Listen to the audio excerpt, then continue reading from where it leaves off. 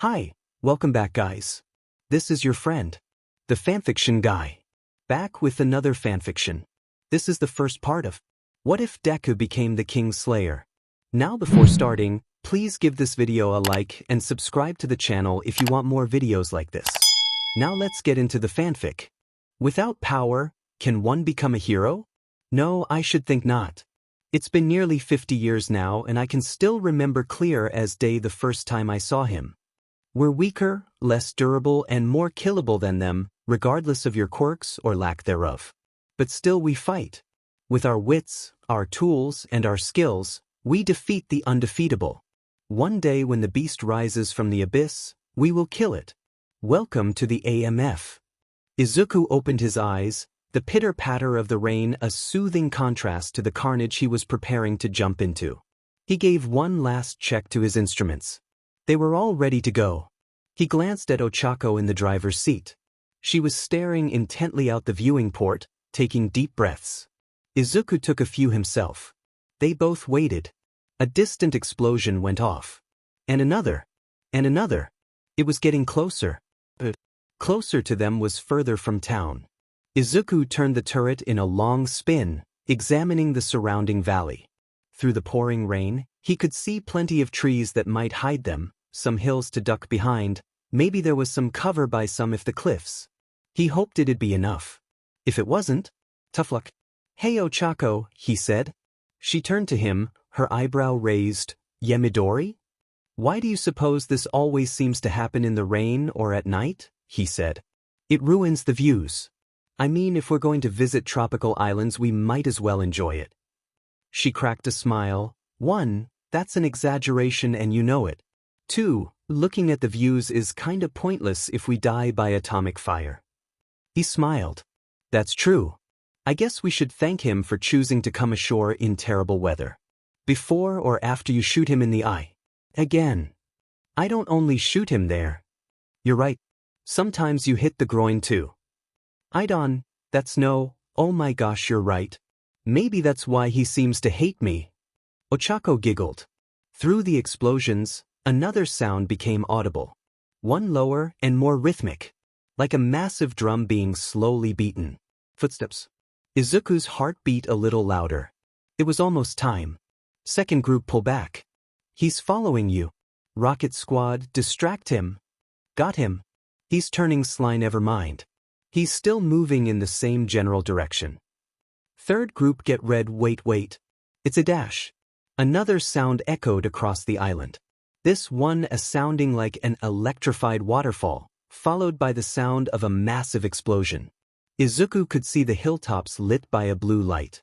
A thunderous roar soon followed. Izuku felt himself tense a little. He took a deep breath. Now was not the time to lose focus. He had a job to do. Sheet. He's turning. Third group, try to divert him back onto his original path. We've been cut off by a landslide. Midoriya, Uraraka. He's heading towards you. You know what to do. Copy that. Izuku said, Ochako. Their engine roared and Izuku felt a slight jolt as the tank began racing forward. Izuku moved his turret to where their quarry would soon be. Another massive explosion went off. They passed the edge of a large hill. Target lock. Firing, Izuku said. Twin beams of blue energy shot out of his tank's turrets. Right in the eye, just like you said, Ochako. Well, you got his attention. Sheet. Izuku felt the tank bounce and tilt as Ochako drove it over rough terrain. She pulled into a hard turn, throwing Izuku against his straps. He looked through his scope again. He's moving in this general direction, no sign he spotted us. Good. Hopefully it'll stay that way. The tank slowed down. It was still moving, they always had to keep moving, but no longer racing. Izuku kept his turret trained on the target, still walking where they wanted him to. Away from the towns and neighborhoods, away from the civilians. He's turning again. Izuku said into the radio. Moving to engage. Good luck. Backup should be there soon. They were racing again. Izuku fired the tank again. Direct hit. They moved toward some thick tree banks. He's looking for us, but he's still not following. Kako said, looking back. Izuku nodded. Firing again. She nodded. They sped out from their hiding place. Izuku looked at the massive silhouette of their enemy, the one they had fought so many times before. Despite, or maybe because of how outmatched he was in raw power, Izuku felt a twinge of excitement. He let loose another volley. This time he hit the groin. The silhouette began charging forward, footsteps thundering across the valley. Ooh boy, he's mad. We've got his attention now. Izuku said. Okay. Izuku saw the blue glow shining from behind the target and inside its throat. He's preparing to fire. Izuku said. Taking cover. Ochako swerved to the left into a ditch behind a small hill. A blinding blue light filled the area, accompanied by a massive explosion. Luckily both had known to turn away from the light. Once it was over, Izuku looked around. The area to both sides was blasted and scorched. The hill they had hidden behind was blown apart. Luckily it had shielded them when it mattered. Their opponent was he was coming straight for them. Izuku heard the engine whine, but they didn't move. Sheet. We're stuck. Ochako said. She took off her glove and pressed all 5 fingers against the wall of their tank. Izuku felt the tank become weightless. Ochako hit the ignition just as the tank was beginning to float. It pushed itself off the ground, floating forward. Ochako pressed her fingers together. The tank fell back to the ground with a heavy bounce. Ochako gunned the engines and drove it ham at top speed. As they neared the base of a small cliff, a massive hand raked across it. Boulders cascaded down at them. Ochako swerved to avoid the falling rocks. As she did, Izuku saw the massive feet stepping toward them, each one closer than the last. Izuku heard a pulsing sound. He's getting ready to fire again. A thin ray energy hit their enemy in the chest, along with several rockets. Reinforcements have arrived. You guys find cover. Good job. Ochako. On it. Ochako ducked them into nearby a cave just before the tail swept away where they'd been driving. The explosions and footsteps moved away. They waited. Soon the radio came alive again. Target has entered the water. I repeat, Godzilla has entered the water. Good work everyone. The two relaxed, letting out sighs of relief. Ochako chuckled. That was a close one, Izuku said with a relieved smile. Ochako smiled back. Yep. But we did it. One last ride. She held out her fist. Izuku bumped it with his own. Yep. One last ride. The base. Ochako checked the last of her bags before doing one last sweep of her area. She had everything. She could go. She turned to Midori. They'd been doing this together for 4 years. 1 in the mainland, 3 in the Pacific against Godzilla. They had fought and nearly died, side by side for so long. And now, for her at least, it was over. Midori, Ochako said. Thanks. I wouldn't be doing this if it weren't for you. Midori smiled, clearly trying to hold back tears. You could have done it on your own, Ochako. I mean, look at what else you've done. You're the best tank driver I've ever met. You completed the AMF's exam to use your quirk in the field and got your hero license. You're incredible. But if it wasn't for your encouragement, I wouldn't have tried to become a hero again. But Ochako just shut up and take the compliment for once. His head sagged. Okay. She smiled before a thought came to mind. One that had been kicking in her head for a while. Hey, Izuku, she said. He looked at her, confused. Yeah. What are your plans after this? After what? You know AMF? G-Force? Do you really plan on fighting Godzilla forever? I don't really have any plans, he said. But there's no hurry. I can do it for a while. After all, Midori pointed to his poster of Oda Murakami, one of the AMF's founding members. He fought Godzilla into his 70s. He was taken off combat duty over 20 years before his final battle, which he died in. He shuffled his feet. Well, yeah, but I don't need to think of another career just yet. I have plenty of time. He looked back at her with curious eyes. Why are you asking me this? Ochako let out a deep breath and said, Do you still want to be a hero? He looked away. That was a long time ago. But do you? We both know I can't dash. She pointed at his shirt and said, Bullshit. Said shirt read, Quirkless G-Force member, Fighting villains was too dangerous. Instead I fight Godzilla. Midori looked at his favorite shirt with the expression of a child caught stealing from the cookie jar. I also seem to remember you doing pretty well when during sparring with the other guys. And that's not even talking about those analyses you make with Kenji in your spare time. I think if you wanted to, you could make it. He gave her a sad smile. Thanks Ochako, I appreciate it. I really do.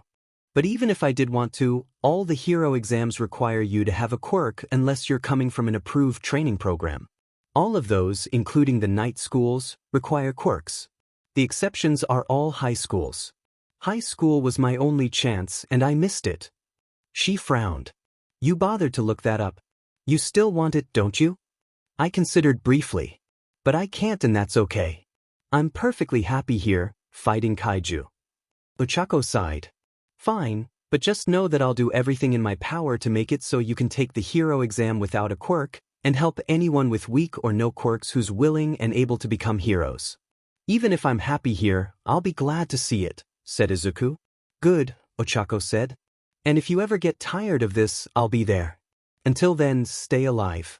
Remember, she pointed at Murakami again, did some of his greatest exploits in his 50s and 70s. So don't you die before then. Midori gave her a tearful smile. I won't. Thanks Ochako. He pulled her into a hug. She returned it. I'll miss you too. She picked up her bags. Take care of yourself. And you better stay in touch Midori, she said. I will. Take care of yourself too Ochako. And with that, the two partners parted ways. This was the end of one chapter of their lives, and the beginning of another. 3 years later, there'd been 7 disappeared hikers in the last 2 weeks. 6 destroyed cars found along the highway, their drivers nowhere to be found. Finally, reports of a massive Sasquatch-like villain attacking several towns resulting in massive collateral damage and nearly 24 missing persons. Ryuko and the other pussycats triangulated the villain's location to a remote lake in the mountains. They found its cave via helicopter before calling MT Lady and lurkers to mount an attack on the villain's lair. They were ready to bring this villain to justice, only to be unceremoniously thrown off the case by the AMF again. If you were a hero who worked in the mountains on any sort of regular basis, you'd run into these guys at least once. A government agency tasked with handling quirked animals, which this villain apparently was, that styled itself like a military organization and refused to cooperate with heroes. Now, since heroes were just about everywhere these days and wouldn't just ignore a situation in progress, the AMF let them to stop the smaller ones without complaint. But when heroes tried to deal with the big ones further in the wilderness, ones that required organization and planning, those self-important jackasses were all too happy to bring their jurisdiction bullshit down on them. Which brought the heroes to where they were now, standing on the wrong side of the barricades being heckled by a couple of guards. We told you this is AMF business. Go back to saving kittens from trees or whatever you heroes do, said the shorter guard. Yeah, this is our job, the other said. Why don't you find a camera? You can mug to for a few extra bucks. To Ryuko's left, Tiger and Tomoko were helping Kamui Wood stop MT Lady from strangling the two. She'd definitely never dealt with the AMF before. Look, if you want be in charge then fine, said Shino. But let us help. We all have quirks that would be very useful for this job. Let us speak with your commanders and dash. Let me say it one more time, said the taller guard. We neither need nor want your useful quirks. Go away and be a publicity who dash. That's enough. A shorter man, with freckles and green eyes, walked up behind the two guards with a stern expression. The two guards looked at him for a moment, probably trying to see if he outranked them, then stood at attention. Lieutenant, said the taller one. What's going on here? The lieutenant said. These heroes, one said, his voice oozing with disgust, were trying to get access to our operation. I was telling them where they can shove it. The lieutenant glared at him. Heroes do an important job and help countless people every year. You should treat them with respect even when denying them entry. Huh, an AMF guy who actually respected heroes. That was new. The man turned to the heroes. Sorry about that, he said to them with a polite smile. A lot of the people here don't really appreciate heroes, but I do. Actually, I have a question for you all. The gathered heroes glanced at each other. Fire away, said Shino. He pulled out a notebook. Can I have your autographs? What? They stared for a long moment. The guards stared too. Dude, have you no shame? One of them said. Not in my excellent taste, no, the lieutenant said. Sure. That's a great idea, said Empty Lady. She quickly took the book, signed it, then passed it to the other heroes who signed it too. Always good to meet a fan out here. I'm a milady. And you are? She said, flashing him her pearly whites. Midoriya, ma'am. Midoriya, nice to meet you, she said. She put on an exaggerated, desperate expression, with a pair of puppy dog eyes for good measure. You see, me and the others here want to help you guys case, but these two won't let us. I don't suppose you could dash. Nope. Midoriya said, snatching his book back. But we can help, said Shino. We'll be fine, he said, his tone polite but firm. You guys' job is to fight villains. Monsters are our job. We have it well handled, so don't worry. He turned and walked back toward the heavy vehicles parked nearby, which included tanks and giant satellite dishes. On the back of his uniform was a design featuring a dinosaur breathing blue fire with the caption, King's Layers. Huh, said the taller guard. G-Force. The other one said, I knew those guys were crazy, but I didn't think they were shameless too. Ryuko glanced at her friends. So much for that guy helping them. Maybe there was another way they could intervene. Izuku walked to the waiting maser tanks, grinning as he read the 6 new autographs. What's got you so happy? Did Godzilla show up? Izuku glanced over at his friend and AMF analyst Kenji Sigusa, who was walking toward him. No, I got those heroes' autographs though. Izuku said, showing off his notebook. Bet it's easy when no one else wants them, said Kenji. Yep, said Izuku. Anything new with the Gargantua? Nope. So far everything's normal.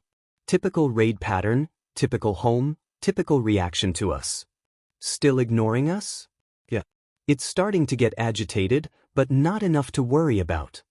Izuku opened his mouth. No, I didn't sense any other ones, said Kenji. Izuku gave him a look. Kenji tapped his head with a little smirk. He turned back to the lake. If a big enough piece did break off, it either hasn't spawned or already left. Let's hope the first, said Izuku. Yeah, said Kenji. They passed the Type 90 maser tanks, with their massive satellite dish-like turrets. They may pack one heck of a punch, but Izuku vastly preferred his own tank. Speaking of, Izuku and Kenji approached his beautiful squad of MW-93s, the perfect mix of power and speed. Zenichiro was standing next to his and Izuku's tank, eating candy. He'd been Izuku's driver in the 3 years since Ochako left. He spotted them and smiled. Izuku, I was beginning to worry you'd miss the fight. Izuku grinned at him. Not a chance. Just taking a slight detour. Hey Sekizawa, Kenji said with a wave. Zenichiro nodded. Sup Sigusa. Wanna know what Izuku was really doing? Said Kenji. There were a group of heroes near the gate, you see. Zenitaro grinned. He did not. He did. Zenitaro turned to Izuku. You are such a fanboy. Am not, said Izuku. I just appreciate heroes, that's all. Right? Said Kenji. Hey, how would either of you even know? Izuku said, pointing accusingly. No one else here even likes heroes, so you have no frame of reference. Ochako, they said. Izuku groaned. His best friend had betrayed him. Oh, the humiliation. Oiji Force. Enjoying the wimp tanks, said a passing maser pilot. Why don't you try a real maser? He pointed at the Type 90s. Only when I want to be a sitting duck. Zenichiro called back. He turned to Kenji. Hey, Sigith's catch. He tossed a round candy ball to Kenji. Gee, then dash. Kenji tried to bite it, but the stubborn candy refused to break. After several unsuccessful attempts, he gave Zenichiro a deadpan stare. Really? Again? Not my fault you can't handle an itty-bitty jawbreaker, Zenichiro said as he bit one in half with a smug grin. Screw you, man. Zenitaro grinned wider. Izuku looked away to hide his own smile. There they went again. I gotta go to the command tent to watch, said Kenji. Tomorrow I'm heading back to the Pacific. We're going back soon too, said Izuku. Our rotation mainland ends in a few days. Then it's back to the Pacific to hunt enemy number 1. Great, said Zenichiro. More bugs, more heat, more misery. I should have become a journalist. Didn't you say that doesn't pay? Said Kenji. True, said Zeni, climbing into the mazer tank. See you in the Pacific, Sigusa. Don't worry, I'll keep Midoriya alive so he can do all your work for you when he gets back. Up yours, Sekizawa. See you when you get back. The bugs will be waiting. Zenikaira flipped Kenji off with a big grin, then climbed inside. Izuku gave Kenji a thumbs up. See you when we get back. Good monster hunting, said Kenji, returning it. Izuku climbed into the tank and got into his station. He and his squad were to be on the other side of the lake in case the Gargantua managed to make it across. This also happened to put the G-Force squad far away from everyone else, but surely that was a coincidence. Their tanks rolled toward their positions. Izuku got out an iodine tablet before remembering this was a Gargantua. Izuku put the tablet back in the bottle and tucked it away. He held out a fist for Zeni. Ready? Zeni bumped it. Ready. Let's kill another. Yeah. Izuku's thoughts turned to All Might, and the words he'd said that fateful day all those years ago. Just watch me. I have no quirk, just a team fighting with our tech, strategy, and skills. We're going to fight an enemy you'd say can't be beaten without power. And we're going to kill it. The AMF took their positions around the lake, with the majority of the attack force on one side and Izuku's squad on the other. They trained their guns and waited. Izuku, Yashiro, and Akiba's tanks were on 3 separate hills, giving them a solid vantage point on everything while being separated enough that they couldn't be taken out with a single attack. The only potential problem was a group of tall boulders that the Gargantua could hide behind if it reached them. Fortunately, their mazers were more than strong enough to cut through them. Still, maybe they should. Target inbound. Izuku swiveled his turret as a helicopter came into view, followed soon after by a turquoise Gargantua. It was a typical specimen, standing at a respectable 30 meters while covered in long ratty fur. Nothing special, they'd killed plenty like it before. The Gargantua followed the helicopter like a fly to the bug zapper, ineffectively batting at the chopper as it walked slowly but surely toward the AMF's kill zone. Izuku fidgeted with his fingers. Closer, closer. Commence attack, came the voice over the speaker. The Gargantua jerked its leg back with a pained yelp as it stepped on the mazer fence, a series of thin plasma beams at the Gargantua's ankle level. Ineffective for trapping it, perfect for getting it to stop at the right spot. Nearby, the Type 90 mazers had already locked target. Lightning bolts erupted from the satellite dish turrets, raking the Gargantua's hide. The Gargantua howled and rushed backward to escape, but the mazers were relentless. The Gargantua fell to its knees. Ducking down, it tried to crawl behind the trees, but the mazer bolts cut through them like dry twigs as they hit the Gargantua. This monster had seen humanity as mere prey, powerless to defend themselves. Not it was learning why humanity was the dominant species even before quirks appeared. What they lacked in brute force, they made up for with their brains. Izuku slowly swiveled his turret to follow the fleeing Gargantua. If it somehow made it over the lake, he wanted to be ready. The Gargantua kept crawling, refusing to give up its futile attempt to escape the AMF's attack. It made it to the lake and tried to leap in. Too bad the lake had been electrified. In the water, the Gargantua writhed in pain in the water as the electricity did its work, sending waves crashing against the nearby shores. From a nearby cliff, the pussycats and lurkers had gathered to watch the battle. Ryuko curled her lip in disgust at the animal's pain. If they were going to kill it, couldn't they at least do it quickly? The creature was big, she'd give them that, but if they wanted to act like a military, then wouldn't a barrage of missiles do that with much more humanity than this? Ryuko looked away and began forming a stone beast just in case she needed to intervene. She may not like what they were doing, but she was still a hero and refused to let them die for it. Poor BSRD, Zeni said. Izuku nodded. Even an experienced monster hunter like him couldn't help but pity the creature when it was like this, and helpless and defeated. Unfortunately, killing a kaiju was rarely quick. It was one of the problems that came when dealing with animals that could shrug off missile fire. Izuku resisted the urge to look away. He had to be ready if it. The gargantua threw itself toward Izuku's side of the shore, frantically trying to push itself through the water. "Get ready," said Izuku. "Copy," said Yashiro. "Copy," said Akiba. By some miracle, the gargantua managed to clamber ashore, but Izuku's team was ready. They opened fire, sending beams of blue plasma into the gargantua's chest. The gargantua barely avoided falling back into the water as it crawled behind the boulders for cover.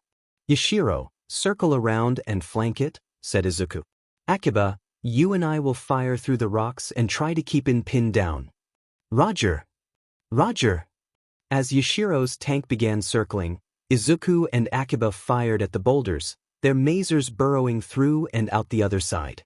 Akiba fired on the edge of the rocks so the creature couldn't escape. Izuku alternated between doing that and firing where he believed the gargantua was. Based on the sounds, he was right several times. As the rocks crumbled, Izuku caught glimpses of the gargantua moving behind them. One of its arms shot out, sending something into the air. Izuku looked and saw a giant stone flying down toward Akiba. "Akiba!" The boulder crashed and sideswiped Akiba's tank, knocking it on its side. "Akiba, are you all right?" said Izuku. "We're fine. Just shaken," said Akiba. "It'll take more than that to kill us." Izuku was about to reply, but before he could, the gargantua started running straight toward the downed tank. Izuku fired at its legs. The creature stumbled but didn't stop. "Sheet," said Zenny. Izuku was thrown against his seatbelt as Zenny floored it, sending their tank racing forward. He swerved toward the downed tank and sped down the hill to rescue it. As Zenny drove, Izuku continued firing on the gargantua. They were closer, but the gargantua was faster. It was going to be a close race. "Good thinking, Zenny," Izuku said while firing. "No, not great thinking. Thinking like you is not good thinking," Zenny said. Yet here he was, still doing it. Izuku fired into the gargantua's back, legs, and occasionally, its head. 2 more blasts hit its back as Yashiro's tank joined him. The gargantua slowed but did not stop. As Izuku neared the fallen tank, so did the gargantua. "Take us close so I can draw its attention away from the Akiba," said Izuku. "Damn it, why am I doing this instead of being a reporter like Mom wanted?" Zenokairu said while doing what Izuku said. They moved until they were a little out of the creature's reach. Izuku would have preferred to be a bit closer, but with Zenny in the tank too, that was too great a risk, and with a precision refined from many battles, Izuku shot the gargantua in the jaw. The gargantua roared with fury and whipped and started to lunge at them. Its arm reached out. Izuku aimed for the eye. He had one shot at this. A stone bird dove for the gargantua's face, distracting it. Pixie Bob? The gargantua destroyed the bird with a single swing, but Izuku used the distraction to blast it in the face. While he knew he should appreciate the help, a part of him burned at the idea of heroes intruding on their battle. Izuku ignored it as he fired at the gargantua's legs. It tried to stagger away, but walked right in front of Akiba's turret. Akiba opened fire, sending the gargantua to the ground while Izuku and Yashiro bombarded it. The creature's strength seemed to be spent. Its movements slowly ceased. They kept firing anyway. They had to be sure. The other masers came and joined them. Minutes later, they were called off and the body was examined. It was confirmed. The gargantua was dead. Any flesh that came off in the fighting would have been cauterized so it couldn't regenerate. It was over. Izuku breathed a sigh of relief. "Izuku," Zenny said holding out a hand. Izuku smiled and shook it. "Good job everyone," Izuku said into his calm. "Akiba, how are you?" "Well, my pride took a decent hit," he said. "So you're fine," said Izuku. "Yeah. Kisaragi's fine too." "Good," Izuku said. "Let's get you guys out of there. Then we can go and get drinks." "Fine, as long as I'm not buying. Especially Sekizawa's." "Ah, is someone still sore from last time?" said Zenny. "You bought a 4,000 yen drink. You said you'd buy me any drink. Not my fault I took you at your word." "Screw you." Izuku chuckled. These guys were impossible. "To another successful mission," said Zenny, hoisting his glass high. They toasted. "Another one bites the dust," said Akiba. After killing the Gargantua, the AMF began clean-up protocol. The Mazers returned to base, but not before Izuku gave an obligatory thank you to Pixie Bob and the other heroes. They hadn't been too receptive, between being disgusted by the Gargantua's death and unaware of its necessity. It was hard enough to contain a hostile animal that could smash buildings like cardboard and shrug off tank fire like bug bites, but when said animal had regenerative abilities so strong it could grow an entire new specimen from a decent-sized piece of flesh, it had to be killed, down to the last cell. And Mazers were the most reliable way to do it. Granted, explaining that would be easier if other members of the AMF didn't insist on throwing insults at the heroes at every opportunity. But that was then. Now was time to enjoy their victory with cold drinks and lame jokes. "Up yours, Dr. Frankenstein," said Hayama, Yashiro's driver, as he took a swig. "Here's to roasting another one," said Akiba, raising his glass. "And making fools of anyone who ever said we'd never accomplish anything," said Izuku, raising his. "Hear, hear," said Zenny. They toasted and drank. "It was nice being on the mainland," said Izuku. "Yeah, we get a break from all those monsters in the Pacific," said Zenny. "You talking about the kaiju or the bugs?" said Akiba with a wry grin. "Or the bug kaiju," said Hayama.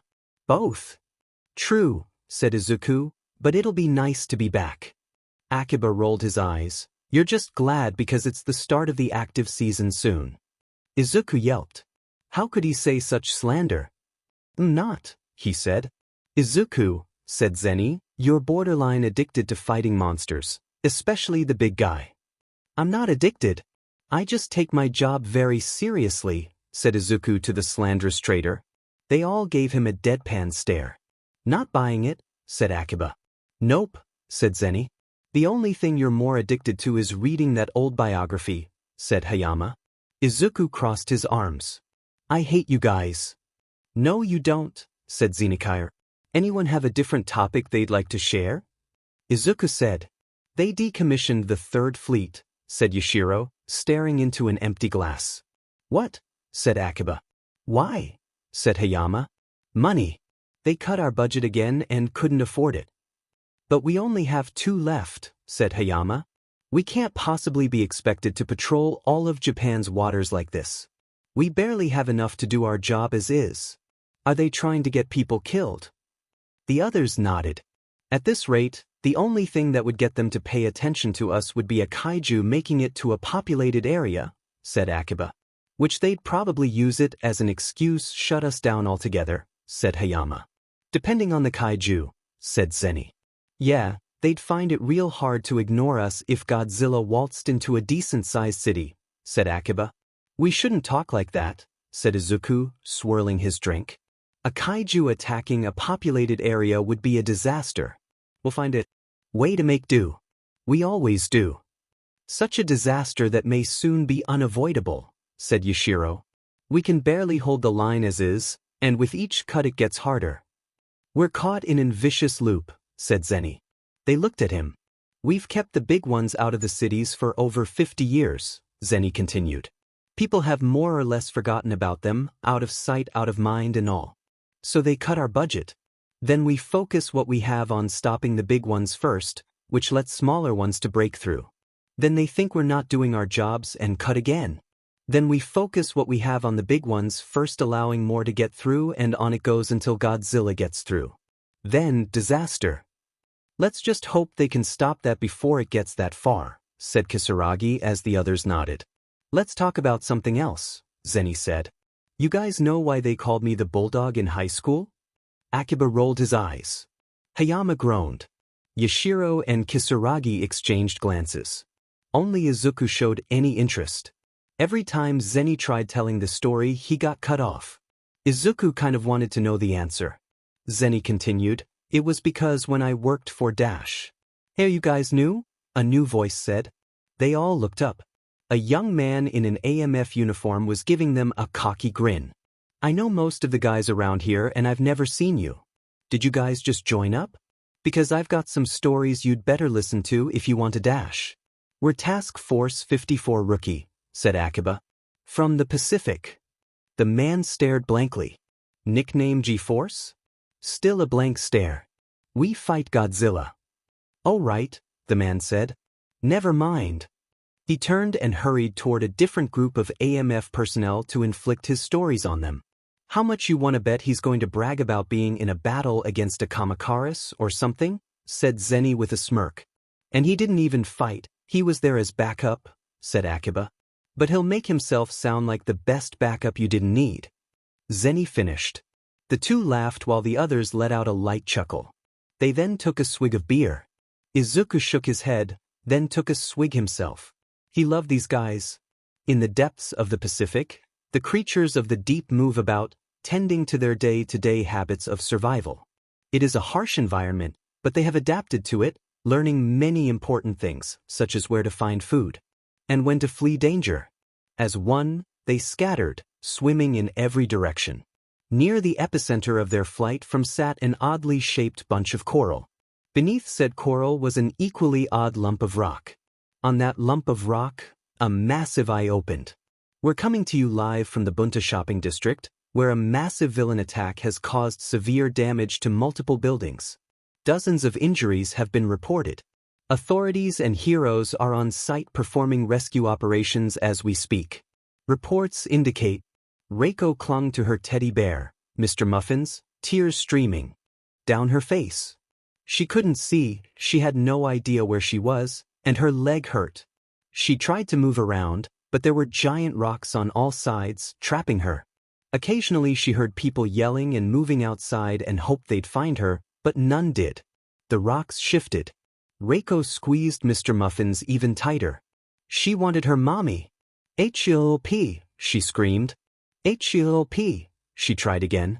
She heard voices and movement outside. The rocks in front of her flashed pink and lifted away.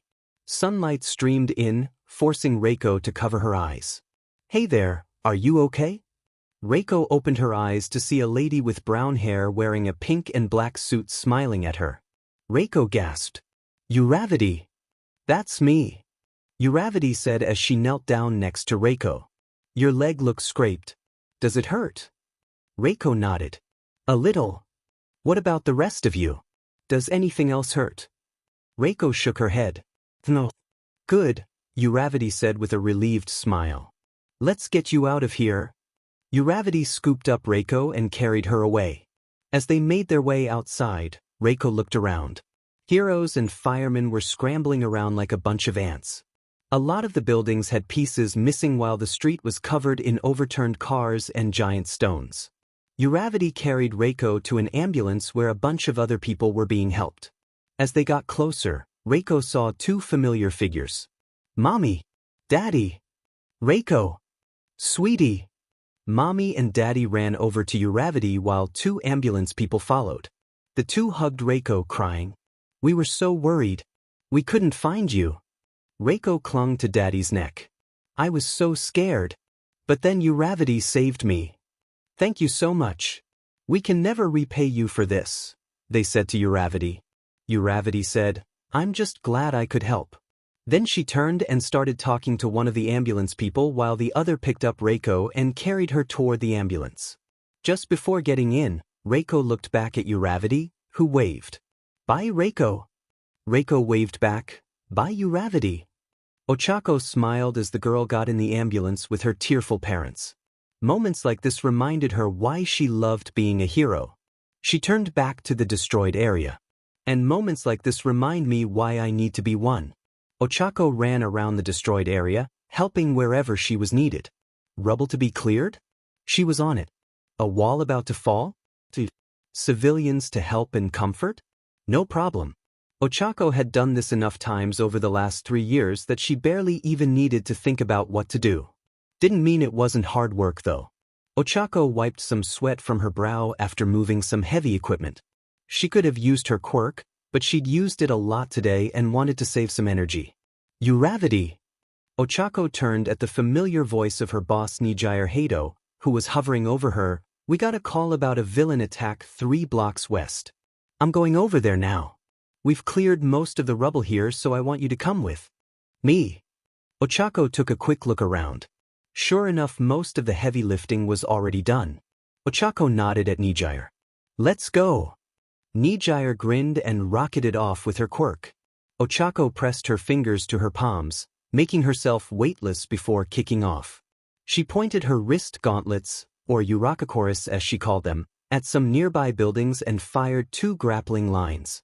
The grapplers latched onto 2 different buildings. The lines began reeling in, yanking Ochako forward. When she got close enough, she released the buildings, reeled in the lines, and fired again. Doing this, she flew between the buildings, easily keeping pace with Nijire. One of the other sidekicks at the agency once compared how Ochako traveled to how the main characters of an old manga would fight giant monsters. She'd had no idea why that made Ochako laugh. They arrived in less than 2 minutes. From their vantage point, they could see the villains clearly. There were 2 of them. One was 12 feet tall and seemed to have the power to telekinetically control 3 metal ball, which he was using to smash up the nearby area. The other had a wolf-like quirk and was using his teeth and claws to lash out at everything he could sink them into. Ochako nodded at Nijire, then aimed at the wolf one while Nijire went for the other. Ochako pressed the pads on her fingertips together, returning her gravity. She plummeted in a dive toward the wolf villain, then flipped over and stretched out her leg before canceling her gravity again. Her boot slammed into the villain's jaw before stopping a foot above the ground. Ochako returned her gravity and surveyed her handiwork. The villain slumped to the ground, seemingly unconscious. Ochako had slowed down enough to avoid killing him, but had still been fast enough that he should be out for. The villain got up. Never mind. The villain lashed out with his claws. Ochako threw herself backwards, raising an arm to let the claws scrape her Urakakorist. The villain's hand embedded itself in a nearby car. Ochako inspected her Urakakorist. Barely scratched the paint. That meant they should be able to defend her. The villain wrenched his hand out of the car, rocking the vehicle. The villain shook his wrist. Ochako narrowed her eyes. He'd overextended that swing by a mile. Also, given that he'd rocked the entire car, she was guessing he'd yanked a lot harder than he needed to. His technique was sloppy. She could use that. The villain turned to her and growled. Ochako began slowly circling him, maintaining eye contact. The villain crept towards her step by step. Ochako flared her nostrils. The villain bared his teeth. She raised her fists closer to her face. The villain snarled, then threw himself at her. Ochako dove away and somersaulted along the ground to escape. The villain landed awkwardly, falling to the ground. Ochako moved to attack, but stopped when the villain got up and turned around. They faced off again. Ochako stepped forward as if ready to attack. The villain took the bait and swung his hand at her. Ochako used her wrist gauntlet to parry, grabbed his arm, and kneed him in the gut before leaping back. The villain staggered backward, clutching his belly. He then roared before charging at her again. Using precise movements, she parried his attacks one by one until he left himself open to a punch in the face. The villain shook his head, then resumed his assault with that stubborn one-track mind of his. He flailed at Ochako, who danced around his claws until she could deliver an uppercut to the jaw. She made a feint toward his face, then threw a right hook into his gut. The villain stumbled back. Ochako charged, kicked out his knee, then grabbed him with all 5 fingers to cancel his gravity. Ochako swung the wolf villain over her head and threw him into a nearby car. Ochako grabbed him and threw him again. He collided head first with a fire hydrant. Ochako returned his gravity and got out the capture tape. Now all she had to do was... The villain threw himself to his feet and flung himself at Ochako. Did he have any other strategy? Ochako sidestepped, allowing him to crash into the ground. Ochako tried to cancel his gravity, but the villain swung his arm out and hit her with a backhand that sent her rolling over a nearby car. Ochako got up just in time to see his claws flying toward her face. The villain scraped his claws against the asphalt and swiped upward, sending a rain of gravel at Ochako's eyes. She raised her arms just in time to avoid being blinded, but when she lowered them, the villain was lashing out to disembowel her. Ochako barely managed to avoid his attack, letting him crash into one of the nearby cars. Before she could cancel his gravity again, the villain swung out his arm and backhanding her. Ochako was sent rolling over a nearby car. She got up just in time to see his claws flying toward her face. Ochako got her hands up just in time to avoid being mauled. The villain tackled her to the ground and grabbed her wrists, keeping her from canceling his gravity. He opened his fanged mouth and inched towards her throat, ready to deal the finishing blow. Ochako kneed him between the legs. The wolf villain reeled back in pain, allowing Ochako to cancel his gravity and shove him into the air. The villain flailed as he floated upwards, helpless to control his movement. Ochako got up, rolled her shoulders, then watched him float. After he was 20 feet or so, she dropped him down to earth. And the villain was still trying to get up. I'd respect if I wasn't certain it was less determination and more because he's too dumb to notice he's lost. Ochako picked up a nearby car, with permission from the owner of course, and swung it at the villain like a baseball bat. The villain skipped across the ground before hitting a wall. Then Ochako pinned him with the car. After disabling her opponent, Ochako turned to see how Nijire was doing. The villain she'd been fighting now occupied a small crater in the sidewalk while Nijire asked questions whether they were trying to overthrow society or just rob banks. Or overthrow society by robbing banks. Soon a crowd of civilians ran over to the heroes, surrounding Nijire for autographs.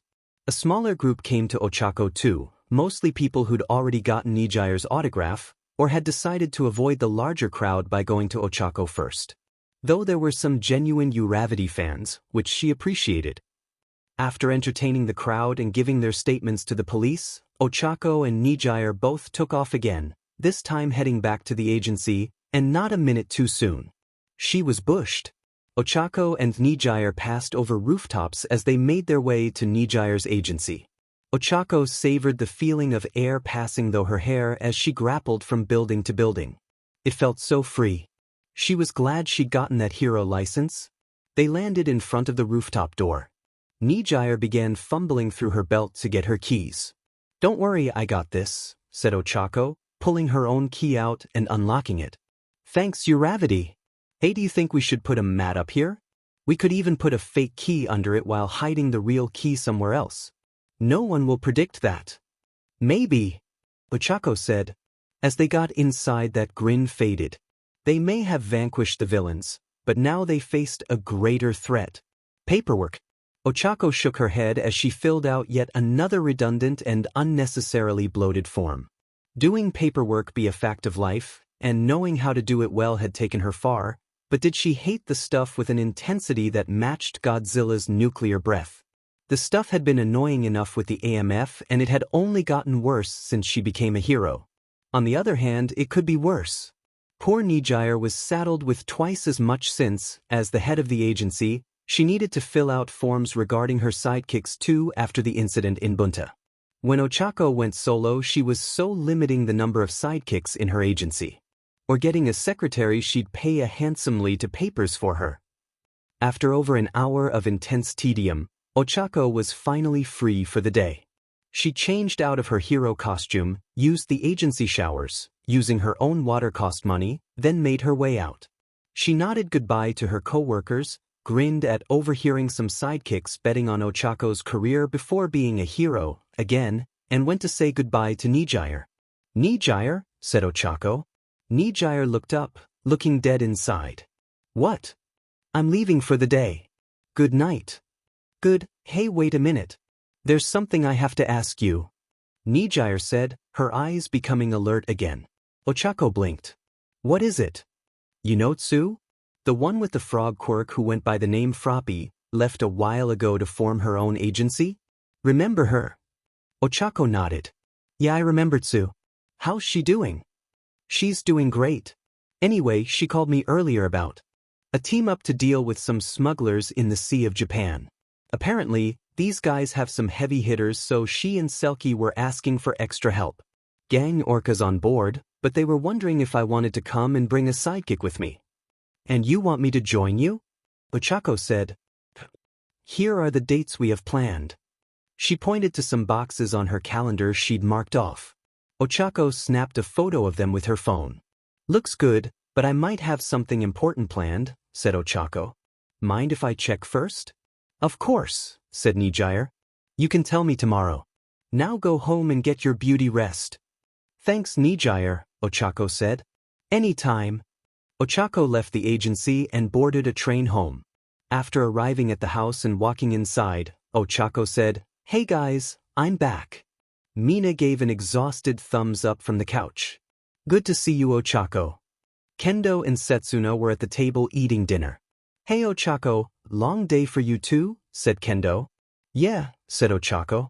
"I was helping with that disaster in Bunta for several hours." "You guys?" "Busy patrol," said Mina as she got to her feet. "The villains just wouldn't stop showing up."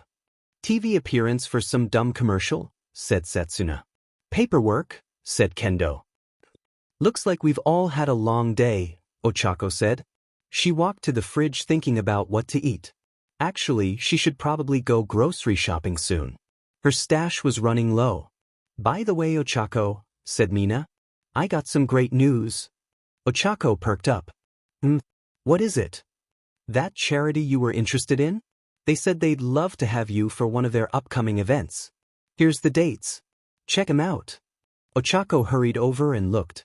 Soonest one was After Earth mission with Nijire. "Thanks, Mina," Ochako said. "It means a lot to me." "You're welcome," said Mina. "Anything for a friend." She gave Ochako a sunny thumbs up. "By the way, I'm meeting some of my old classmates tonight for some fun," said Mina. "Any of you want to come?" "No thanks, I'm bushed," said Setsuna. "I'll pass," said Kendo. "I'm good." "Have fun," said Ochako as she got out ingredients for dinner. "You do know you can order food, right?" said Setsuna. "Cooking my own is cheaper," said Ochako. "Probably healthier too." "Why are you such a cheapskate sometimes?" said Setsuna. "You do realize you have almost as much, if not more money than the rest of us? Which I did not get by being wasteful. Insanely reckless maybe, but not wasteful. Besides, if I spent more every time I started making extra money, I'd be left with the same amount I'd started with." Lifestyle creep wasn't screwing her over, "Thank you very much." Setsuna waved her off. "Whatever." "Speaking of money, rent's due in a week," said Kendo. "You got your shares?" Ochako nodded. "I'll send it right over." Mina groaned. "I'll send mine too." "Me 3, said Setsuna. As Ochako was cooking, her phone dinged. "Midori, heading back to Pacific. Saw your work in Bunt. Work with the rescue and villain." Ochako began typing back. "Me, thanks Midori. Heard about your fight with the Gargantua.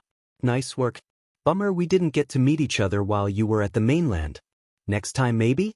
Midori, maybe we can coordinate when we have time off? It would be great to see you again. You heard about that fight?" Ochako rolled her eyes.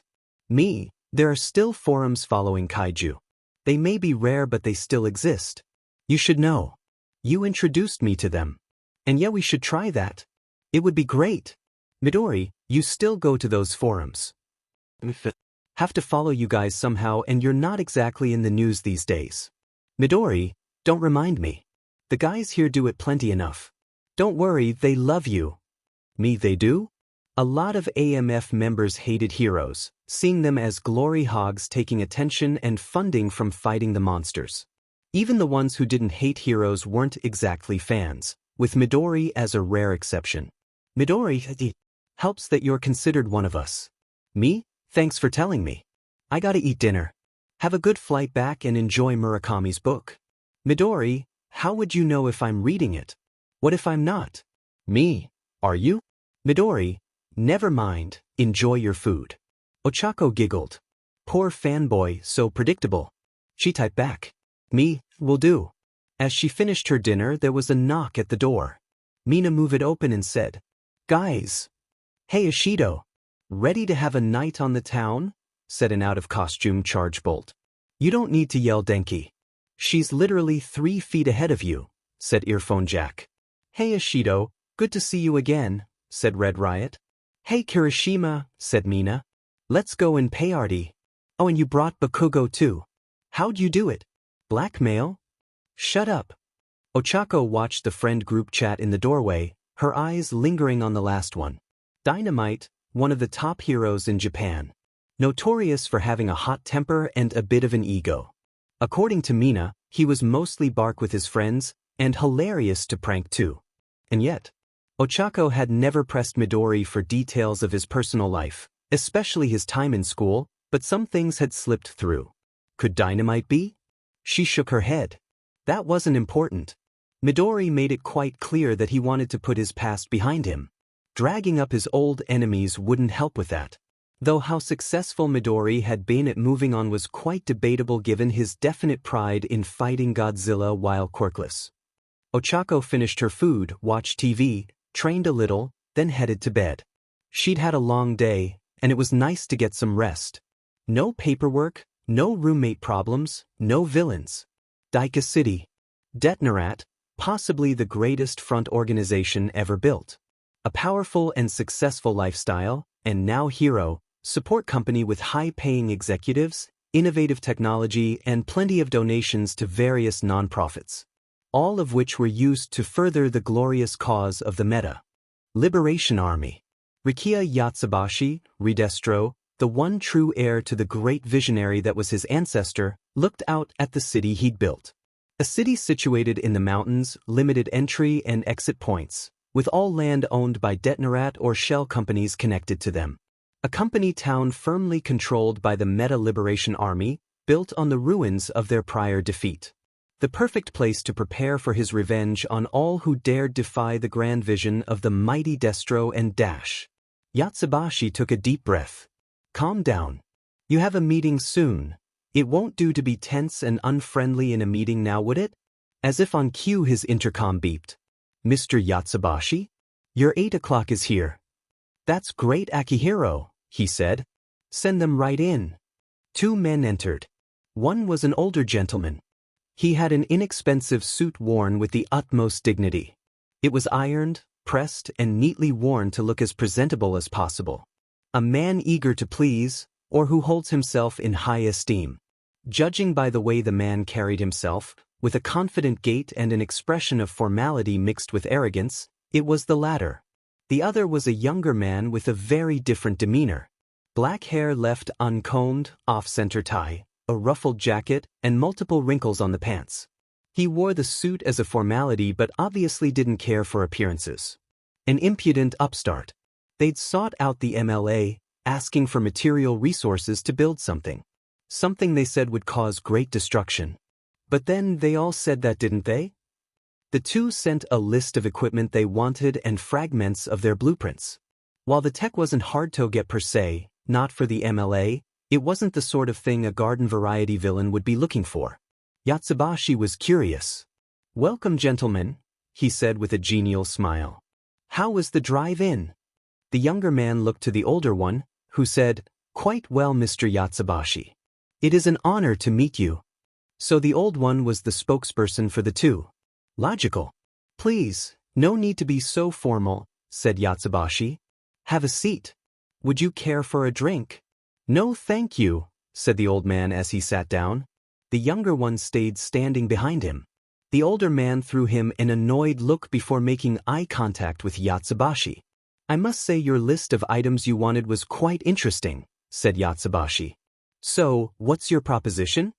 It's a device that we believe can call something. Something that would further your cause, said the younger man. How so, said Yatsubashi. Have you perchance heard of the AMF, or Anti-Megalosaurus Force, said the younger man. Yatsubashi's fists clenched. Oh yes, he'd heard of them. A government agency tasked with handling animals with meta abilities. Instead of using those with strong meta abilities of their own, they used outdated weapons handled by the weak and pre-evolved who dared think they could stand up to gods. We have a way for you to get rid of them by giving their jurisdiction to the heroes, said the younger man. He gave Yatsubashi an oily smirk. All you'd need do is give us the equipment we need, maybe some disposable thugs, and perform 2 little acts, insignificant for a man like you. Yatsubashi's lips curled upwards. As faulty as the hero system was, at least it used meta abilities and recognized their importance. Please continue. I'm listening. Izuku got off the plane into the nice familiar heat. It was good to be back. As he walked across the tarmac, Izuku glanced over at the vehicle lot. The sun gleamed off the green of tanks and chrome of maser turrets parked in the lot. Jeeps, regular tanks, MW-93s like Izuku's, and the heavy hitters, the MBT-92s. Slower than his tank, it was used for either the more vulnerable kaiju or the ones that lacked ranged attacks. Slow or not, it packed one heck of a punch. Several of the vehicles had designs painted on them, mostly images of various kaiju, especially Godzilla, and jokes. Izuku thought back to when he and Ochako graffitied their tank a few months after arriving here. It was some of the best fun Izuku had ever had at that point. When Zenny became Izuku's driver, he added a few touches of his own, but left Izuku and Ochako's work untouched. His best idea was painting former property of Uravity on the left side.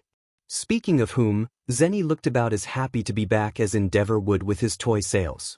"Why does it have to be so hot? And why do the bugs go after me?" he said, slapping his neck. "I even put on bug spray." "It's their way of saying they love you," said Akiba. "Even when you smell terrible, they just can't resist welcoming you back." "Shut up, Akiba." "Why are you even complaining?" said Kisaragi. "You literally volunteered to be here?" "That's another thing I can complain about," said Zenny with a big grin. "My poor judgment." Kisaragi shook her head at the hopeless case that was Zenichiro Sekizawa. Izuku and his squad returned to their barracks to put their bags by the beds. Captain Sakaki passed them in the halls. Izuku nodded at him, which Sakaki returned with a terse one of his own before continuing on his way. An actual nod. "What's got him so happy?" said Akiba when he was out of earshot. Haruo Sakaki was one of the other members of the AMF with no quirk. He was infamous for his hot temper and abrasive attitude. Despite that, he was still a good tactician and skilled commander, near fanatical hatred of Godzilla aside.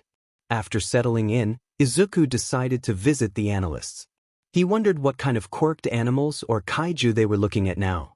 He went inside the lab to find the analysts in the usual pattern of either actually working or trying to look like they were. "Hey, look who's back," one said as he walked through the door. Kenji looked up from his computer. "Hey Midoriya, welcome back." "To hell," another added. Izuku ignored him. "Hi Kenji," said Izuku. "How've you guys been?" "Fine," said Kenji, with an easy smile. "Just seeing what nightmares nature has cooked up for us this time." "You wanna see?"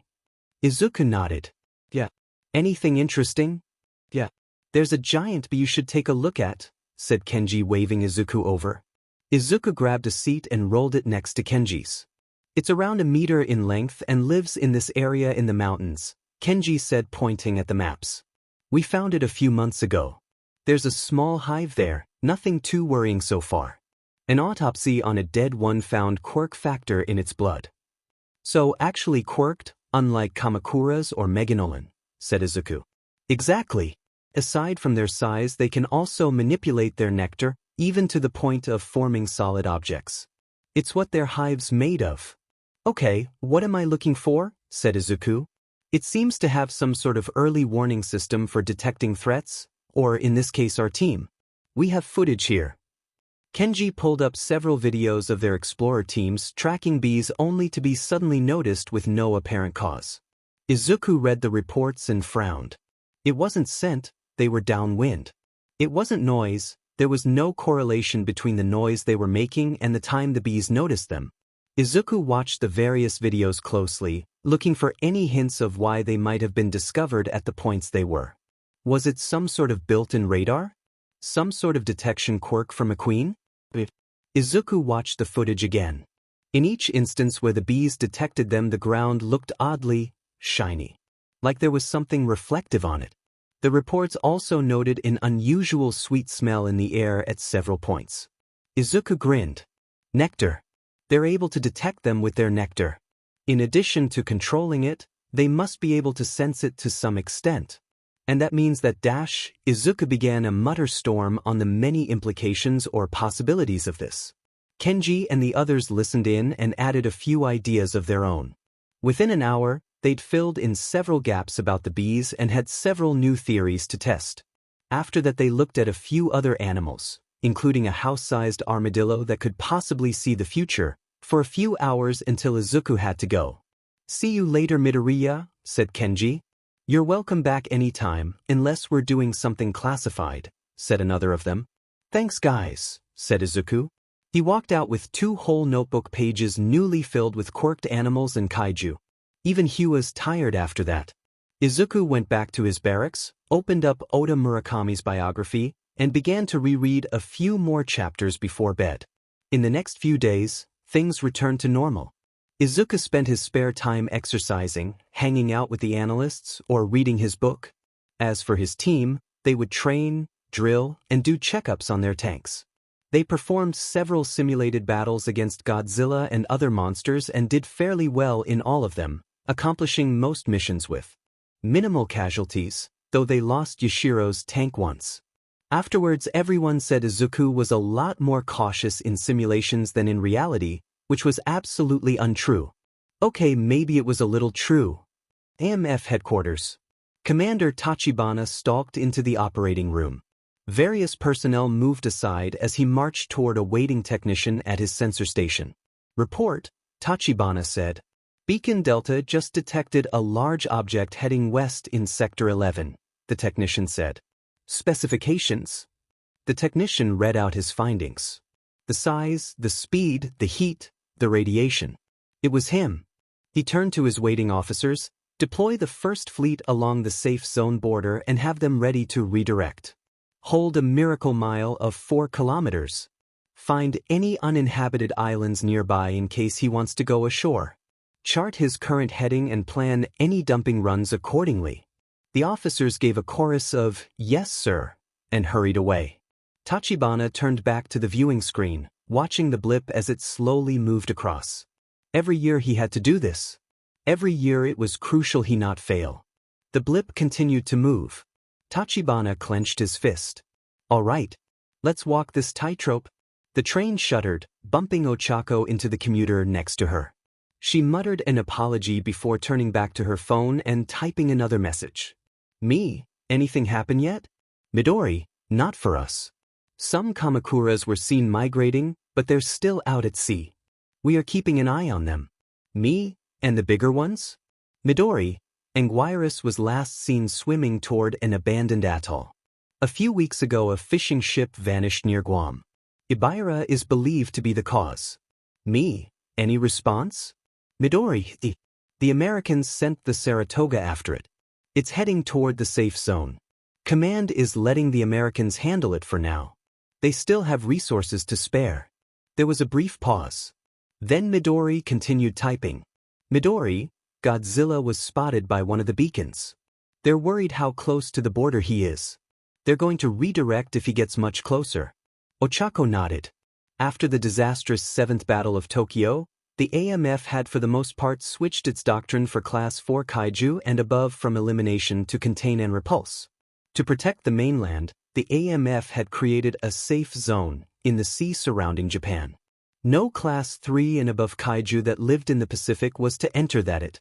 To maintain the safe zone, a series of powerful beacons were placed at strategic points to detect any approaching kaiju. The safe zone had, for the most part, held firm since before All Might. Still, Godzilla getting close was never a good thing. Even if he didn't cross, every moment spent trailing him was one they weren't dealing with the other giant monsters. In fact, several of her deployments against non-Godzilla kaiju had been precisely because they hadn't had the resources to stop them before they reached land. How are the other guys? Midori, Sakaki, and Kujimori are still here. They've both been promoted, but Sakaki's still in the field. Zenikairo's my driver now. Me, Sekizawa? The rookie? How is he? Midori, great. He's a good friend and great driver. Not as good as you, but still good. Ochako smiled. Me, I'm glad to hear it. And the others? Midori, dead or transferred. Ochako sighed. That was to be expected. There was a reason G-Force gave you incredible pay and benefits that increased every year you stayed, and it wasn't for being safe. At 3 years, Ochako had stayed longer than usual. Few lasted in the field as long as Midori. Doing so usually involved an obsession, a vendetta, or both, combined with a ton of luck and skill. Me, I understand. If Godzilla goes near a land mass, you be careful. Midori, Aren't I always? Ochako rolled her eyes. Me? I was your driver. Midori, Ochako. Ochako snickered. She could see his stricken expression. Midori, fine. You be careful too. Good luck. Me, thanks. Ochako got off the train and walked home. She went inside and plopped on the couch. Mina was on the other side. Cheiko, long day? Said Mina. Yep. Setsuna and Kendo entered and got on the couch too. After a minute of them all sitting there together, Mina got up. I can see everyone here has had a long day, so I say this. She paused. Let's head to the bar and get drunk. A series of thumbs up answered her. An hour later Ochako was swigging a glass of warm sake. This is exactly what I needed. Thanks, Mina. You're welcome, Ochako, said Mina. She took a sip of her own. This stuff hits the spot. Said Kendo, her cheeks rosy. It makes me think of stuff. Like what? Said Mina. Like how I'm much easier villains are than my sidekicks. I mean, when sidekicks act badly, you gotta handle PR, de-escalate them, be fair and figure out if you give them a second chance, and all that. With villains all you gotta do is slug him. It's so simple. Yeah, said Mina. The only downside is all the paperwork. I mean, I went to school so I could get to the punching and kicking parts. I didn't think I'd get more homework. I know, right? Said Ochako. I filled out fewer forms when I drove through a house. You drove through a house? Said Setsuna. It was in my way, said Ochako, pointing a shaky finger at her. Maybe that's why she uses the train, said Reiko Yanagi, who'd been in the area and joined them. Seriously, what did you do before getting your license? Said Mina. You once told me this gigantic bug I had to fight was small fry compared to what you dealt with. That was a fly, said Ochako. It was a big fly. When you meet one that needs military-grade weaponry to bring down, then we'll talk. Seriously? You met a bug that needed a machine gun to kill? Spooky, said Reiko. I heard about ones that are bigger than people. They once flooded a mine and began killing the men working there. The bodies looked like they'd been cut in half. Another of your ghost stories, Reiko? Said Kendo. No. The scariest part was, they were real. Reiko waved her fingers for emphasis. That'd be horrible, said Mina, shuddering. All you really need is a bazooka to blow them up, said Ochako offhandedly. Or a tank. Don't you think that's kinda overkill? Said Mina. Ochako shrugged. Flamethrower then. Speaking of creepy crawlies, wanna know where my hero name came from? Said Mina. The alien queen from Aliens, a monster that bleeds acid. I like that movie, said Reiko. So when it came time to pick names in high school I went with that, but midnight shot me down. But here I am. Mina banged her glass on the table. All graduated when she can't stop me. Her tastes were weird anyway. I mean, Alien Queen is terrible but Can't Stop Twinkling is okay. I even look like an alien. She gestured to her horns and eyes. But no. Instead I had to call myself Pinky through high school. That's not that bad, said Kendo. Yeah, but it's not Alien Queen cool, said Mina. Fair enough. Reiko turned to Ochako. Hey Uraraka, I'm curious. Yeah, said Ochako. Setsuna told me that you wanted to go to some charity event for kids bullied for their quirks. Why that specifically? Mostly because of a friend of mine, said Ochako. He never developed a quirk of his own and was bullied for it as a kid. He didn't go into detail, but it sounded bad. They picked on him, belittled his dreams, and made him feel terrible about himself. I guess I want to help other kids from going through what he did. That's sweet, said Mina. Is your friend okay? Asked Kendo. Yeah, said Ochako. I first met him after high school. We worked together before I became a hero work. He's still at the old job. Is he that Midori guy you always text? Said Mina with a devious smile. Ochako narrowed her eyes. Yes, he is, and no, we're not dating. Rats. That's a good motive, said Reiko, ignoring Mina. Kendo nodded. You sound like a good friend. Even Mina said, glad your friend turned out fine. Let's have a toast. To fighting evil big or small. Ochako raised her glass to that. X finished another circuit. He picked up a set of parts and began assembling the next portion according to the old man's blueprints. He had to admit, the original inventor of this device was a genius to have made it with the primitive implements of 200 years ago. The old man was smart too to have rediscovered it. Speaking of whom, X heard approaching footsteps. "Is it coming along well?" said the professor. "Yeah. It'll take a little while, but it will be ready," said X. "Good. Even if the Meta Liberation Army fail their part, with this device we will accomplish our goals." "Indeed," said X. "Meta Liberation Army. What idiots. Do they honestly believe the heroes will beat him?" "It's not unexpected," said the professor. "They're even more obsessed with quirks than the rest of society. The moment they heard it lacked the quirk factor, they assumed it was a mere animal. It's not our fault they didn't bother to check its true power, or their own history." X chuckled. "Oh, to be a fly on the wall when they figure it out." His grin faded. "What about the AMF? You really think this will get rid of them?" "I don't care," said the professor. "They can't stop what's coming. Tokyo will burn and no one can stop it. What happens to them is irrelevant to me." "Not to worry, Dr. Mifune, you'll get your revenge," said X. "The same monster all the regular people mocked you for focusing on will be the thing that kills them. Thanks to the same tech the AMF kept you from building too. Wonderful, isn't it?" "It will be beautiful," said Dr. Mifune. X imagined the cruel smile on his face. It was very much like his own. "It will be." Izuku flipped backwards several chapters. He stopped for a moment to admire a photo of the monsters in action. They were terrible, yet in a strange way beautiful. "Still reading that thing?" said Kenji. Izuku nodded. "Never gets old." Izuku turned back to the beginning, recounting Murakami's first encounter with Godzilla. Two men going head-to-head with the king of the monsters in a Sherman tank and surviving. Almost a decade later, and it still gave him goosebumps. "Well," Kenji said, holding up some papers, "if you get bored reading that for the 100th time, I found some accounts from a fishing village's encounter with the Big G in the 2030s you might like. Found it while about researching old history." Izuku looked up from his book. "That sounds great." Kenji smirked. "Thought you'd like it. You know, Izuku, with your love of life in the dawn of quirks and pre-quirk eras, and my love of giant monsters, we'd make great historians." "You'd need to quit monster hunting first, and we both know you won't do that," said Kenji.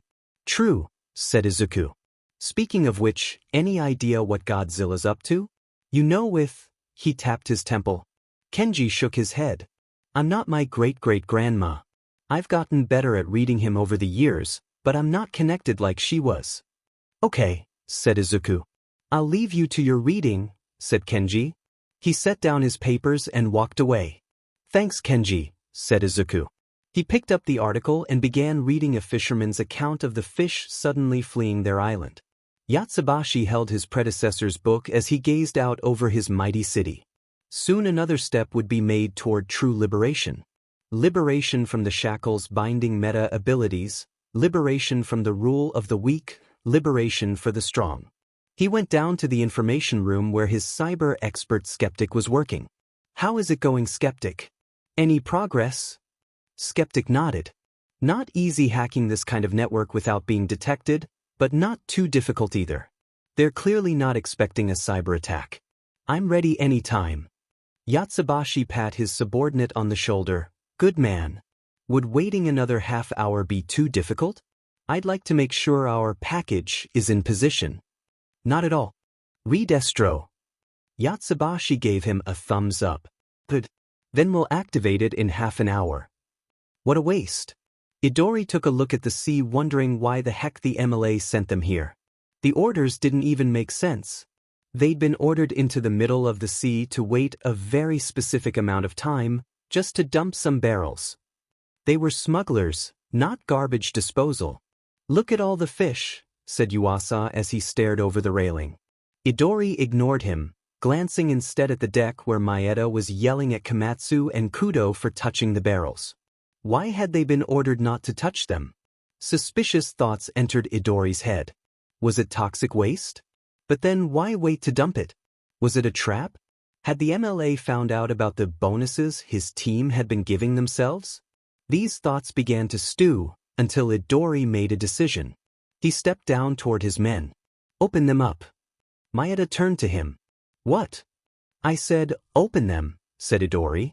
Kudo grabbed a crowbar and began prying open one of the barrels. The lid fell to the ground with a loud clang, leaving the contents of the barrel exposed. Kudo and Komatsu slowly approached the open barrel top. Maeda and Idori hung back, trying to see without getting too close. Komatsu reached in and pulled out a bundle of tin foil. He pulled out a switchblade and cut the tin foil open to reveal a bunch of rocks? What could possibly be the point of them? He's turning. Now Redestro? Asked Skeptic. Yatsubashi grinned. Now. Skeptic pressed the button. What was going on here? Commander Tachibana's gaze darted around the room, trying to get a grasp on the situation. One moment everything was proceeding like normal, the next every screen in the room was going haywire. Sir, we've lost 5 beacons in the lower quadrant. The SGSs are offline. We've lost all trace of the target. Tachibana's blood went cold. He turned to his nearest subordinate and said, get a hold of the fleet. Tell them to scramble fighters, now. Sir, we've lost all contact with them, the subordinate replied. Even if we hadn't, sir, he was underwater. If they're having the same problems we are, they won't find him. Tachibana took a deep breath as he tried to figure out their next course of action. They'd lost all trace of their target. They'd lost all contact with their fleet. What could they do? The dark truth settled in. They could do nothing. Nothing but pray. Didori checked his watch. Half an hour to go. Maybe he should just dump the rocks now? Not like there was anything special about them. But what if this was a test? The MLA sometimes did that to weed out traitors. If it was and they'd failed, the fish are gone. Idori turned to Yuasa. There were tons of them a minute ago, Yuasa said, but now they're gone. Who cares, said Maeda. We have bigger problems to deal with. Like dash. My hand. Idori turned to Komatsu, who was clutching his hand, which now had a bright red burn on the palm. I didn't even touch anything. Hot, said Komatsu. What's going on here? There was loud splash sound several hundred meters away. Yuasa rushed to the side. Is that a whale? Idori ignored him and focused on the situation, pushing back pit forming in his stomach. Komatsu hadn't been handling anything hot, he hadn't handled the ropes. In fact, the only thing he'd done in the last half hour was when he'd opened the barrel. Panic rising, Idori turned to his crew. Dump the load, he said. Dump it and dash.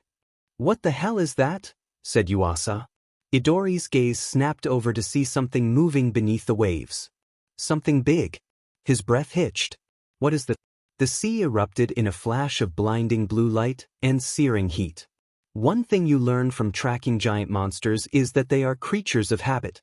Territorial hurricanes, really. I guess whatever remnant of animal instinct that's still firing inside their irradiated brains tells them not to stray too far from the nest. Izuku read as he walked. It was funny, this incident in Vietnam forever changed the course of human history, yet few knew it even happened. Such was the case with most of the history involving monsters, with one notable exception. Even modern education, much as it downplayed monsters in favor of quirks, couldn't ignore King Ghidorah. Hey Izuku. Izuku looked up from his book. Yezeni. Me and the rest of the guys are going to the gym to spar. You wanna come? Izuku snapped his book shut. Sure. A few minutes later, they entered the gym. The rest of his team was already there, watching the Ozakis going at it in the ring. The Ozakis were a pair of fraternal twins with powerful quirks, a rarity in the AMF whose ranks were mostly those with weaker or no quirks. They had enhanced strength, speed, and reflexes, making them demons on the battlefield. At the base, however, they had a tendency to fight. A lot. The two's limbs blurred as traded blows, combining their powerful quirks with their formidable martial prowess. Kazama forced his brother back and tried to kick him in the face. Before he could, Shinichi grabbed Kazama's leg, swung him into the wall, then threw him across the ring. Come on. Get him, Kazama, said Akiba. Kick his butt, Shinichi, said Kisaragi. Kazama landed in a roll, jumped against the wall and pushed off. Shinichi leapt at Kazama. The two collided mid-air, grappling as they fell. They hit the ground, got up, and began fighting again. So, Izuku, who do you think's going to win? Said Zeni. Yashiro rolled her eyes. You only care about that because you bet on Shinichi, she said. She turned to Izuku. But seriously, who were you thinking? Not sure. Shinichi's more cautious and thoughtful, but Kazama's more aggressive and doesn't hesitate. He kind of reminded Izuku of Kaken, but with less bullying and screaming. It could go either way. But if I had to guess today... Shinichi almost pinned Kazama, but hesitated. Kazama took advantage of this to throw him into the wall. Kazama maybe? Shinichi could still win, but I think I'll lean toward Kazama. Sure enough, after several more exchanges, Kazama managed to finally pin Shinichi. Good job, Kazama, said Akiba. Good try, Shinichi. You'll get him next time, said Zeni. The two got up and left the ring, Shinichi giving the tank team a brief nod while Kazama ignored them. The Ozakis were infantry, fighting the monsters in close quarters with smaller arms, such as rocket launchers and flamethrowers. Izuku had briefly considered joining up, but settled for learning how to use a rocket launcher while continuing to fight in his tank. Akiba held out his hand. Zeni groaned and put some bills in it. Yashiro did the same.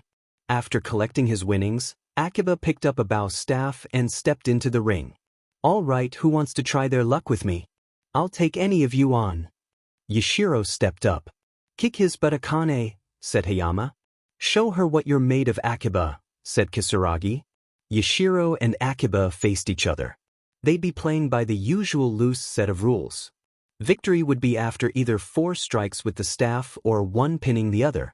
Punches and kicks were allowed. Made the fights more exciting. Akiba started off with a vicious barrage.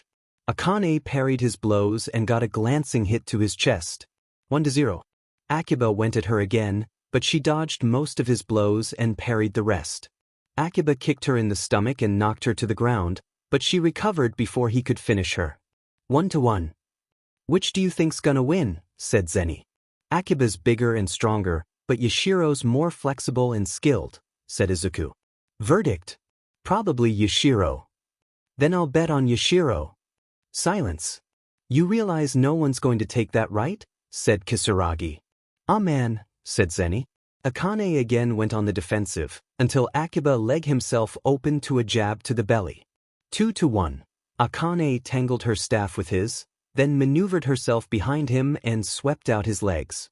Akiba fell to the ground, and Akane put her staff to his throat. DM it, he said. Yashiro smirked and helped him up. Hayama said, my turn. He took Akiba's staff and faced Yashiro. The two had trained together and knew each other's moves well. At first, Yashiro was able to outmaneuver his attacks like she'd done with Akiba. It seemed like she'd win. However, after Yashiro managed twisted Hayama's staff out of his hands, Hayama kicked out her knee and got her in a hold. After several seconds of struggling, Yashiro tapped out. Good fight, Akane, said Hayama as he stayed in the ring. Yashiro held out her staff for Izuku. Izuku took it and stepped in. He had to admit, a part of him enjoyed the look on Hayama's face. They squared off. Izuku circled Hayama, formulating a plan. Hayama was aggressive, but he knew Izuku's style. He wouldn't be ready for a direct attack. Izuku opened with a feint for the face. Hayama readied to block but was open to getting his legs swept. He tried to roll away but Izuku landed a hit. On his side as he got up. 1. Hayama attacked this time, Izuku parrying his blows as best he could. He didn't have time to think, only react. Hayama left himself open. Izuku took advantage of this, hitting him in the gut. 2. They faced off again. Izuku grinned, relishing the feeling of blood roaring through his veins. Hayama waited. Izuku tested him with a few small strikes, but he didn't take the bait. Izuku went on the offensive, driving Hayama back. However, as he attacked, Izuku gave Hayama an opening. Hayama took advantage of Izuku's mistake, swinging at Izuku's face. Izuku blocked it but got hit in the stomach. 2. Izuku shook his head. Easy, Izuku. Don't get cocky that you've got this. Izuku attacked again. Hayama blocked and countered with everything he had. They traded blows until Izuku managed to knock Hayama's staff away and leave his pointed at Hayama's throat. 3. They began again. This time, Izuku started out more defensively before swapping to fight offensively. Hayama was caught off guard and easily driven back. He managed to twist the staff from Izuku's hand, but Izuku disarmed Hayama too. Hayama tried to punch Izuku, but Izuku blocked it before kicking him in the stomach. Izuku grabbed his staff and pressed it against Hayama's chest. 4. I win, Izuku said with a smile. Hayama got up. I'll get you next time, he said, which he'd said last time. Then he tossed the staff to Zeni. Zeni faced Izuku with a big grin. Don't hold it against me if I win. Izuku grinned back. Don't worry, you won't. Izuku attacked first. Zeni was skilled, he was slower. Despite his best efforts, Izuku was able to get a few hits in. 2. Unfortunately, Zeni snuck in one of his own. 2. Izuku parried Zeni's staff aside, but Zeni grabbed Izuku's arm and twisted the staff out and swept his legs. Izuku elbowed Zeni's ribs, yanked his staff from his hands and threw it away. Zeni raised his fists. Izuku raised his. They were going barehanded now.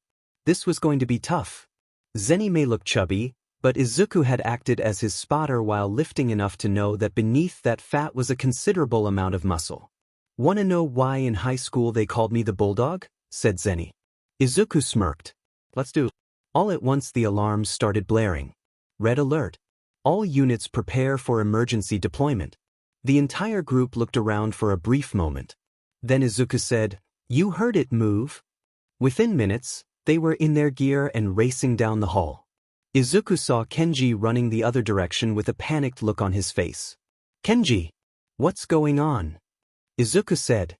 Kenji staggered to a stop. Several of the beacons went down. "Which ones?" said Yushiro. "The ones watching Godzilla." Izuku felt his heart stop.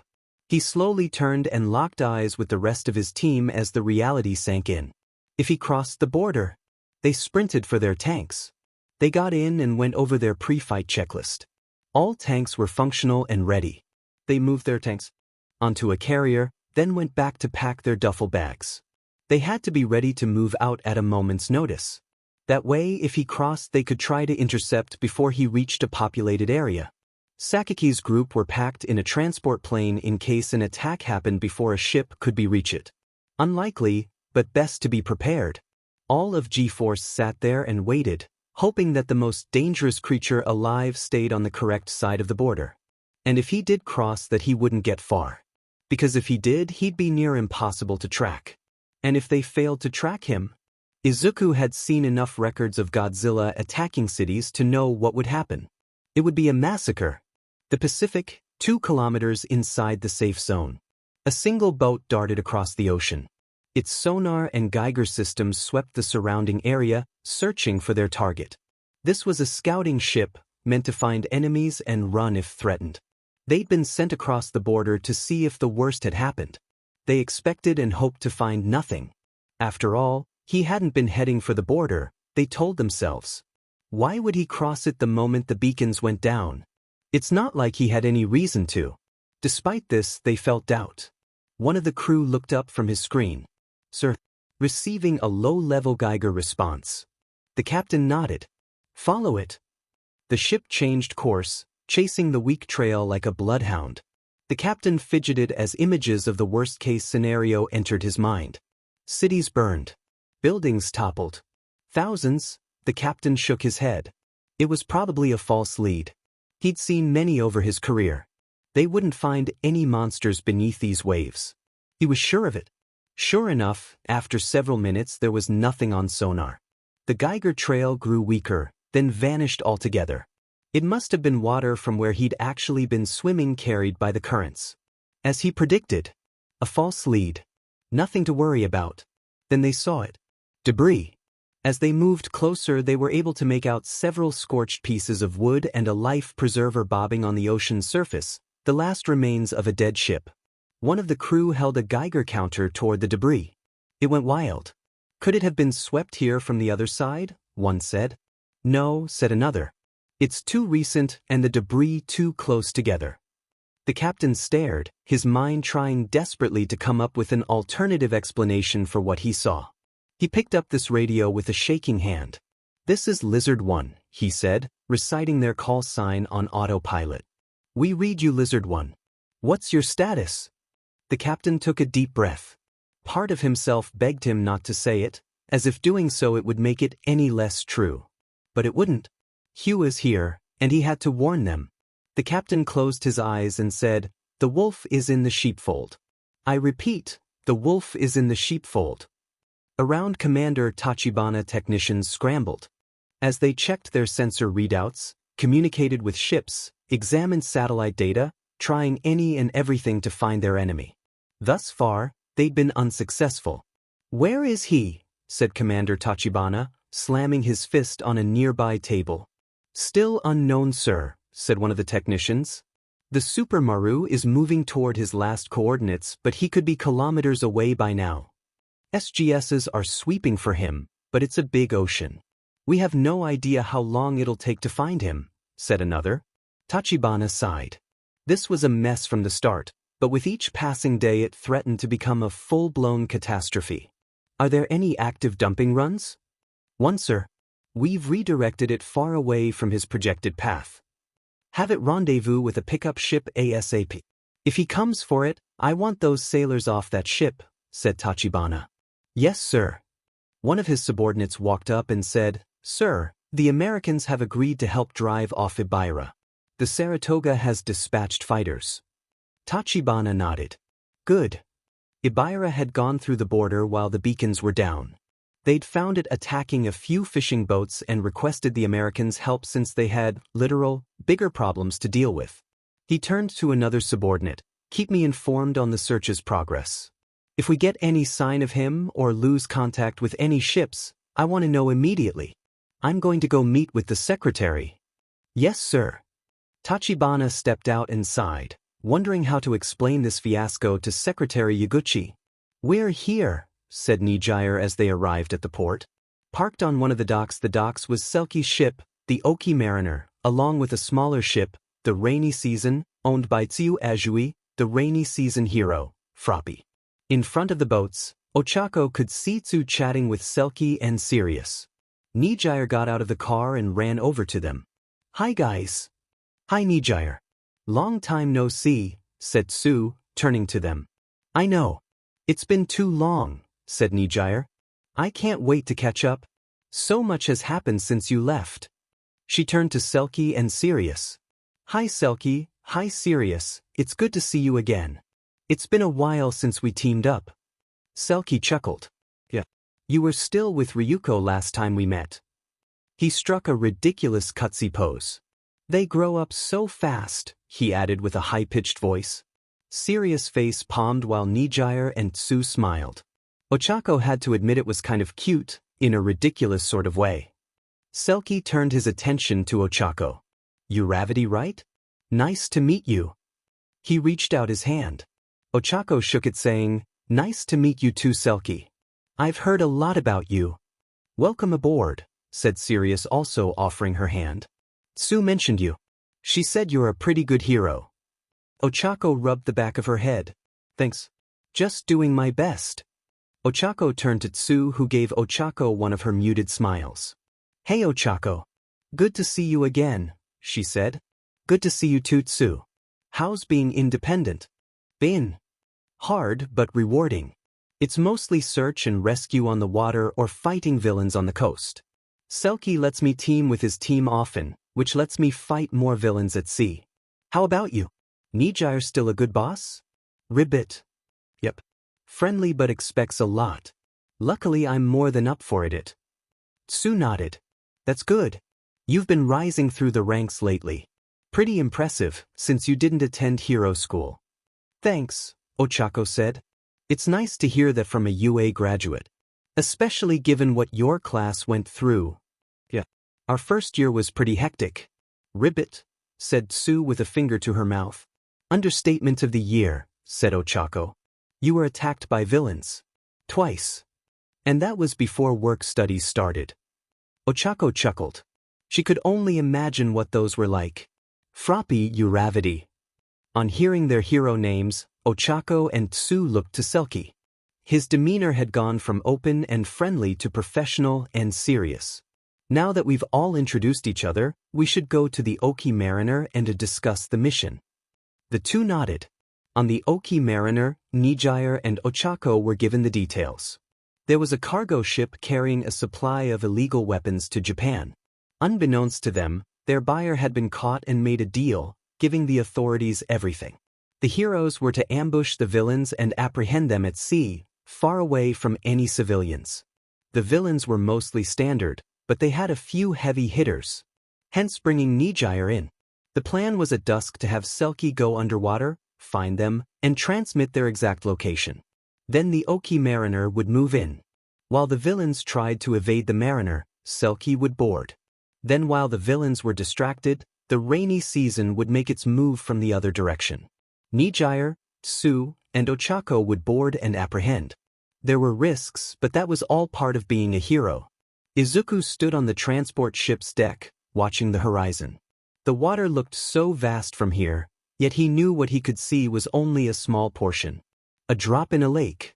It reminded him how small he was. How small everyone was. Since he was a young child, Izuku had been reminded of his weakness. Quirkless, defenseless, Deku. There had been no shortage of put-downs aimed at him. Even his childhood hero had. And yet, with the right perspective, they were pretty small too. Each one was literally 1 in 6 billion on a small planet in the corner of the galaxy, outmatched by a natural world they couldn't hope to control. But that didn't stop them. Nor did it stop Izuku. Ever since he'd first read his current hero's autobiography, he'd persistently punched above his weight class. Then again, maybe that was just a human thing. They hadn't become the dominant species by being the biggest or strongest after all. Izuku looked down at the waves crashing against the ship. Sunlight illuminated a few meters down before fading into darkness. Izuku sometimes thought of what was down there. People always imagined what lurked beneath the waves with a mix of wonder and fear. Izuku knew from experience how right they were. There were unimaginable terrors in the depths.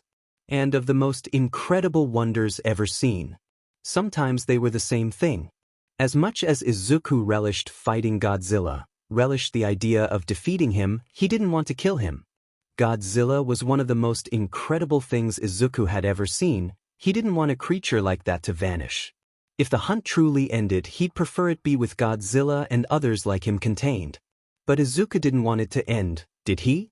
While he hated people dying, both civilian and AMF, part of Izuku took comfort in there always being another battle, another challenge, another chance to be pit himself against a monster stronger than any of the people who'd once put him down could hope to be. To stare death in the eye and do all they said he couldn't and more, saving innocent lives in the process. That was why after 6 years he still hadn't stopped. He didn't want to stop. Ochako leaned back, feeling the rainy seasons rocking as it sailed. This reminded her of the good old days, traveling with Izuku on those transport carriers, going to fight some monster threatening an island. She wondered what he was doing now. Ochako glanced at Nijire, who was laying down, a discarded book next to her, looking bored out of her skull. Ochako knew how she felt. Luckily she'd brought just the solution. A solution learned through many mind-numbingly dull trips beforehand. Hey Nijire. Wanna play cards? Ochako pulled out her deck. Nijire gave her a weak thumbs up. The card game alleviated their boredom. Heck, it was actually kind of fun. It gave them something to do and a little bit of a challenge to overcome. Unfortunately, after 2 hours it got old. Then they kept playing and it got really old. After that, they tried to distract themselves by reading books, chatting, or playing I Spy. One by one those two ran out of steam, leaving both heroes sitting on the deck, waiting for the time to pass. It was excruciating. A distant sound broke Ochako out of the monotony. She sat up to listen closer. It sounded like explosions. Then she heard another sound. Fighter jets. She looked and sure enough, 2 bombers were flying over the ocean, past the rainy season. Ochako leaned into the bridge. You got any binoculars? Tsu pointed to a pair on a table. Ochako grabbed them and looked at the jets. American by their markings, but that wasn't the strange part. The strange part was the AMF painted on the bottom. According to Izuku, the AMF was originally an international organization. Its two main contributors were America and Japan, with its first members being a mix of both. After Ghidorah, the organization splintered with each nation making their own monster agency. America and Japan were the last to split ties, both keeping the old name. But what were American anti-monster bombers doing here? Japan guarded these waters. Maybe they were helping Japan's AMF because it was stretched thin? But they were well within the beacons and therefore well away from any kaiju big enough to provoke bombers. So what gives? Ochako pondered this for several minutes, until Nijire pointed off the bow. What's that? Ochako followed her gaze and saw two yellow splotches on the ocean surface. Not sure, said Sue. Pollution. As they got closer, it was easier to see the clumps of yellow liquid floating on the surface. Ochako could also see several other clumps on the water, leading away like some sort of trail. The wind blew toward the rainy season. Ochako sniffed it, catching the familiar fruity aroma of yellow soma, said Ochako. Nijire and Sue both looked at her. It's a liquid derived from berries in the Pacific. I've seen it before. How does it affect marine life? Said Sue. It scares certain types off, but they aren't actually hurt. Sue nodded, seemingly satisfied. Why would the Air Force be dropping fruit juice? Said Nijire. That was a good question. In Ochako's experience, yellow soma was used for. But that was impossible. Ibira was marked for exclusion. They would never let him get this far in. Still, maybe if she should ask Izuku if something happened? Ochako shook her head. She was being paranoid. They were probably dropping the soma as a training exercise. Nothing more. Got it? We're in position, ribbit, Sue said into her radio, ripping Ochako out of her thoughts. Uravity, Nijire-chan, Selkies found the villains. Get ready. Ochako and Nijire got on the edge of the boat and watched. Questions about the berry juice could wait. Now it was time to go to work. Sue steered the rainy season toward the smuggler's location. This could get tough, but she knew her colleagues. They were more than capable. Nijire may be a bit airhead, but she wasn't dumb, and she wasn't one of the big three for nothing. Beneath that bubbly demeanor was a talented and determined hero who never gave up. Ochako was newer, but Sue had worked with her enough to know that on the job she was determined, dependable, and utterly without fear. Them, combined with Sue and the Oki Mariner, would be more than enough to bring these villains down. Sue saw the enemy ship in the distance. She gunned the engine and said into her comm, I see them. Moving in. She heard sounds of a struggle over the comm. Selkie said, I've engaged. Copy, said Sue, gripping the wheel. She turned her head and said, go. You got it, Froppy. Nijire said, taking into the air. Sue maneuvered the rainy season a few hundred meters from the smuggler's boat and dropped anchor. Ochako ran to the harpoon gun and hopped on the end of it. Sue ran over and took aim, firing the harpoon over the villain's bow with Ochako still on it. Once Ochako had hopped off, Sue reeled in the harpoon and dove into the water. She swam to their ship and hopped on. Sue climbed to the deck like a tree frog, using her quirk to camouflage herself, then quickly analyzed the battle. On the stern, Nijire was fighting against one of the heavy hitters, whose wrists could flip upward to reveal cannons. Nijire avoided or deflected his shots while sending back several of her own. Selkie was in the cabin, fighting several villains with his bare hands, punching them across the room without issue. On the bow, Ochako was fighting a villain in a black bodysuit and mask who could vomit thick ball of slime to trap his opponents, and a female with goggles and exposed arms who, judging by the dent in a nearby wall, could punch hard enough to dent steel. Judging by their attack pattern, they were trying to trap Ochako with the slime ball so the one with the super strength could finish her off. Ochako didn't look worried, but then again, she never did. Sue crept toward fight unseen. The one with the strength quirk waited at the edge of the deck, cracking her knuckles as she watched Ochako duck and weave around slime wads, waiting for her to make a mistake. Sue leapt in and slammed her heel into the strength villain's head. She flew through the air and hit the ground unconscious. Strength users were statistically more durable, So Tsu hadn't pulled that kick like usual. She wouldn't be getting up anytime soon. The slime-spitting villain whirled around to see what attacked his partner. Tsu went camouflaged again. His eyes swept the deck, searching. Tsu crept toward him, readying another attack. The villain's gaze passed over her location before snapping back. His eyes narrowed. He'd seen her. The villain spat a glob of slime at Tsu. She leaped away, the glob splattering where she'd just been. The villain fired more slime ball at Tsu. Tsu dropped her camouflage and hopped around the deck, avoiding globs of the villain's viscous vomit. While the villain was distracted, Ochako ran in and kicked him in the back of the leg before slamming her wrist gauntlet into his temple. The villain howled with pain, but before Ochako could land another hit, he elbowed her in the chest. Ochako staggered. The villain spun and tried to punch her, but Ochako ducked just in time. Tsu leaped in and kicked him in the back. The villain flew into the guardrails and slumped to the ground. Ochako walked over, reaching into her belt. She got out some capture tape to bind him, but just as she got close, the villain's eyes shot open. The villain slammed his foot into Ochako's stomach, sending her backward. The villain spat his slime ball at Ochako. Ochako used her quirk on herself to jump away before canceling it and falling into the water. Tsu ran to the villain and aimed a high kick at his head. He leaned backward, barely avoiding it, and threw a punch at her face. Tsu ducked it, landed a light punch to his stomach before swinging another kick at his chest. The villain tried catch her leg, but it wasn't enough to stop her kick from slamming him in the stomach. The villain fell to his knees, the wind knocked out of him.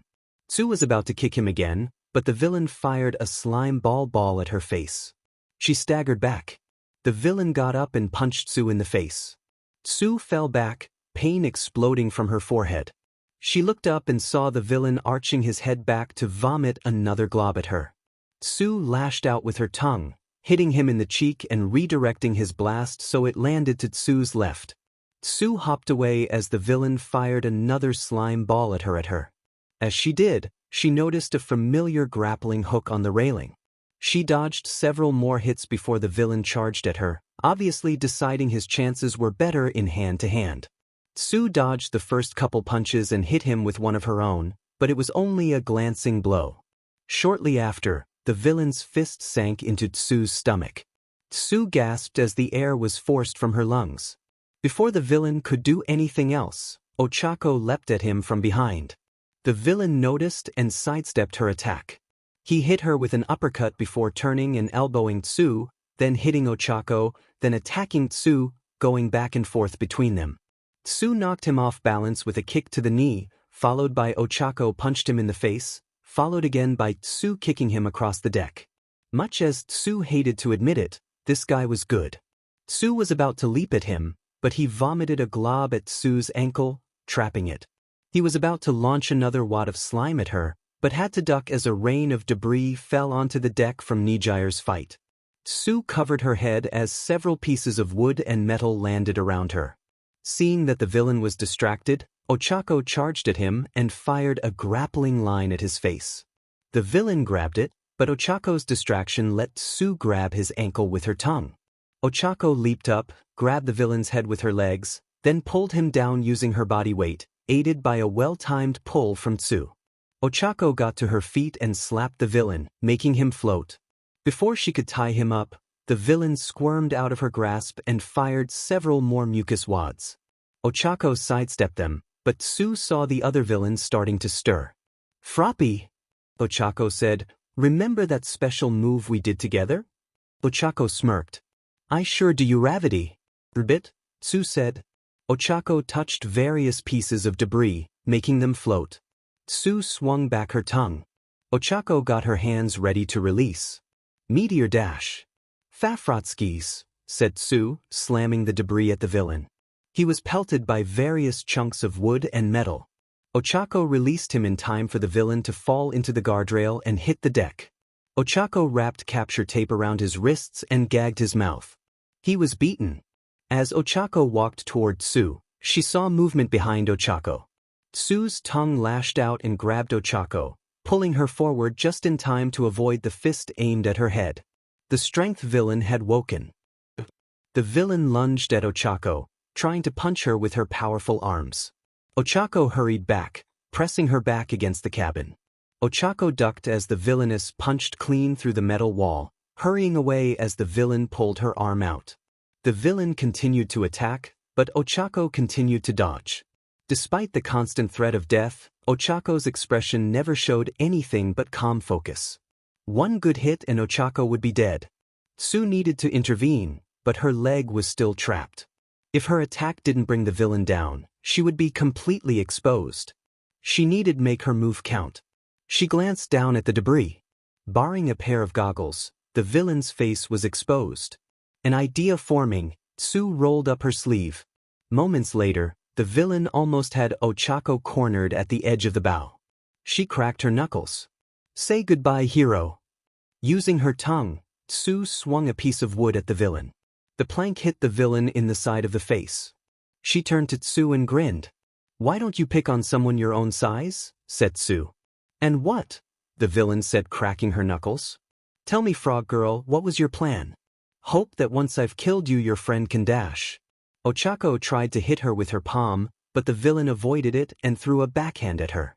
Ochako ducked and hurried away. The villain stepped toward Tsu. "As I was saying, you were hoping that after I've killed you, your friend can..." She took one step. "Your friend can..." Then another, slower and heavier. Then one more. "Your friend..." Then she stopped moving altogether. "What did you do to me?" the villain gasped. "I can do whatever a frog can," said Tsu. "And several frogs can secrete mucus that induces paralysis." "Ribbit, you can't move." "You," said the villain. She tried to throw herself at Tsu, but all she did was fall to the deck. Ochako picked the villain up with her quirk, drove her headfirst into the floor, then cuffed her. They'd won. Tsu took note of the rest of the battlefield. Nijire floating to get a look at everyone else, Selkie was climbing aboard with a villain on his back, and even Sirius was rubbing her wrists next to an unconscious villain.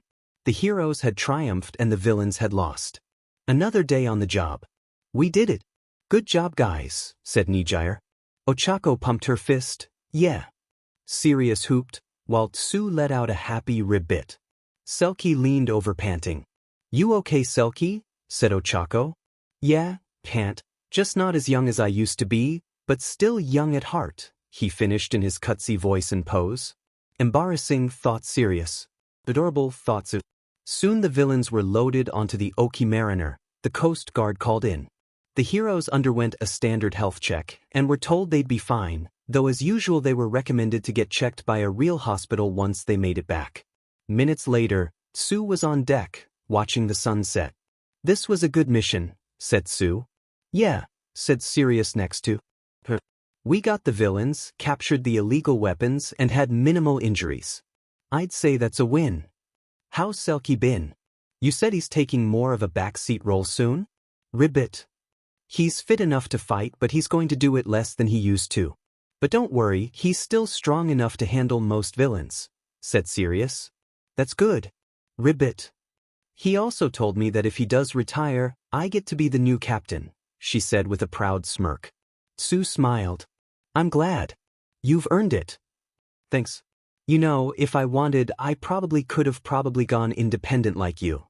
But I like the Mariner, even as first mate. Still, Captain Sirius does have a nice ring to it." "It does. Just don't let it get to your head," Tsu said. Sirius chuckled. "Don't worry, Tsu, I won't. By the way, saw that move you did with Uravity. Neat combo." "Thanks. We developed it when we worked together at Nijire's agency. Simple but devastating." "Did you two work together often?" Tsu nodded. "At first it was because she needed to be shown the ropes. She learned fast. After that, it was because we made a good team.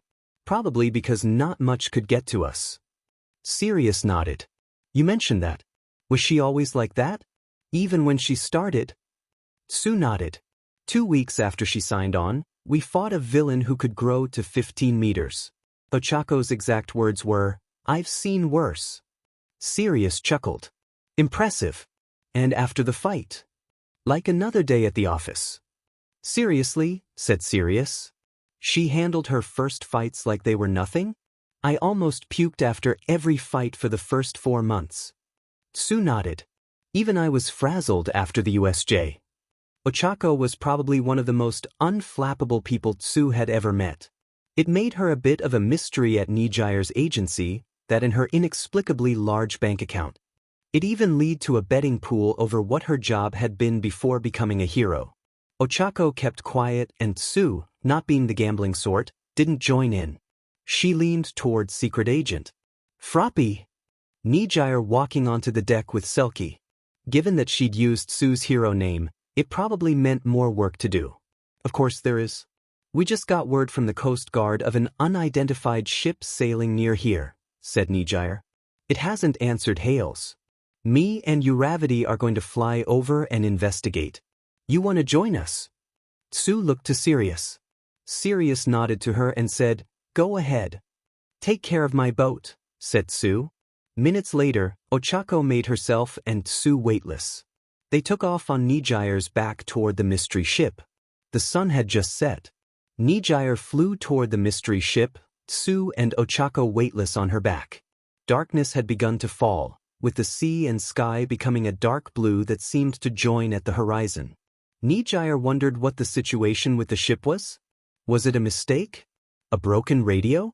Or was it villains? Soon, the ship in question came into view. It seemed to be a small cargo ship carrying a supply of metal. Barrels on its back. Most of the barrels were blue, but a few were also red. Nijire could make out crewmen on the deck. They gathered and pointed at her, but didn't attack. Hopefully that meant they were just regular civilians. As she got ready to land, she was just able to make out a dragon painted on the side in the fading light, along with the words, Lucky Dragon. She guessed that was the ship's name. She landed several feet away from the crowd and let her friends off. She got a good look at the crew. Mostly Japanese, matching their ship's flag, ages ranging from 30s to 50s. Nothing unusual so far. The crew members stared as if trying to decide what to make of her. Then one of them said, Hey, is that Uravity? Holy shit it is, said another. They rushed forward and began crowding Ochako. Hey, I've heard of your work as a hero. Great to see one of us making it. Huge fan of yours. Honor to meet you. What's it like fighting humans now? Off to the side, Nijire and Tsu watched the bizarre affair with more than a little amusement. Usually it was them being mobbed and Ochako left on the periphery. Poor Ochako flailed around, looking flustered at the newfound attention. Nijire giggled. Fighting villains? Won't even blink. Crowd of fans? Hopelessly lost. Near her, a crewman said, Though, she's even hotter in person. What's the big deal? She's just another hero. Another said, the last word being laced with the kind of contempt usually saved for criminals, politicians, and members of the media. Hey, said the first one. Uravity spent 4 years with the AMF before becoming a hero. 3 in G-Force. The nut jobs in the Pacific? Nijire raised an eyebrow. G-Force? Yeah, I heard she was partners with the Emerald Madman himself. No way. Nijire turned her attention back to Ochako, who was still being mobbed.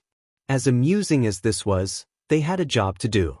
She opened her mouth to speak when another voice cut in. Attention!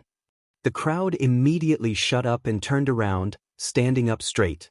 A man in his early 30s walked toward them. Well, he said with a smile.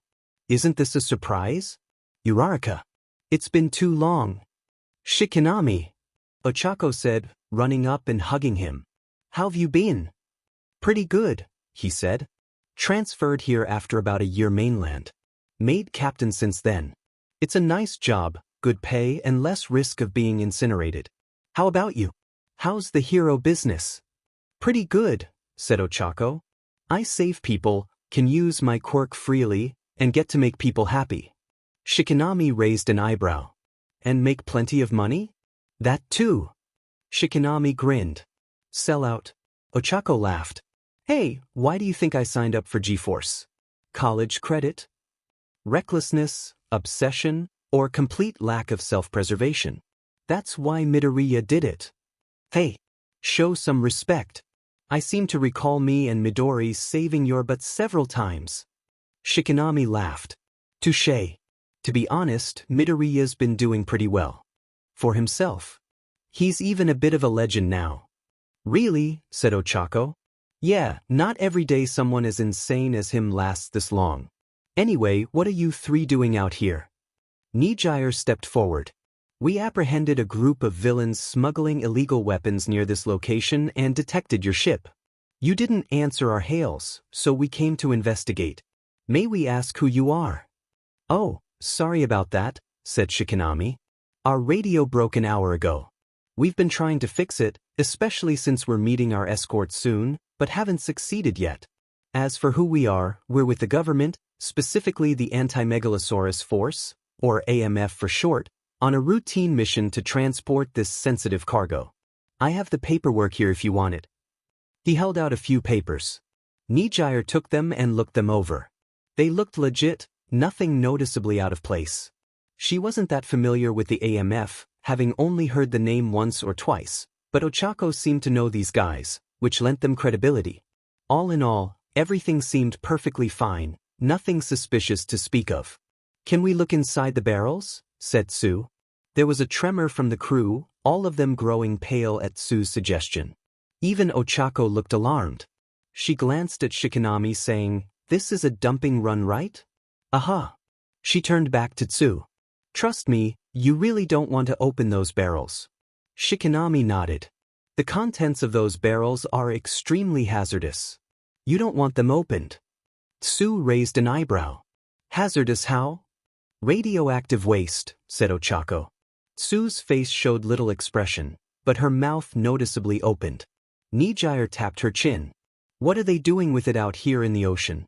Wouldn't a mountain be a better place to bury it than an island?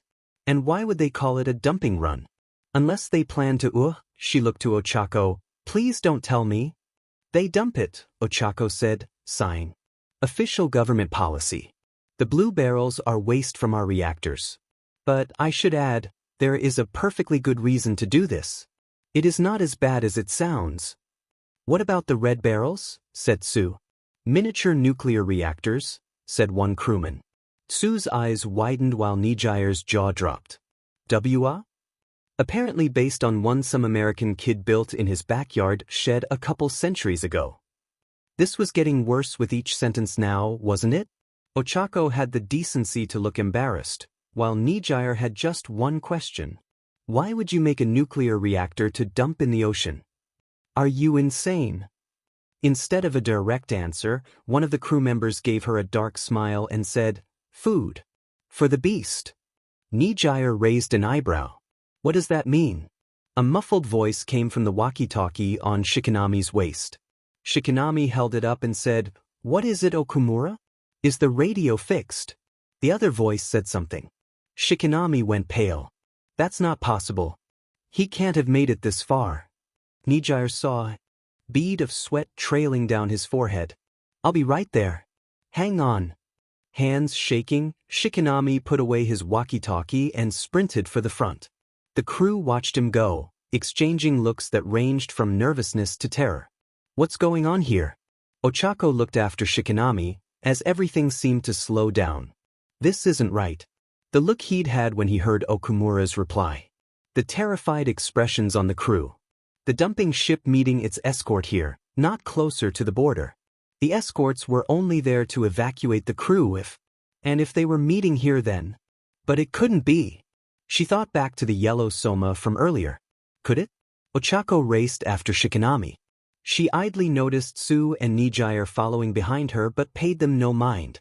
She caught up with Shikanami just as he entered the bridge. Okumura, what's going on? He said to the man at the helm. It just appeared on our radar, approaching from the southwest. Okumura replied. Size and shape both match. And the radio? Can we call an evac? Still not working. What should we do, Captain? Shikanami paused. How long until he's here? Okumura turned to Shikanami with a grave expression. He's 6 minutes. Sheet. Shikanami stumbled backwards. Taking a deep breath, he shook his head and said, Evasive maneuvers. Push the engines to the maximum. We have to get out of here. You know we're not fast enough to dash. Just do it. Shikinami said. He fumbled with the speaker for the ship's PA. Shikinami, said Ochako. What's going on? We're in the safe zone. It can't be true. It can't. He's in the safe zone. Shikinami snapped. Ochako froze. To us. They were alone, on a ship filled with radioactive materials. And he was coming.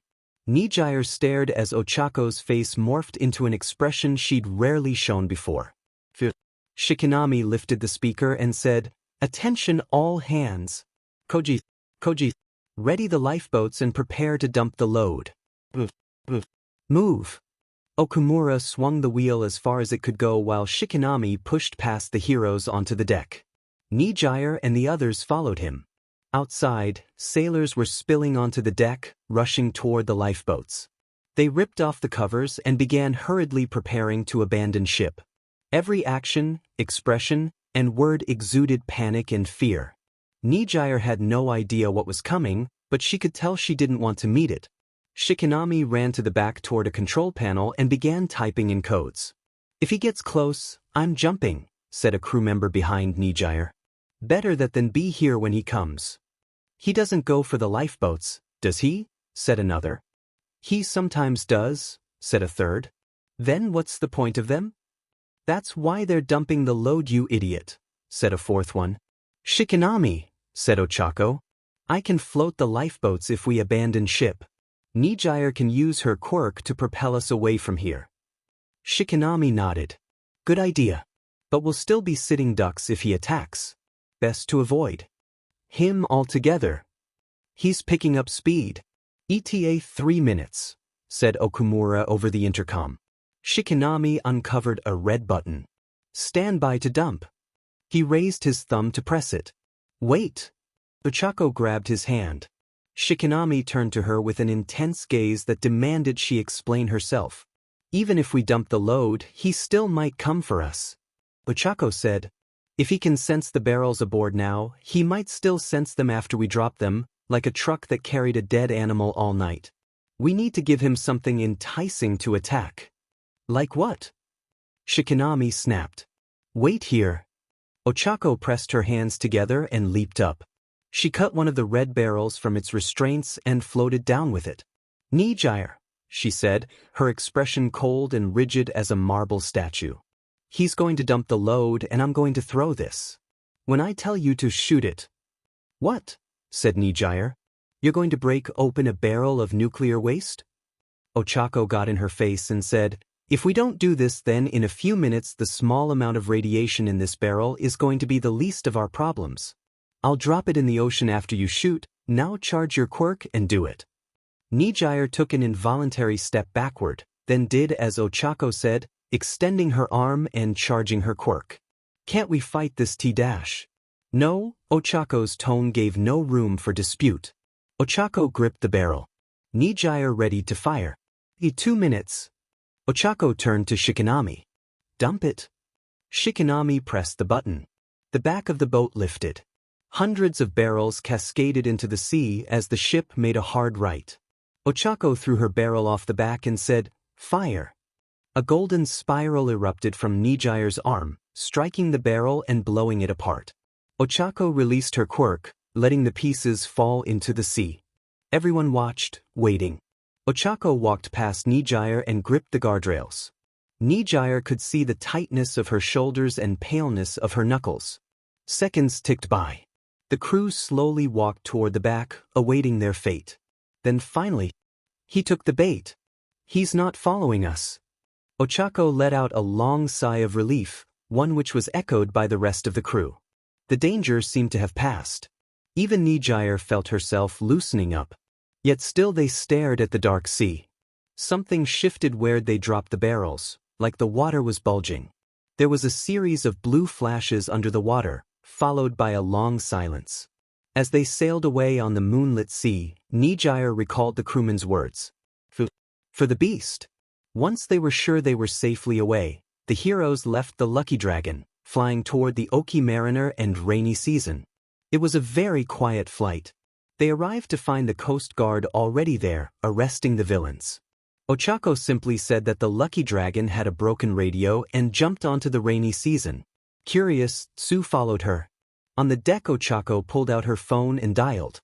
"Hey Midori," she said, in a faux cheerful voice. "I was just calling to say hi, catch up, ask why the hell you didn't tell me the safe zone was breached." Ochako rolled her eyes at something the other person said. "Oh, went on patrol, met a dumping run, had goddamn Godzilla nearly nuke the boat I was on. Yeah, I'm upset." "Really? That's what you're, okay, fair enough." The coordinates were dash. Sue crawled up to the deck to give the Coast Guard her statement. This was obviously a private conversation. As she did, she noted that while it looked like Ochako wasn't a former secret agent, member of a shady government group was at least close. Izuku looked at the coordinates Ochako had specified on his map. "Are you sure?" "Yeah, why?" said Ochako. "That's well beyond where we expected him to be. Thanks for telling me, Ochako. I'll give this to Kenji right away." "You're welcome, it's faster this way than letting it to pass through the bureaucracy. But you didn't answer my question, why didn't you tell me?" Izuku scratched his cheek. "Honestly? I didn't even think to." "Why not? I'd have thought after everything we've been through together I had a right to know. Was it classified or something?" "No, it's not that. Things have been pretty chaotic around here since he got through and we've all been scrambling to find him. Besides, what good would telling you do? You're a hero now. You fight villains, not monsters. Aren't villains enough to worry about?" "Maybe," Ochako said, "but it'd be nice to know beforehand when the king of the monsters himself is loose within the safe zone, if only so we can prepare. After all, disaster relief is my job too, and you know better than anyone what he can do to a populated area." Izuku sighed. "You're right. I'm sorry for not telling you," he said. "If he seems to be heading toward any big cities, I'll let you know. Until then we'll do our best to find him and lure him out before anything happens." "Good luck, Midori," Ochako said. "You too." He ended the call. That could have gone better. Then again, it also could have gone a lot worse. At the very least he now had an idea where Godzilla had been within the last hour. He texted the information to Kenji. Minutes later his phone dinged. "Kenji, are you sure? That's way too deep." "Izuku, that's where Ochako said. According to her she met the dumping run there. Did we have one in that area?"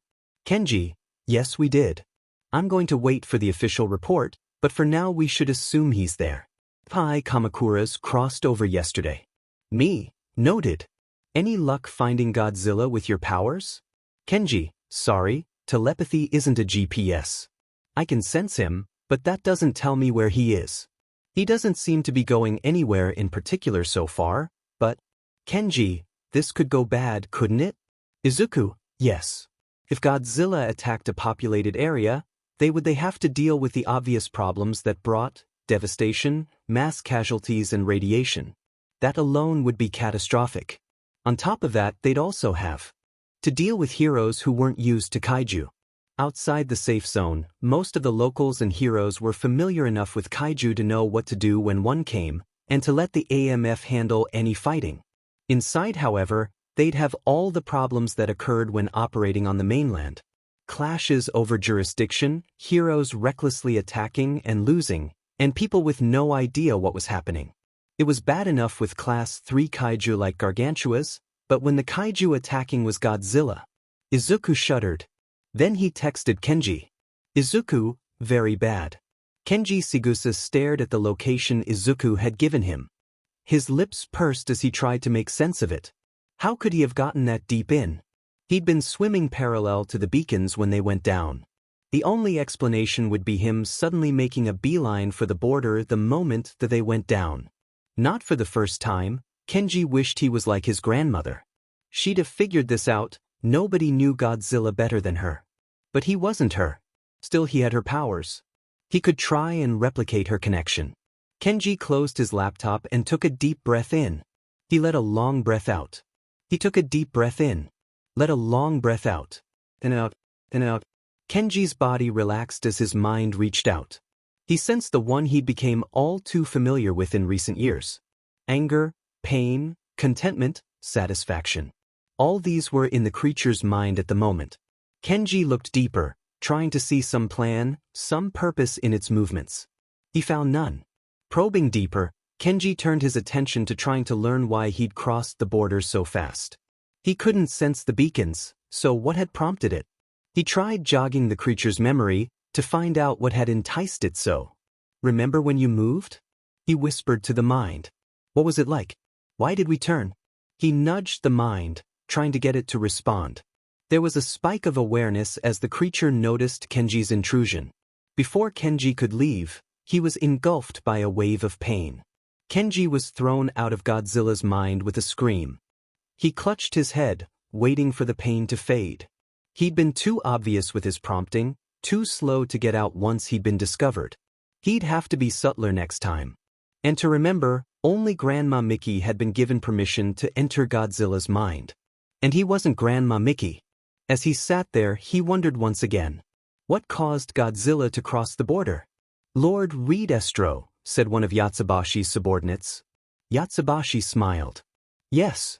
The weapons shipment was seized as planned.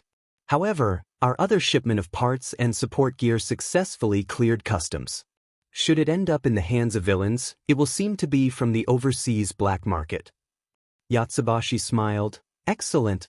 And the buyer who made a deal? Released without jail time and entered into a rehabilitation program run by our proxies. Good, said Yatsubashi.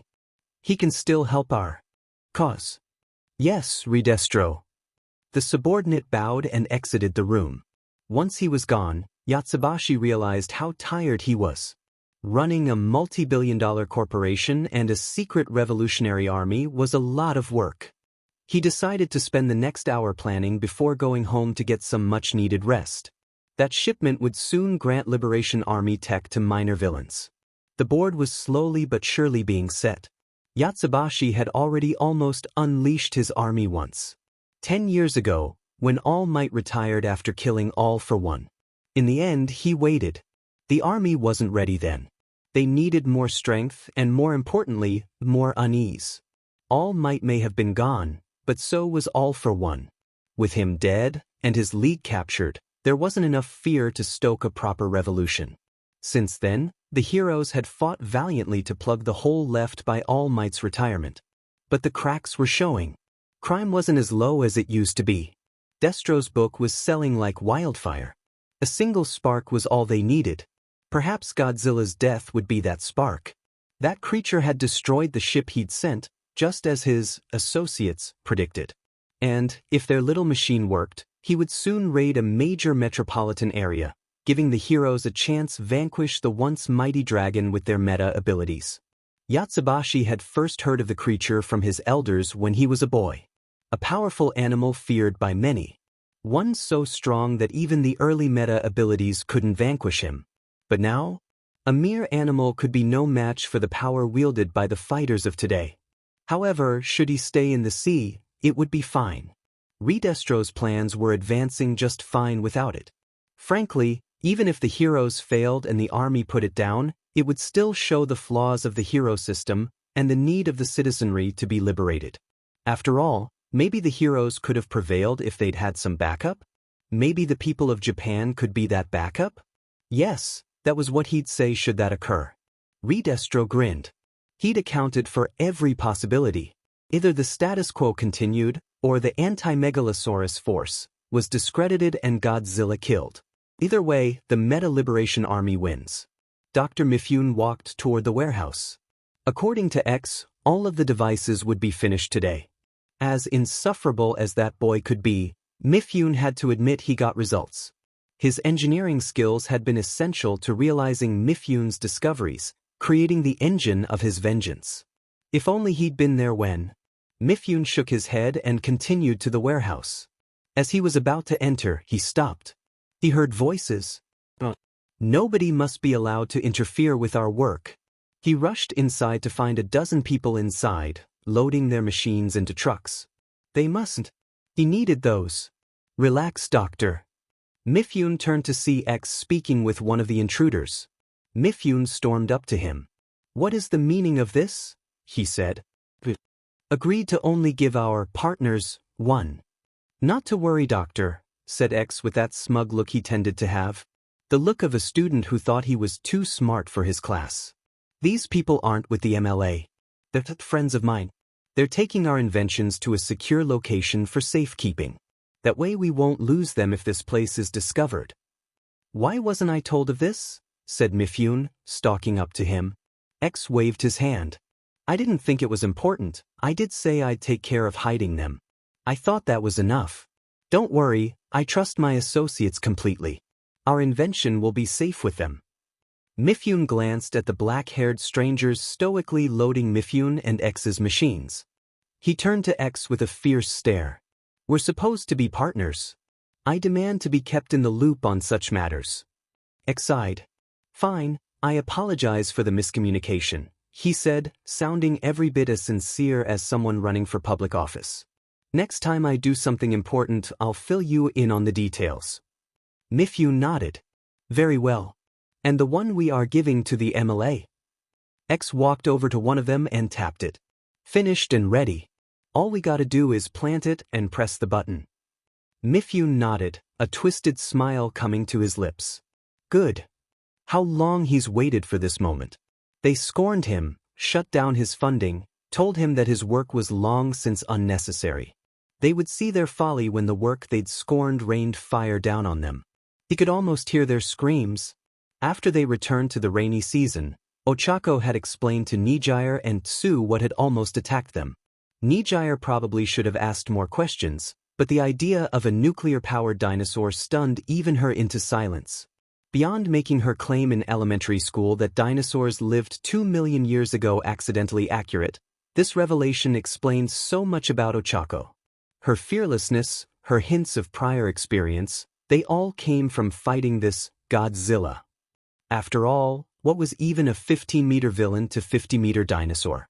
The only remaining mystery around Ochako was her terrible choice in merchandise, seriously, who was a hoodie based on her costume with sweatshirt written on the front even for, but that could just be bad taste. Nijire wondered how terrible this Godzilla must have been. Given how his very presence had spooked Ochako, she'd wager it was probably really bad. Speaking of Ochako, after telling them about this monster she'd walked to the railing and not said a word since. Nijire gave her some space, hoping she was okay. Ochako watched the ocean pass by. The sun was shining, the seagulls chirping, and Godzilla was in the safe zone. This was a scenario that had been unthinkable in her days with G-Force. The border was their top priority. No matter what, Godzilla was not to get through under any circumstance. If he did, thousands if not millions could die. And yet, now it happened. After over half a century he was inside. Could they get him back out before countless died? Or would Godzilla remind the world why he was called King of the Monsters? She hoped it was the first. She really did. But if it didn't, what should she do? She had fought Godzilla multiple times, become used to him. Sure, he scared her, but she'd never let that get in the way of her duty. In ever battle, she'd always known exactly what she would do. She was a maser driver. She drove from cover to cover while Midori fired on him. She'd avoid being seen and dodge when needed. Yet now she was a hero. Her job was against villains and natural disasters, not kaiju. So, what could she do? Godzilla couldn't be beaten through brute force, not without power on par with All Might, at least. And even that was no guarantee. Godzilla had to be redirected, lured the way you wanted him to go. And that was the job of Izuku and the AMF. If they wanted her help she would fight for them, but no one else. She refused to fight under anyone who wasn't familiar with Godzilla. Not even a skilled strategist like Kendo or Kriati. But since the AMF was unlikely to ask for her help, what else could she do? She was a rescue hero.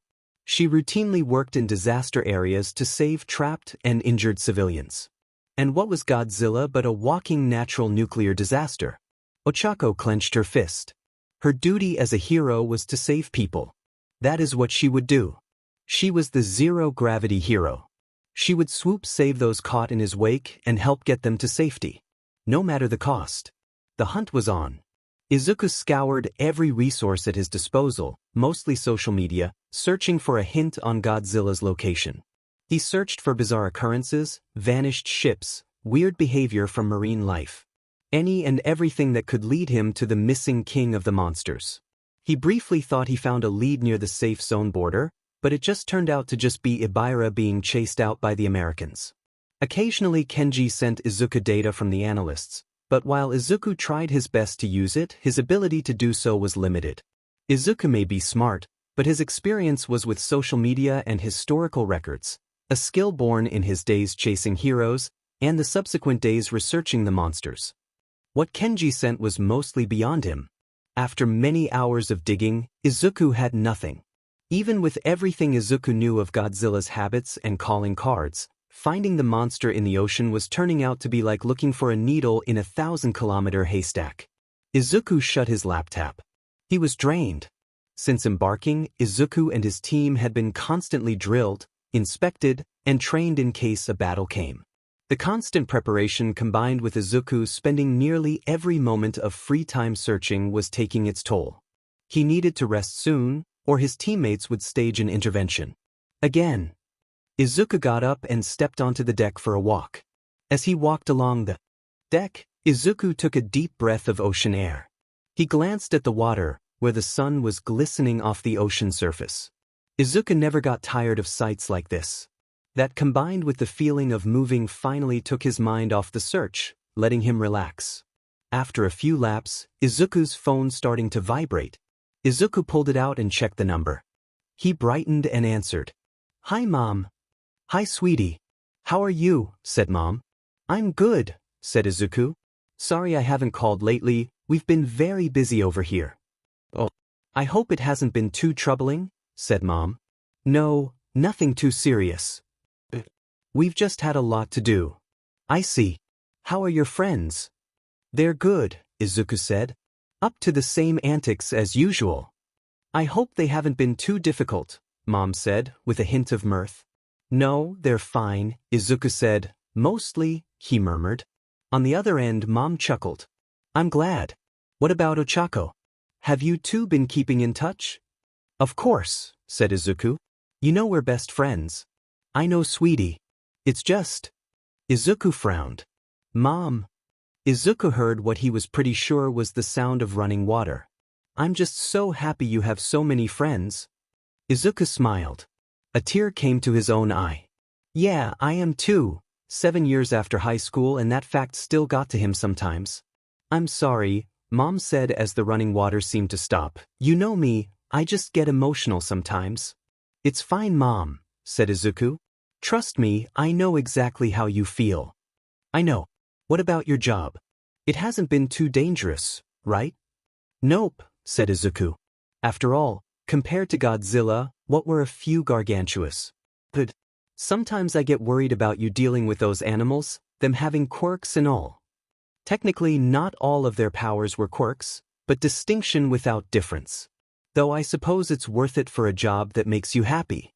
I should just be glad you didn't get a job handling villains or something. Izuku scratched his nose, letting out a nervous chuckle. He'd told her his job could be dangerous, so she wouldn't be completely surprised if he died, but he might have underplayed how dangerous. A lot. In his defense, she'd have a heart attack if she knew, and it wasn't like her worrying could make this any safer. "Oh, by the way, your father wants to speak with you." "He's there?" said Izuku. "Yes, he was given the weekend off from work and wanted to come home." "I would have told you, but..." "Yeah, couldn't get time off on such short notice even if I tried," said Izuku. "Especially not now." "Don't worry, we understand. Here he is. I love you." "Love you too, Mom." Another voice came onto the phone. "Hi, Izuku." "Hey, Dad," said Izuku. "How's America been?" "Good." "And the Pacific?" "Good. Mostly work, but still some fun along the way." "Good to hear," Dad said. "I have to leave soon for my flight. But I wanted to talk with you first. We haven't spoken in a while." "We haven't?" "Sorry," said Izuku. With everything happening in his life, he'd honestly forgotten how long it had been since calling Dad. "We haven't seen each other in a while either, have we? We should fix that." "We should." "I would like to see you again," said Dad. "In the meantime, please be safe." Izuku realized what he really meant. I can't make any promises, but I'll do my best, Izuku said. Stay safe. I love you, said Dad. I love you too. Dad hung up. He didn't say it, but Izuku had long ago realized his fater knew exactly what kind of animal Izuku really dealt with. Still, he'd apparently kept Izuku's secret to Mom, which Izuku was grateful for. Izuku walked back to his room and opened his computer, glad to have talked with his parents again. While they hadn't been perfect, they'd always done their best for him. Besides, Izuku took a look around at his teammates' various bunks. It had taken a while, but he'd found a place after all. Ochako searched the fridge. Where is it? I know I left it here? Whatcha looking for Ochako? Said Mina behind her. The recipe I'm using says to use beer as seasoning. I had a can in here but I can't seem to find it. Oh, that was yours. Ochako closed the fridge door and glared at her so-called friend. Mina sheepishly grinned. Oops. I can make it up to you. Ochako muttered, You'd better, and got out the other ingredients. Mina was lucky she was leaving for a week. After dinner, Ochako helped Setsuna and Kendo pack their luggage. Mina could pack her own, and help them carry their stuff to the door. See you later, Ochako. Mina said, hugging her. Have fun getting the place to yourself. Sorry about the beer. We'll settle it later, said Ochako, hugging her back. You have fun with your old classmates. Will do. You want me to get All Might's autograph? He'll be there. Ochako nodded. That'd be really cool. All Might had been the greatest hero in the history of Japan, bringing hope and happiness across the world. Even in his final battle, weakened and injured, he raised his fist to the sky so everyone would know he'd triumphed. He was easily Ochako's second favorite hero after 13. Even Izuku agreed he was the best, and he was fairly lukewarm about him. Take care of yourself, said Kendo. We'll see you when we get back. Yeah. And remember, if you bring home a hot date, we won't judge, said Setsuna. Very funny, Setsuna, said Ochako, folding her arms. Who said I was joking? Come on, girls. Mina said, raising her fist. To scare us. For a week of fun. To scare us. Once they'd left, Ochako went inside and plopped onto the couch. She hoped they had tons of fun. As she turned on the TV, she wondered what it was like to have All Might as a teacher. From what they told her, he was pretty lousy in his first semester but got better. It was weird to hear about. Mina also said her homeroom teacher was the scariest teacher ever, but Ochako was sure that was an exaggeration. Then again, maybe Ochako was just jaded. After all, what teacher could be worse than a drill sergeant? Shota sneezed. Great, Akiba thought. Midoriya's at it again. For the last several days, he'd spent all his free time on the internet trying to find Godzilla, only leaving for meals and one walk 3 days ago. After a brief discussion, Akiba and the others had decided it was time for an intervention. There was just one problem. None of them wanted to do it. It wasn't that they had a problem with doing something like forcing his laptop closed, it was just that last time they'd done it, he nearly mauled poor Sekizawa. So, they decided to draw straws. Akane held the straws in her fist, letting the others draw them. One by one they made their choice, then, after everyone had chosen, opened their hands. Wonder who drew the short straw? Akiba thought. His heart sank when he saw his. Guess it's me. Don't worry, Akiba, you'll be fine, said Azusa with what was definitely not a reassuring smile. Meanwhile, Hayama shrugged and said, Better you than me. I second that, said Sekizawa. Akane raised an eyebrow and waved Akiba toward their mad leader. Akiba nervously stepped forward, considering his options. Should he tap Midoriya's shoulder? No, that'd be ineffective. Force the laptop closed? Suicide. Say that they'd found Godzilla? Midoriya would do worse to him for lying about that than he'd done to the poor BE he'd caught with the bootleg and slightly skeevy Uravity poster. Akiba settled for throwing his shoe between Midoriya's face and his computer, hoping to break his concentration. It passed by Midoriya's face with no reaction. It seemed he'd have to make physical contact after all. Off to the side, Sekizawa and Azusa were grinning, Akane blatantly trying to hide a smile, and Hayama covering his mouth to hide his own. Traitors. Akiba crept behind Midoriya, Akiba lifted his foot, only for Midoriya to whip his head around, fixing Akiba with an intense stare. Akiba yelped as he fell onto his butt, his only saving grace being that the others were too startled to laugh. Midoriya blinked. Sorry, was researching. Is something wrong, Akiba? Akiba was busy taking deep breaths to stave off his heart attack to reply, so Azusa did it for him. We're staging an intervention. You need to stop. Midoriya gaped. But Kisaragi, I haven't even stayed up late, let alone pull an all-nighter like last time. You pulled 2 last time, muttered Hayama. That's because you've spent every other moment doing it, said Akane. You're running yourself ragged. Again. I took a walk. 1, she replied. 3 days ago, said Hayama. They're right, said Sekizawa. It's not healthy to work this hard, physically or mentally. And now is not the time to be reckless with the latter one.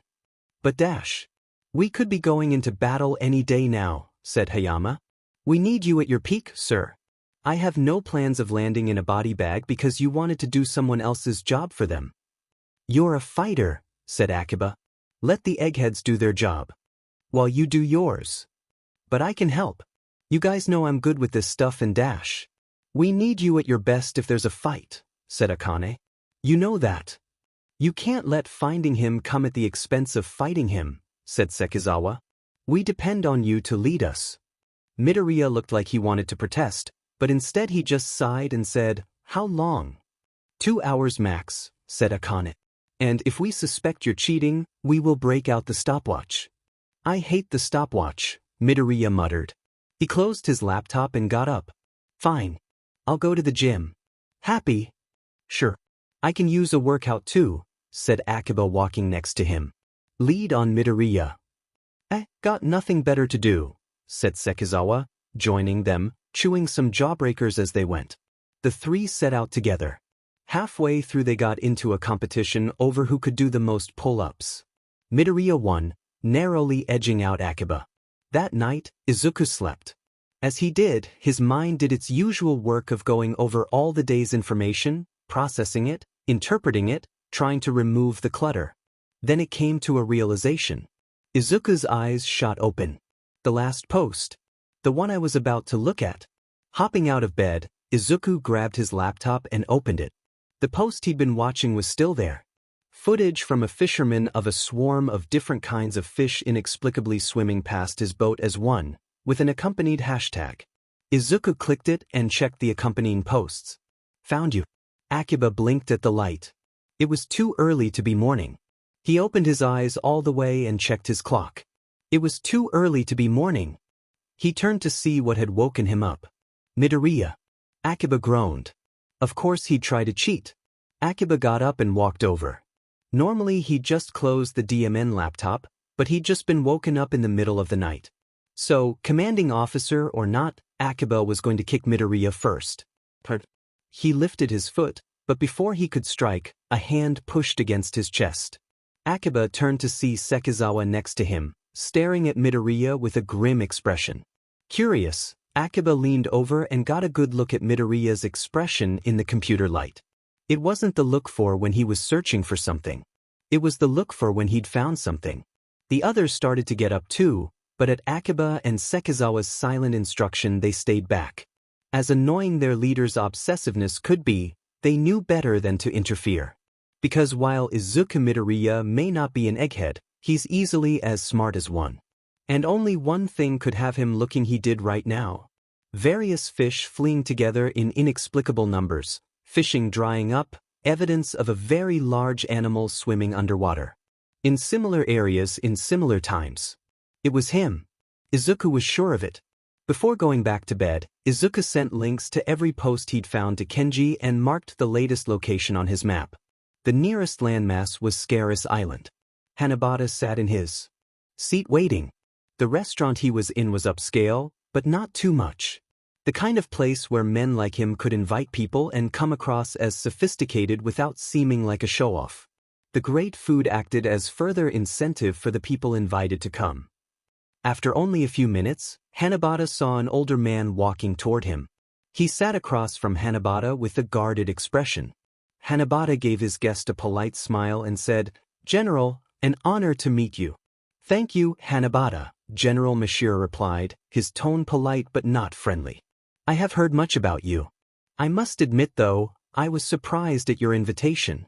What is this about?" His tone was guarded, but curious. Exactly as Hanabata expected. General Mishira was a high-ranking official in the JSDF with 3 useful qualities. 1. He was more of a politician than a commander. 2. He was a stooge who got where he was due to connections, not talent. 3. He was too arrogant to realize any of this. With a little luck, Hanabata would have him dancing to whatever tune he wanted and the general would think it was his idea. "I understand your confusion, General. I've rarely even spoken about the military," said Hanabata. "But I found something that concerns me.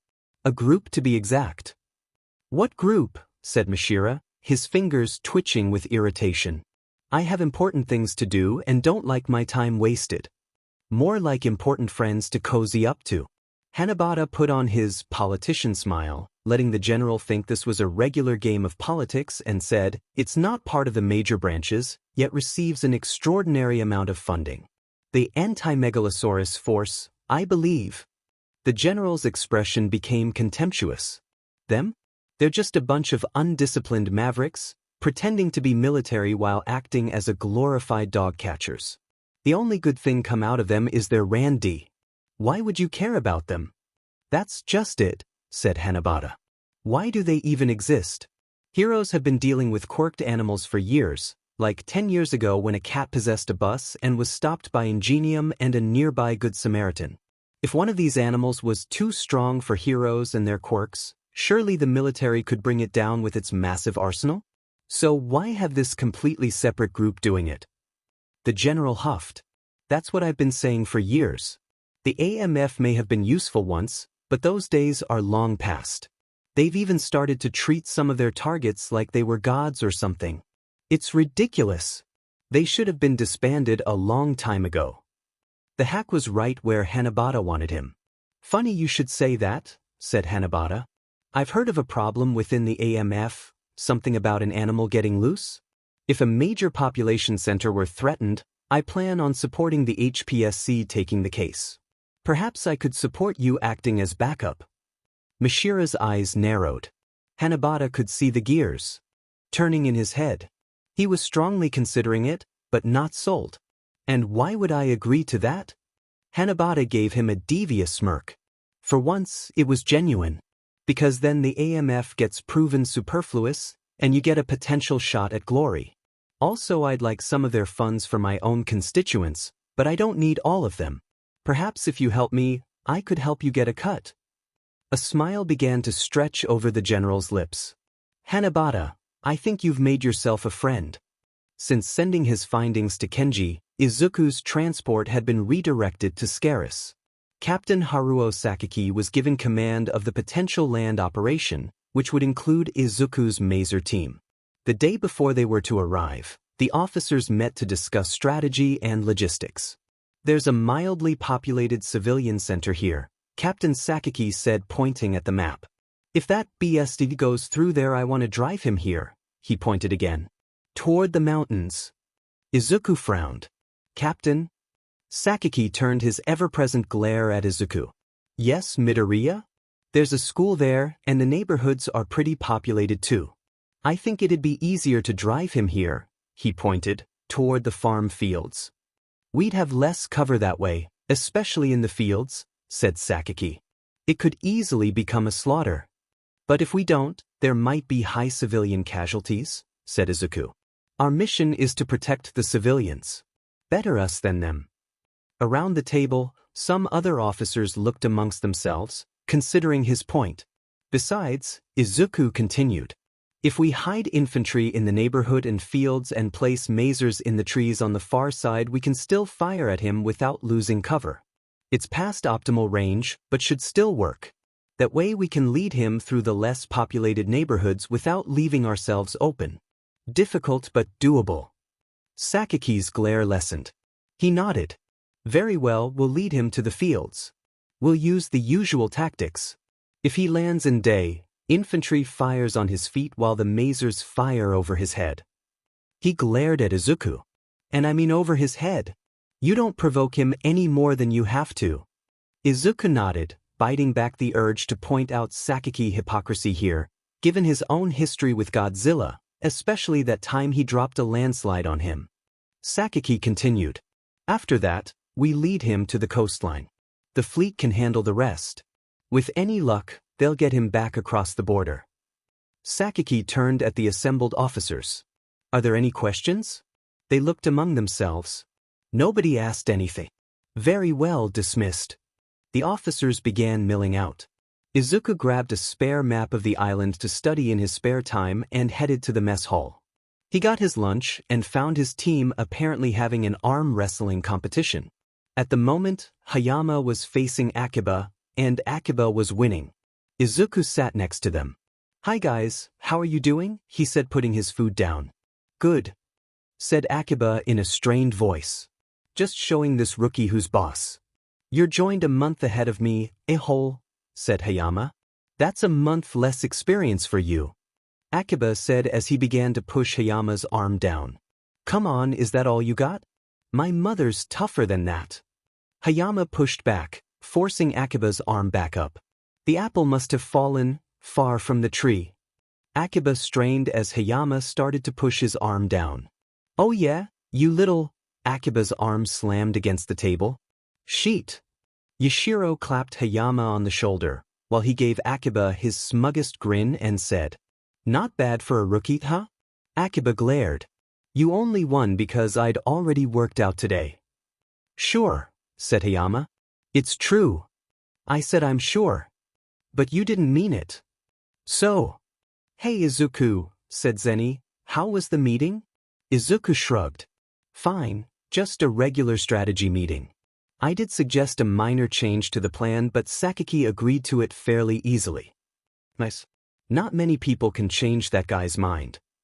Actually, he's usually willing to alter his plan when someone else has a good idea, said Izuku. He just gets heated when he disagrees with people. Understatement, said one of them.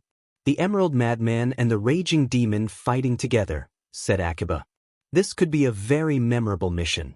Which of you has more experience? Said Asuza. In general? He does. He joined slightly before me, said Izuku. Against Godzilla? I do. A fact Izuku was quite proud of. Yashiro looked pensive, then she said, What would you two do if you killed him? Izuku tilted his head. Excuse me? You've both spent more time than anyone chasing Godzilla, said Yashiro. Neither of you want to leave. So, what would you do if the AMF won? If we finally killed him? Izuku looked at his tray. I don't know, he said. The thought had occasionally crossed his mind, but he never thought about it for long. It felt empty. I'm sure I could find something. Ochako would help. To be honest, it's hard to imagine this fight ending after 200 years. Haven't thought much of what I'd do if it did. Though if we did win this fight, I would prefer Godzilla be contained and killed. Bullshit. Captain Sakaki walked past with his own tray in hand. The only way this war ends, Midoriya, is if Godzilla dies, he said with barely contained hatred. That BSTRD doesn't deserve to live. The world's better off without him. Izuku glared. He's just an animal. An intelligent and powerful one, yes, but an animal nonetheless. Holding a grudge against him is useless. For several seconds, Sakaki held Izuku's gaze. He huffed. Naive idiot. He stalked away, going to a table in the corner of the room where a brown-haired woman, Tani, was waiting for him. When Izuku looked at his team again, they were all glaring at Sakaki. A hole, said Hayama. Izuku didn't disagree.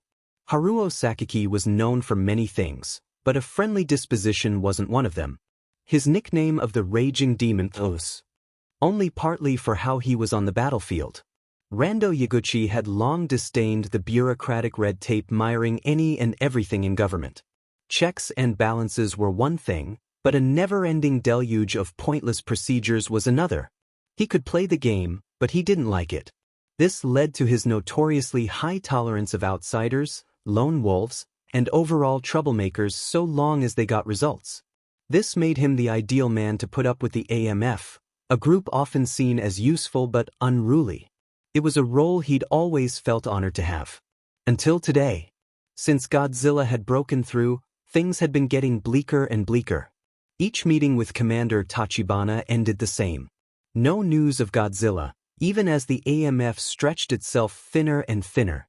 The one time they did get news, it was that the monster had gotten much deeper than expected. Suffice to say, Rando wasn't looking forward to what he'd hear this time. Our analysts believe he may have moved near Scarus Island, Tachibana said, his tone as weary as his posture. We have a battle group heading there now. Rando nodded. Scarce. Populated but not heavily so. It was the beginning of tourist season, so they'd better resolve it fast. Do you believe they'll find him? He said. I don't know, but it's the best guess we have right now. Forgive me. Rando waved off the apology and said, Can you evacuate the island? Currently no. We'd need absolute proof he's there first. I see, said Rando. They'd need to find out quickly. Are there any plans to kill him? Tachibana shook his head. No, sir. Since our last attempt, we've been unable to find anything viable. Rando nodded again. The AMF had long abandoned trying to kill Godzilla in every battle. Now they mostly just led him away from civilian populations, and only tried killing him when they had a specific plan to do so. Such plans had become rarer and rarer. Do you have any special weapons? We have the Masers in their various forms, ULT lasers and the Alphas. None of them can beat him. The only one that stood a chance was the Super X. The most advanced weapon ever built, said Rando. Developed using a generous grant due to its many technological innovations. Completed 2 years ago. Then, mothballed due to its operation costs, said Tachibana. And, Rando said as he fidgeted with a pen, if that was no longer an issue, could it fight? Of course, said Tachibana. With a hint of pride he continued, we kept in prime condition so it could be used the next time we tried killing him. It could probably be prepared in under a week. His face fell. But getting it authorized is another story. It would take weeks to achieve. There's no way to get it approved in time. We'll see about that, thought Rando. Paperwork and approval processes are my expertise. I may not like the game, but I'm a hell of a player. He was about to say as much when an out-of-breath aide burst into the room. Commander! Tachibana got to his feet. Yes. A U.S. nuclear submarine is missing. Tachibana's eyes became steel. Where? About 10 kilometers off Scarus Island, sir. 1 day earlier. Captain, we have an unidentified object off the port bow. It's coming for us. Captain Edwards turned to his sonar operator, Jones. Any idea what it is? No, sir, I've never heard this thing before. My best guess would be an animal of some kind? I don't know. Edwards' brow furrowed. He'd been warned of a massive creature prowling the waters near Japan. The warning stated that attacking said creature was futile, and any sub encountering it was to flee at full speed. The target is approaching rapidly, ETA 3 minutes, said Jones. Edwards hoped that warning was wrong. Because fleeing may not be an option. Full right rudder. All ahead full, said Edwards. Ready torpedoes for launch. As their ship started to turn, Edwards ran through his options. They were attempting to flee, but what if the target was too fast? Could they fight? What if attacking was futile? Edwards already knew the answer. Futile or not, he was not going to let his sub sink with torpedo tubes full. Captain, said Jones. The target's picking up speed. 1 minute. And that decided it. Fire torpedoes. Torpedo 1 peered and left the tube. He heard the distinct sound of a torpedo launching. The die has been cast. Everything seemed to stop as the crew anxiously waited to see the result. Edwards leaned forward in his chair. Would it hit or would it miss? Direct hit, said Jones. The crew relaxed. Edwards didn't. Come on. Jones' expression turned to horror. It's still coming for us. It hasn't even slowed down. Fire again, said Edwards. Torpedo 2 peered and left the tube. Another direct hit. No effect. That was it. Edwards took a deep breath and stood up straight. There was nothing to be done now but wait for the end. Impact in 10 seconds. 9, 8, 7, 6, 4, 3. Brace for impact, said Edwards. Jones put his hands to his headphones. Jesus. Big heartbeats. The room lurched as something slammed into the sub, sending crew members careening from their seats. Edwards frantically tried to hold on to whatever he could as the entire sub seemed to tilt. The hull creaked and groaned as if any moment it would come apart. "Sir," one of his subordinates screamed. "Radiation spiking." "Radiation? Has the reactor been compromised?" The only answer Edwards received was a massive fireball that tore through the inside of the submarine, killing all on board. As the sub sank to the bottom, a massive form clung to it. The spines on its back started to glow. The morning sun was already high, bathing the island with its warmth. Toru and Mina stepped from their hotel and basked in its rays. "What a beautiful day," said Toru. "Yeah," said Mina, stretching her arms as she walked. She glanced at Toru's friend and stifled a laugh. "What?" said Toru. "I can see you right now." "Kinda," Mina said, pointing. "You can?" "How dash?" Toru noticed the streaks of white sunscreen on her arms that she'd failed to rub it in. She got out her phone, turned it to selfie mode and saw the splotches of white outlining her face. "Why didn't anyone tell me?" Toru began rubbing it in. Mashareo had some explaining to do. "Can't you just use your quirk to refract the light around it?" said Mina. "That takes effort. I'm here to relax." "Fair enough," said Mina. "Sorry I'm late," said Mashareo, walking up behind them. "What are we doing today?" "Why didn't you tell me my sunscreen wasn't rubbed in?" Toru said. I didn't realize you hadn't noticed," Mashareo said, scratching his nose. "I thought you just didn't mind it or something." Toru made her posture as sarcastic as possible, said, "Really? That's the best excuse you have? You thought I wanted to look like the ghost of vacations past?" He shrugged, evidently believing shutting up was his best option. As it happened, he was right. "We are going into town today," said Toru. "You will come with us. Feel free to find me an apology gift if you see one." He chuckled. "I'll keep my eyes open," he said with a fond smile. Toru kissed his cheek. "I know you will." "Come on then, let's go," said Mina. "Hey, wait for us." On the other side of the lobby, Kaminari hurried over to them, Jiro walking behind him. "Kaminari," Toru said. "I'm surprised you're even up. Didn't you say you wanted to sleep until noon?" "That was the plan," said Kaminari. "Then Kyoka banged on my door and ordered me to get my lazy butt up so we could enjoy the day." Jiro shrugged, a smile on her lips and pink on her cheeks. "Hey, where's Bakugo?" Mina said. "I thought you said Ejiro browbeat him into coming?" "Unfortunately, an old case came up at Nijire's agency," said Kaminari. "He and Ejiro had to stay behind to deal with it." Mina looked crestfallen.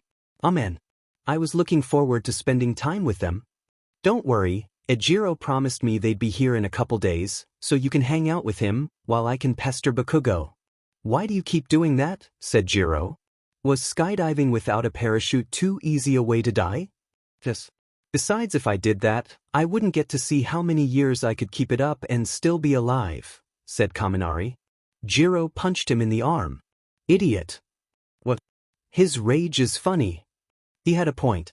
Unless you were a villain, Bakugo was more ridiculous than scary.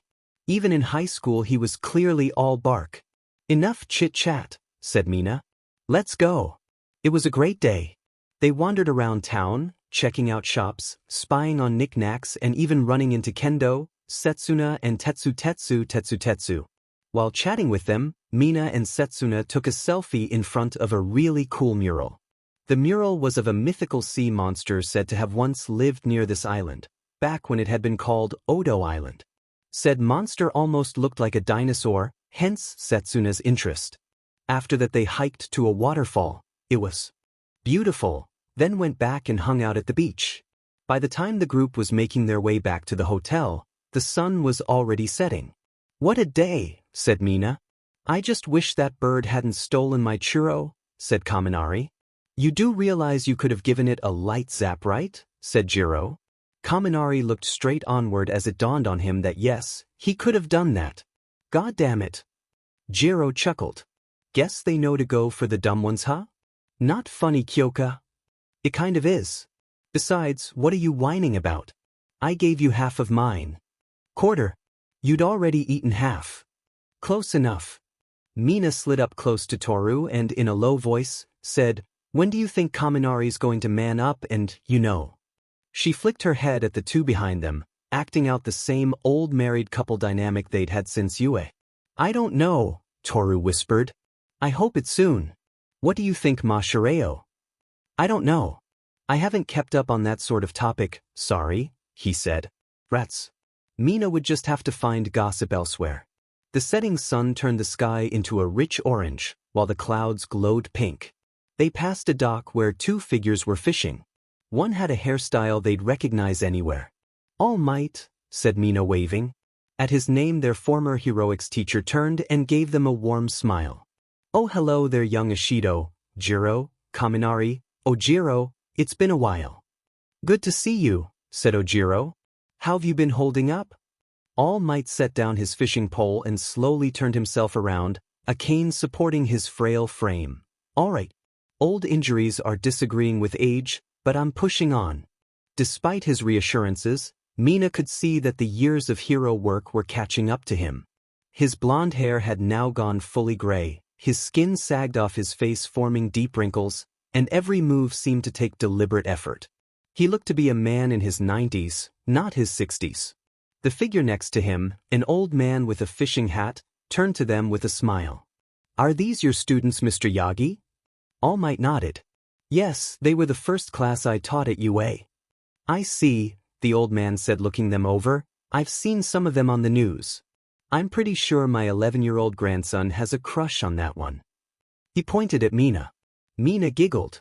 Aw, that's cute. Thank you. His 8-year-old sister likes that one, he pointed at Kaminari. Thinks he's funny. Congrats, Denki, said Jiro. You finally found someone who laughs at your jokes. They just needed to be 8. I'll take it, said Kaminari. Good to meet ya, Mr. Fujimoto. I've lived on this island for my entire life. Fish here almost every day. Any bites? Said Kaminari. Of course.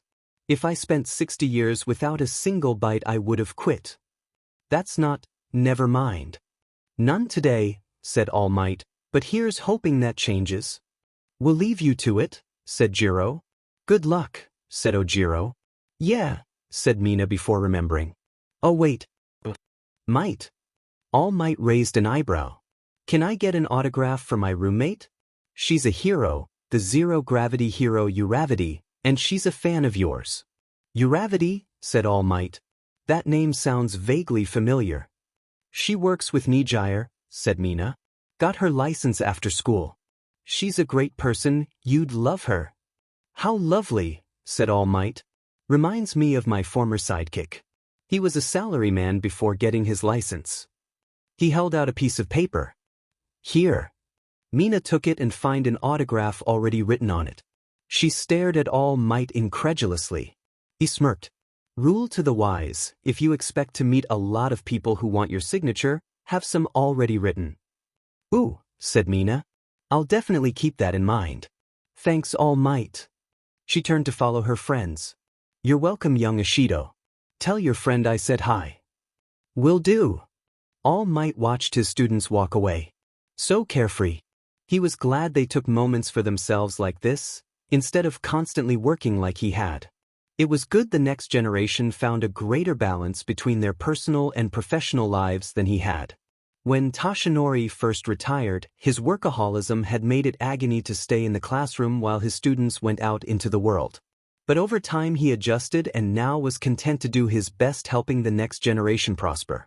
Whenever a hero told him he'd inspired them, he felt a warmth in his chest. To him it meant that in a way he was still helping make the world better, even after his time as All Might was long past.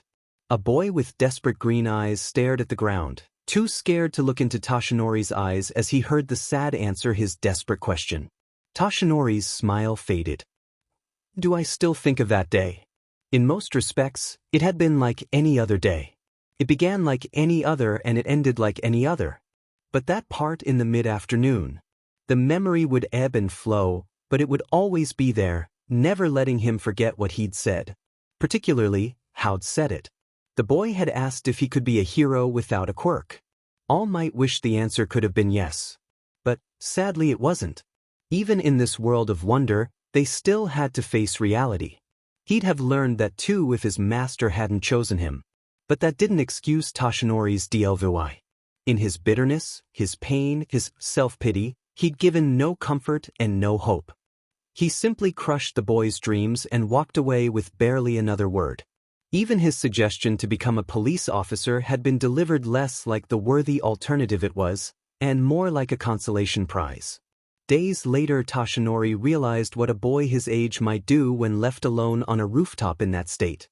In a panic, he checked the news. Fortunately, nothing had happened. Yet still the day haunted him. Was it their shared quirklessness? Toshinori's failure to reassure someone in need, to give hope? In the end it didn't matter. He never saw that boy again. Could do now was hope that that boy had moved on to a fulfilling life, safe from the dangers of being a pro-hero. A bead of sweat slid down Izuku's forehead. He was in a precarious place. One wrong move and it would be disaster. Zeni looked to him for guidance. This was a tipping point. Yashiro looked at her cards, shrugged and said, "All in." She pushed all of her chips into the middle of the bed. Izuku looked at his hand. It was good but not great. He looked at the size of the stack and at the size of his own pile. The risk was too great. "I fold," he said. "Me too," said Zeni. They threw down their cards. Zeni had had a good hand too. Not quite as good as Izuku's but still pretty good. Yashiro pulled the winnings toward herself, then grinned. She laid down her cards. "No way," said Zeni. Izuku gaped. Her hand, no running numbers, barely two of a kind, and no face cards. "Good game," she said, looking far smugger than usual. "Thanks for the money." Off to the side, Kisaragi, Akiba, and Hayama all loughed at Izuku and Zeni's misfortune, conveniently ignoring that they had lost too. "Up for another hand?" asked Yashiro. It was a risk, but would Oda Murakami back down? Izuku smiled. "Deal me in." Scarce. Yada and his brother, Ryota, lazily steered their fishing boat around the island, heading home after a long day of fishing. It was dark, but the moon gave them a good view of the island where tall cliffs lined the shore. This stretch had some nice beaches that were unfortunately off-limits due to ice-cold waters and giant cuttlefish attacks. They made their way further around, passing some safer beaches that didn't have giant cuttlefish-eating people. Ryota and Yada had spent many a summer day either swimming there or jumping off a rock near the top of the cliffs. Yada could even do flips. Yada was torn from his thoughts when he heard Ryota gasp. Before Yada could react, Ryota ran over and grabbed his arm. "Yada, we have to leave now." Yada opened his mouth to ask what was going on, but then he saw it. A large glowing yellow eye, followed by an ear-splitting screech. Yada and his brother dove overboard just as a giant claw smashed their fishing boat to pieces. And here they thought they could have a quiet vacation. 1 minute, Itsuka, Tetsu, and Setsuna were on a nice hike through the woods, with slipping and falling on the muddy trail was their greatest worry. The next they were listening to a loud series of crashes and screams so loud it sounded like the town was coming apart. Accompanying the sounds of general carnage was an ear-splitting screech. "Setsuna," Itsuka said. "On it." Setsuna detached her head and floated it into the air. "Villains attacking the neighborhoods. It looks like a group of giant praying mantises." "Praying mantises?" said Itsuka. "Take Tetsu and fly over there. Once there, I want you evacuating the civilians while Tetsu fights the villains. I'll try and catch up as quickly as possible." "Got it, Kendo." Setsuna picked up Tetsu and flew off while Itsuka got out her phone and began dialing. "Kendo," said Mina. "What's going on? Is it a villain attack?" "Yes. I'm on my way there now. See if you can intervene." Itsuka said. "On it." Mina hung up. Itsuka activated her quirk, enlarging her hands until they were almost as big as she was. Using her quirks the enhanced strength, Izuku climbed the nearest tree and leaped off. She leapt from tree to tree, rushing toward the sounds of the fighting. She was halfway there when Setsuna's arms wrapped around Itsuka's, lifting her up while Setsuna's mouth and ears floated next to her. "What's going on?" said Itsuka. "I'm evacuating the area as quick as I can," said Setsuna. "But those things are tough. Tetsu can't last much longer." "Any idea what they want?" said Itsuka. Scaris was a good distance from any other island, so backup wasn't an option. Maybe they could somehow draw the villains off? So far they just seemed to be wild animals on a rampage. Itsuka nodded. "Good to know." They cleared the treetops, giving Itsuka a look at her opponents. They were a group of enormous red praying mantises that were at least 30 meters tall, making them bigger than Mount Lady.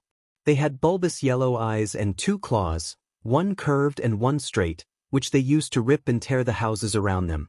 In short, they were ugly and they were big. There are smaller ones, larvae by the looks of it, crawling around behind them and attacking anyone they can sink their teeth into, said Setsuna. "I'm still doing my best to get the civilians away from them." "All right," said Itsuka. "Drop me here." Setsuna set her down about 100 meters from one of the mantises. A stray claw swipe sent a car flying through the air, which crashed down next to them. After making sure it was empty, Itsuka lifted the car and threw it at the monster's head. Itsuka grinned as the car hit the mantis right in its ugly mug. Unfortunately, the giant mantis didn't seem hurt. Instead it turned toward Itsuka and let out an annoyed screech. That was a bad idea. The creature walked toward her, its claws brandished. Before it could reach her, several floating body parts began flying around its head and smacking into it, distracting the mantis. "Setsuna." The mantis tried to hit her, but the pieces were too small. Seeing an opportunity, Itsuka climbed onto a nearby rooftop and leapt onto the mantis' back. Itsuka pulled back her fist and punched it with all her strength. Nothing. No cracks, no dents, no reaction. Her fists could break tungsten, but Mantis didn't even notice her. Itsuka needed to hit somewhere more sensitive. Then she saw it. The eyes. Itsuka scrambled up its neck, onto the back of its head, then got right next to its eyes and punched. The mantis recoiled, letting out a startled shriek. Itsuka grinned. "Felt that, didn't you?" She punched again and again. The mantis thrashed, but Itsuka held firm. The mantis started swinging its claws, trying to swipe her off. One nearly hit her, but Itsuka rolled to the side to avoid being cut in half. Itsuka tried to hold on, but she saw another swipe coming and let go. Itsuka caught herself on a nearby roof, then dropped to the ground safely and looked up. The mantis was staring right at her. While its face wasn't expressive, Itsuka had a pretty good idea what it was thinking. But the mantis raised its claw. Itsuka braced to dodge, but before the mantis could attack, Itsuka heard a familiar battle cry. Tetsu Tetsu slammed into the mantis' neck. Having apparently been thrown by either Setsuna or the other mantis, he grabbed its head and began punching its eye. This time the mantis was ready and swatted Tetsu like a fly. Tetsu slammed into the street, creating a small crater. Itsuka ran to him. "Tetsu, Tetsu!" Itsuka pulled him to his feet. However, just as she got Tetsu standing, Itsuka saw the mantis' claw swinging right for them. Seeing no time to dodge, Itsuka ducked behind Tetsu, who threw himself in front of her to let his metallic form to take the brunt. The mantis' claw swatted them both like a pair of golf balls. As Itsuka tumbled through the air, she noticed they were about to crash into a house. Itsuka enlarged her hands and held them in front of herself like a shield, smashing through a window without injury. Itsuka got to her feet and rubbed her now aching side. Apparently, she'd landed in someone's living room. Tetsu came out of an adjacent room, his skin normal aside from the layer of dust and drywall. As Itsuka surveyed her surroundings, she saw a pair of children hiding behind a chair. Itsuka gave them a soft smile. "Hey there." The kids flinched. Out of the corner of her eye, Itsuka saw one of the mantises slowly coming for the house. "Don't worry, we're heroes. We're here to get you to safety," she said in her most soothing voice possible. The kids slowly came out. She and Tetsu quickly picked them up. Come on, let's get you out of here, said Itsuka.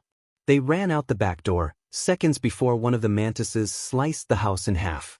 They gave the children to the closest 5 adults they could find, then ran back to join Setsuna, who'd half reformed on the edge of the neighborhood. They're too strong, said Setsuna. She held out a hand. I sent my hand back to the rooms and got the spare comms. But there's a problem. What? Said Itsuka. On the way, my eye spotted 3 more closer to town. The others are fighting them, so we won't be getting help from them. 3 more? Itsuka looked at the devastation wrought by the mantises. If they did this in so little time then, what Itsuka wouldn't give for some backup right now. Izuku and his team sprinted down the hall toward their mazers as alarms blared. I hate Kamakuras, Hayama said for the 5th time. Me too, Zeni said for the 4th. Kamakuras were the pests of G-Force. Weaker than the Big G, but far more numerous. As they entered the hangar, Izuku mentally recited what he knew of their opponents. Mild class resistant, but not immune to tank fire. Sustained fire from a single mazer can bring one down. Main threat are the claws, one like a scythe, the other a spear. Can fly up to Mach 2 but needs time to build speed. Can use flight ability to charge opponents, but lacks maneuverability when doing so. Recommend dodging sideways. They passed Ishikawa's team on the way to their mazers, along with Sakiki's. As they passed the latter, Izuku heard Hayama murmur, "Oh look, the Pequod squad." Well Hayama, points for literacy with your insults. One of Sakiki's soldiers shot back, says the member of the loony bin. Had Izuku's team gotten a new nickname? Izuku climbed into his mazer and began running through the checkups. Ready to go. All good here, said Izuku. Zeni. Zeni gave him a thumbs up. Ready to go. Over the comm, Yashiro said, ready. Ready, willing and able, said Akiba. Let's squish those bugs. All right, Izuku switched frequencies. This is Midoriya. We're ready. Roger, said Sakiki. Get onto the landing craft. Roger. Izuku and his team of mazers boarded a craft and set off for the island. By the time they arrived, the beach had already been cleared, letting the tanks roll across. Ishikawa's mazers would fight the 2 closest to town. The 4 in the neighborhood would be fought by Izuku and Sakiki's teams. He popped an iodine tablet. Let's exterminate these bugs. Mina sprayed another jet of acid onto the scythe-like claw. Once again, it melted a shallow groove but did no meaningful damage. Seriously, thought Mina. That was my most potent acid.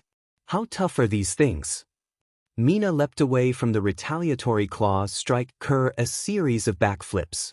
She expelled a stream of viscous but harmless acid from her boot, letting her slide across the ground like she was wearing skates. She was so glad she'd brought her hero costume's boots. In the corner of her eye, Mina saw Jiro jabbed one of the mantises with her earphone jack. It didn't do any damage but did anger the thing. Fortunately, Jiro ducked behind the nearest house and ran for it before the mantis could attack. None of their attacks were working. So far, the only one who'd actually hurt the monsters was Kaminari with his indiscriminate shock, but even that didn't seem to injure them, just drive them back. Even worse, Kaminari was nearing his limit after electrocuting 2 of the 3. There were 4 with Setsuna and Kendo. Noticing a nearby civilian, Mina slid over and scooped him up, carrying him a few blocks down. Here you go, Mina said, putting him down. It should be safe that way. She pointed. Help anyone you see along the way. Thanks, Alien Queen, he said. Mina slid back to the battle, passing Ojiro and Toru ferrying a family out of their house. The mantises continued their rampage virtually unchallenged, destroying everything in their path. How to damage these things? They had to have a weak point. Somewhere. Getting an idea, Mina slid directly at one of them. She dodged one of its claws and went right under it. She pointed her hands straight upwards, right at his belly. Acid shot. She sprayed a torrent of acid from her hands as she slid, not stopping until she was out from under it. She turned around and surveyed her work. Just like every other attack. Superficial damage, no sign she had actually hurt it. The mantis started to turn around, but Mina easily slid away before it could turn around. She slid through the destroyed street, passing destroyed houses, overturned cars, and skating around rubble. The place looked less like it had suffered a villain attack and more like a typhoon had run through it. Mina was shaken from her thoughts when she noticed something moving behind a car. A civilian? She got closer, only for a caterpillar-like creature the size of a sofa to crawl out and lunge at her.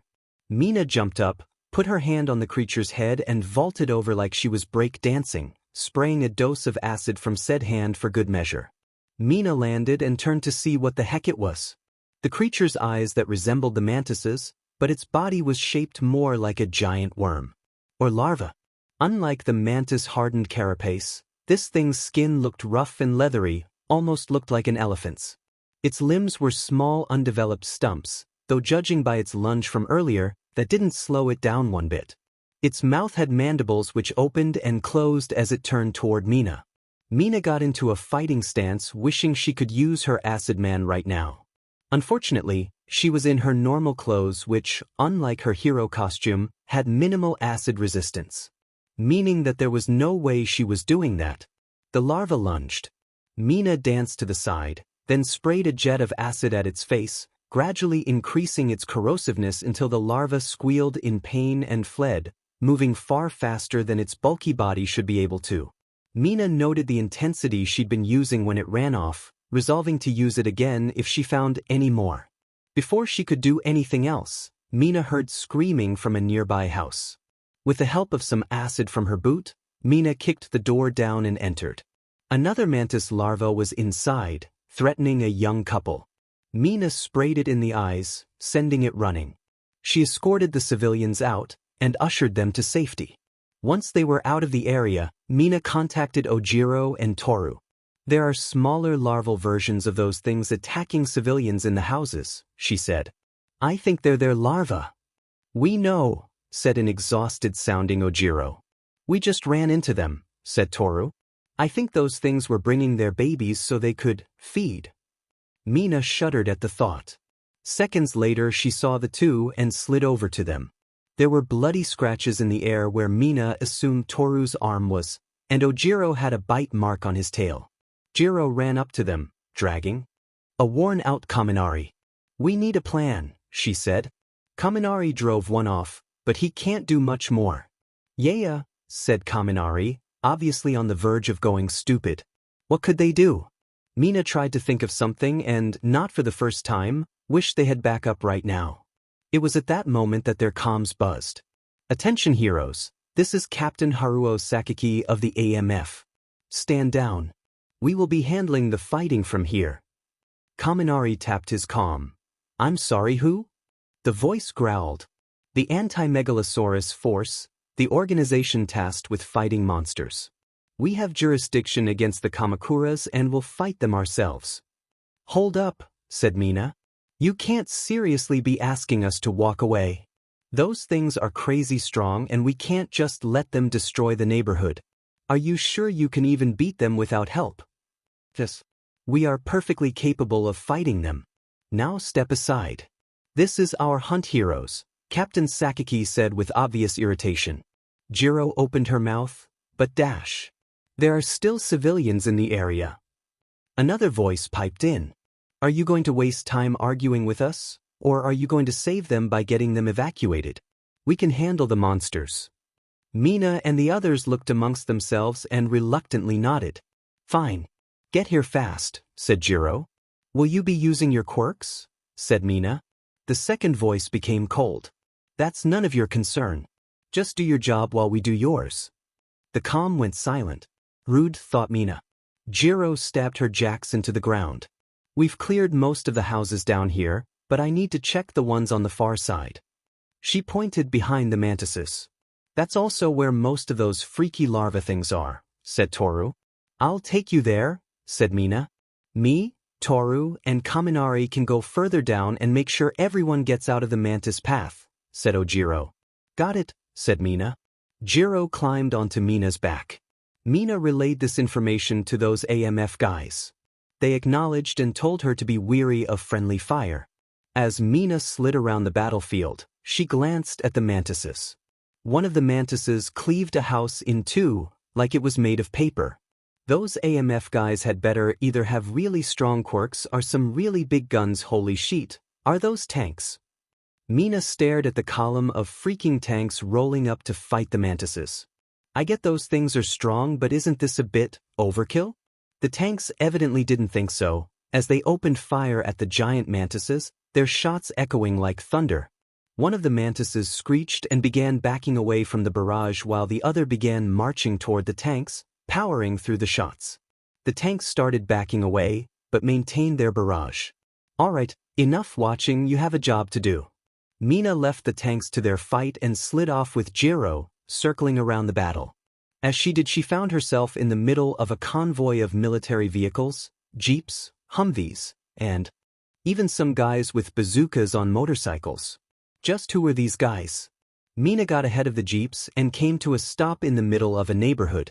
Further down, Mina could see several of the larvae prowling around. She set Jiro down and stood guard in case any attacked. Jiro!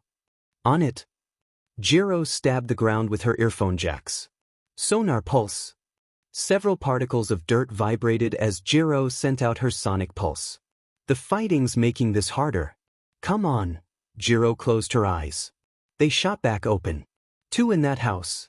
1 over there, and 3 in separate houses near the back. Jiro said, pointing. Got it. Behind them, several of the military vehicles came to a stop, the soldiers getting out. They seemed to be carrying a mix of flamethrowers and rocket launchers, because of course they were. The larvae noticed them and began crawling toward them. Mina and Jiro got ready to fight. Hey, what are you doing over here? Get out of the way. One of the soldiers said as they ran toward them. Yeah, didn't you hear? We're handling this fight. We're here to evacuate civilians, you idiot. Jiro snapped. There are still some trapped in the houses around here. A man wearing sunglasses walked toward them, a cigarette in his mouth. In that case, we can provide you an escort, he said with a sloppy grin. We'll handle the monsters and you can deal with the humans. Don't get in our way, and we'll have no problems. Sounds fine, said Jiro, though she still looked irritated. Meanwhile, several of the soldiers were giving Mina and Jiro dirty looks, like they were an unwelcome nuisance. Mina was starting to not like these guys. One of the larvae charged. The one with the sunglasses lifted his rocket launcher and fired it, blasting the larva to pieces. All right, Takei and Ashi with these 2, he pointed at Mina and Jiro. The rest of you fan out and clear the next 3 blocks. Ozaki's. 2 men straightened, one with spiky black hair, the other curled ginger hair. In contrast to everyone else's military uniforms, these 2 wore black biker suits with gray pieces of armor attached, making them almost look like pro heroes. They each wore a backpack and held their rocket launcher over their shoulders like they were plastic toys. You 2 are on point, said Sunglasses Man. Clear as many of them as you can. Once the dinner bell is rung, pull back and lead them here. The ginger one bared his teeth. Then we get out painless? Sunglasses Man grinned. Exactly, Kazama. Now go give him hell. Yes, sir, Colonel Gondo. The 2 sprinted off with a speed that was impossible without quirks. One of them jumped 20 feet onto a rooftop, confirming that assumption. Sunglasses Man turned to the soldiers remaining. Anyone got any questions? Nobody answered. Then move out. Yes, sir. Mina and Jiro hurried toward the nearest house Jiro had pointed to. Around them, the soldiers were either blowing the larvae to pieces with rocket launchers or roasting them with flamethrowers. As Mina and Jiro reached the front lawn, one of the mantis larvae crawled out from the side of the house and hurried toward them. Mina got ready to spray it with her acid, but was violently yanked back. A soldier whose quirk made him resemble an ant, 6 limbs and all, fired a flamethrower, roasting the larva. Another soldier fired his flamethrower, but instead of fire, a spray of foam that looked like that of a fire extinguisher came out. The flames faded, letting Mina saw the coat of frost covering the larva and the ground around it. A freezing weapon. The larva's movements became sluggish from the cold, letting a 3rd soldier blasted it with a shotgun. The monster shattered like a glass statue. Mina ran to the house and kicked open the door, hurrying inside. 2nd floor, said Jiro. Got it. She ran up the stairs, grabbed an old man who'd barricaded himself in his room, and carried him out. She left him where the soldiers had parked their vehicles, figuring he'd be well guarded there. Mina met back up with Jiro and ran to the next house. Mina kicked open the door and went inside. She just entered the living room when a larva charged out of a hallway. Mina fired a spray of acid at it, causing it to squeal in pain. Before it could run, a soldier hit it with the freezing weapon, while 2 others blasted it with shotguns. Once it was dead, one of the ones with shotguns said in an annoyed tone, "Appreciate the sentiment, but we don't need help." Mina rolled her eyes and went down the hallway Jiro pointed. She helped the woman out the door to the temporary evac point. While heading back toward Jiro, she glanced at the fight with the bigger mantises. What had they called them? Kama something? A new type of tank was fighting them. Unlike the normal tanks from before, this one had twin turrets that shot blue laser beams, because that was a thing apparently. Further up the road, the 2 guys who'd run ahead were running from roof to roof, firing rockets while jumping between houses.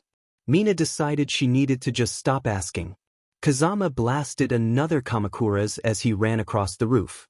He jumped to the next one and took off his backpack to reload. Downside of the launchers was that they only carried 2 shots at one time. Luckily he and Shinichi had spares. Once he'd finished loading, Kazama surveyed the street, using his enhanced vision and hearing to seek out his prey. 2 on the street, 1 in a house, 3 in various yards. Kazama turned to Shinichi, who was standing on a house across the street. They shared a nod, then leapt onto the street and charged at their targets, taking aim. Kazama fired his first rocket, blasting one of the ones on the street. The other let out an angry screech before Shinichi killed it too. Kazama cycled the chamber, priming his second rocket. One of the ones in the yards had noticed them and screeched. Kazama jumped and flipped over it, blasting just as he passed directly above the cretin. Kazama grinned as the Kamakuras blew apart, then took off his backpack to reload. He heard crashing right next to him and saw another breaking out of the house and lunging at him. Kazama swung his launcher like a baseball bat, slamming it into and over a car parked in the driveway. It tried to recover, so Kazama kicked the car into the little wretch, knocking it back over. Kazama planted his boot on the little wretch and fired 6 pistol rounds to the head. With that finished, Kazama reloaded his rocket launcher. Like the police, most in the AMF weren't allowed to use their quirks. However, that changed if one underwent training to receive authorization. Kazama and his brother were 2 that had done just that. One of the many perks of their mix of quirk and skill was that they could act as a squad in of themselves, able to carry launchers and spare ammo with ease. This, combined with their demonstrated effectiveness in combat, led commanders like Gondo to allow them to go ahead and thin the ranks before the rest of the soldiers caught up and finished off the stragglers. The work was dangerous, but Kaza relished it. By the time Gondo's men arrived, Kazama and Shinichi had already cleared most of the bugs on this street. Shortly after Gondo's men came the 2 heroes. Kazama didn't hate heroes like some of the others did, but he did think they were more often than not nuisances who rarely contributed anything of worth against kaiju. Add their tendency to be more sentimental than Shinichi, and he had plenty of reason to prefer they not be here. Still, as long as they stayed out of his way, they could do whatever they wanted as far as he cared. Shinichi leapt into the second-story window of the house that the pink hero had been just about to enter, carried a teenage boy out, and handing him to her. Speaking of which, Kazama went inside on the off chance that Shinichi had grabbed the civvy because he'd seen a Kamakura's inside. He found none. Sure, because 20 seconds would have been so long for the civvy and heroes to wait. He caught up with Shinichi a few houses down, where he was surveying the rest of the neighborhood. From their vantage point, they could see the Kamakuras starting to converge on their block. "No targets inside the home," said Kazama. "Let me guess, you're about to call me a sentimental idiot?" said Shinichi. "One of these days that heart of yours is going to get you in trouble," said Kazama. "And when that happens I might not be able to, W." The roof gave way, sending Kazama falling into a dusty attic. Kazama got to his feet and shook the dust off. Shinichi jumped through the hole and landed in front of him, raising an eyebrow. "You were saying?" "Shut up." They heard a scratching noise beneath them. They dropped out of the attic into a hallway. Listened. Definitely a Kamakura's. Both readied their launchers. Race for the kill, said Shinichi. Loser buys drinks, said Kazama, his fingers twitching with anticipation. They opened the door and came face to face with a Kamakura's larva. It was too close to safely blast, but Shinichi used his launcher to smack it through a wall. The larva landed on the lawn outside. Shinichi then blew it to smithereens. When we get back to town, I'll find a bar. Shut up.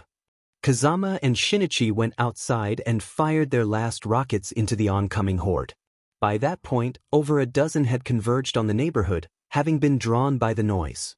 They were all charging from one direction, with no cover and no civvies to get in the way. Perfect. Kazama turned to Gondo. Get me the painless. Gondo grinned. You heard him, boys. The painless. One of the other perks of him and his brother's special status? Custom weapons. The men got out a box and opened it, revealing the beautiful minigun within. Kazama picked it up, took aim. I hate bugs. He opened fire. A torrent of bullets ripped the oncoming Kamakura's larva to shreds. Kazama roared as he continued firing, bullet casings falling at his feet like rain. After several seconds, Kazama ceased fire. Larva splattered the streets, several cars had been partly shredded, even some trees had been cut in half by Kazama's firing. Kazama grinned at the carnage he'd made while Shinichi rolled his eyes. After that, there were only a few left and they died rather easily. The Mazer team had chased one of the bigger two away and killed the other. The battle over here was over. Kazama wondered how the battle with the other four was going. Fire Mazer! Izuku blasted a Kamakura's in the chest. The Kamakura's screeched in pain as the twin Mazer beams bored into it. It tried to hit them with its claw, but Zeni pulled them down a side street in the nick of time. Izuku locked back onto his target, which now had two large grooves in its chest. Despite the danger, despite the wild pounding of his heart, Izuku's mind felt completely at ease, a familiar serenity washing over it, broken only by quick moments of exhilaration. It was how he often felt in battle. He and Sakiki's team had been engaged for less than 5 minutes. So far, one Kamakura's was dead, another crippled, and the other two wounded. Yashiro joined Izuku to fire on the Kamakura's and hopefully finish it off. The Kamakura's lifted its claw to try and block the blasts, but Izuku aimed at the joint. His Mazer cut through the joint connecting the Kamakura's claw to its arm, severing it. The claw fell to the ground, smashing several cars in the process. Izuku's lip curled upwards. Now they would. Once charged. Need reinforcements, said Akiba. Izuku swiveled his turret to see Akiba's tank frantically dodging a Kamakura's claw. Zeni! On it! The tank turned and began making its way toward Akiba, whose tank was doing its best to avoid being skewered. While Izuku's tank charged forward, Izuku fired on the head and neck areas, distracting the kaiju and giving Akiba the chance to escape. It swung its scythe at Izuku, but Zeni pulled them out of the way just in time, giving Izuku the chance. Izuku raked its side. Why does this always happen to us? Said Zeni as he steered them back toward Yashiro. Yashiro fired at left flank while one of Sakiki's tanks hit its right. Izuku and Zeni joined Yashiro in attacking its flank. The Kamakura's wailed in pain. It turned toward Izuku and Yashiro and tried to open its wings, but Izuku had already guessed what it was doing. His Mazer burned clean through the wings, rendering them useless even as the Kamakura's helplessly fluttered them. Meanwhile, Akiba had gotten far enough away and opened fire. The Kamakura's wailed in pain. It continued to thrash until their 8 beams bored clean through its body. The Kamakura's fell to the ground, dead. Izuku felt a twinge of satisfaction. Another one. Izuku was thrown sideways in his chair. What the dash? Said Zeni. Izuku swiveled his turret to see what hit them. It wasn't a Kamakura's or they'd be dead. But what was it? He couldn't see. Several of the smashed cars and pieces of asphalt now littered the street that hadn't been there before. As Izuku pondered that, he saw something out of the corner of his eye. Swiveling his turret, Izuku saw an entire house was falling toward them. Hard right. Hard right. Zeni gunned the engine and bolted.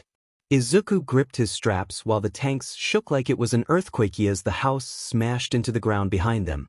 Yashiro's tank received a glancing blow, sending it spinning into a nearby yard. Izuku activated his comms. "Yashiro, are you all right?" "Yeah, we're both fine."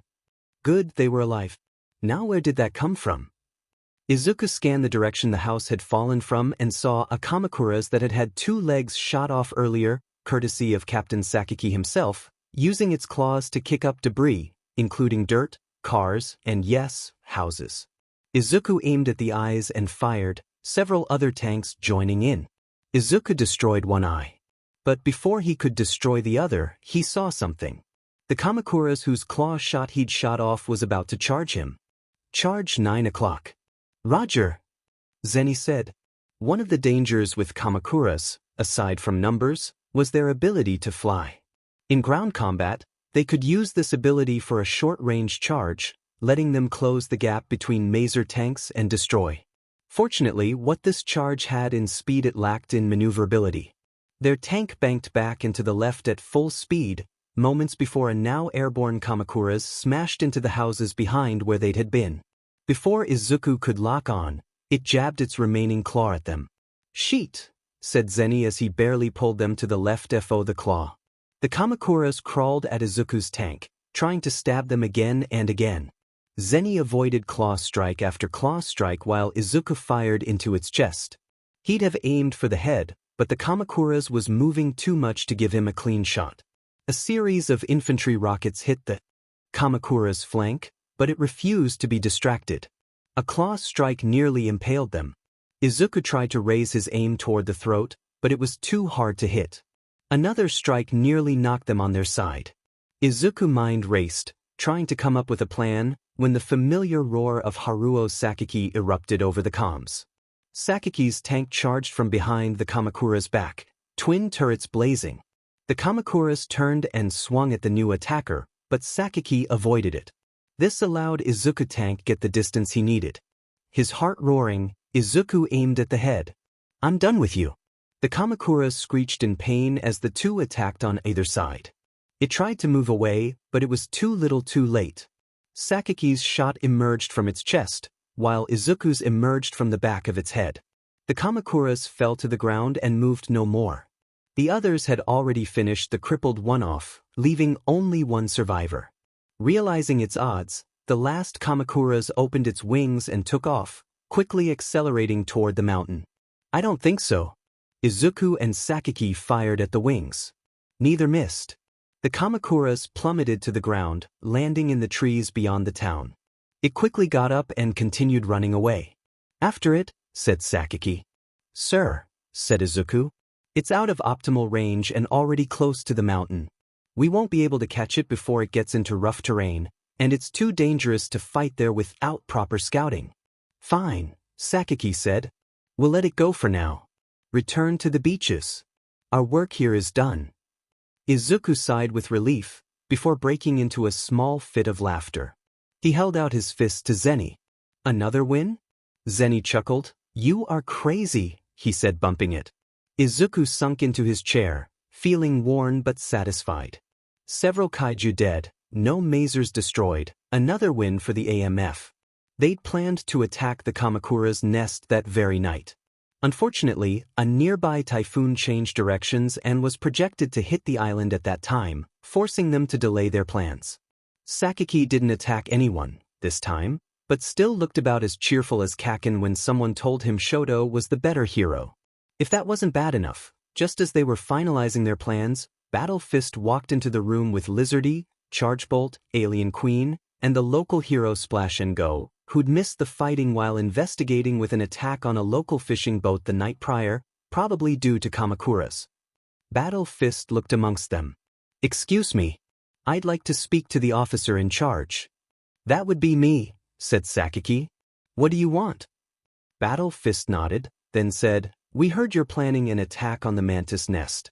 We wanted to offer our assistance." "You can do that by keeping watch over the town," said Sakaki. "As you probably noticed earlier today, you're no match for the Kamakura's. First off, Chargebolt successfully chased off one, so he can help against those," said Battle Fist. As for the rest of us, while we're not suited for the bigger ones, we can help you against the smaller ones. They're not much stronger than a typical villain, and we have experience doing joint operations with the police, so we know how to cooperate. Izuku resisted the temptation to point out that in said operations, the police rarely did any fighting and usually focused on crowd control and maintaining a perimeter, which would be very different from working with the AMF infantry trained to search and destroy. Sakaki turned to Colonel Gondo. Did he wear those sunglasses inside because he was trying to look cool? Did he just like wearing them? Gondo? Your opinion? Gondo shrugged. We should have killed most of the runts in the last battle and have plenty of ammo left over. We'll be fine. Sakaki nodded. Very well then. He turned to Battle Fist. We're grateful for your offer, but the answer is no. Battle Fist's eyes narrowed, but she said nothing. Are you sure about that? Said Lizardy. Most of you don't even use your quirks, so wouldn't ours be a useful boost?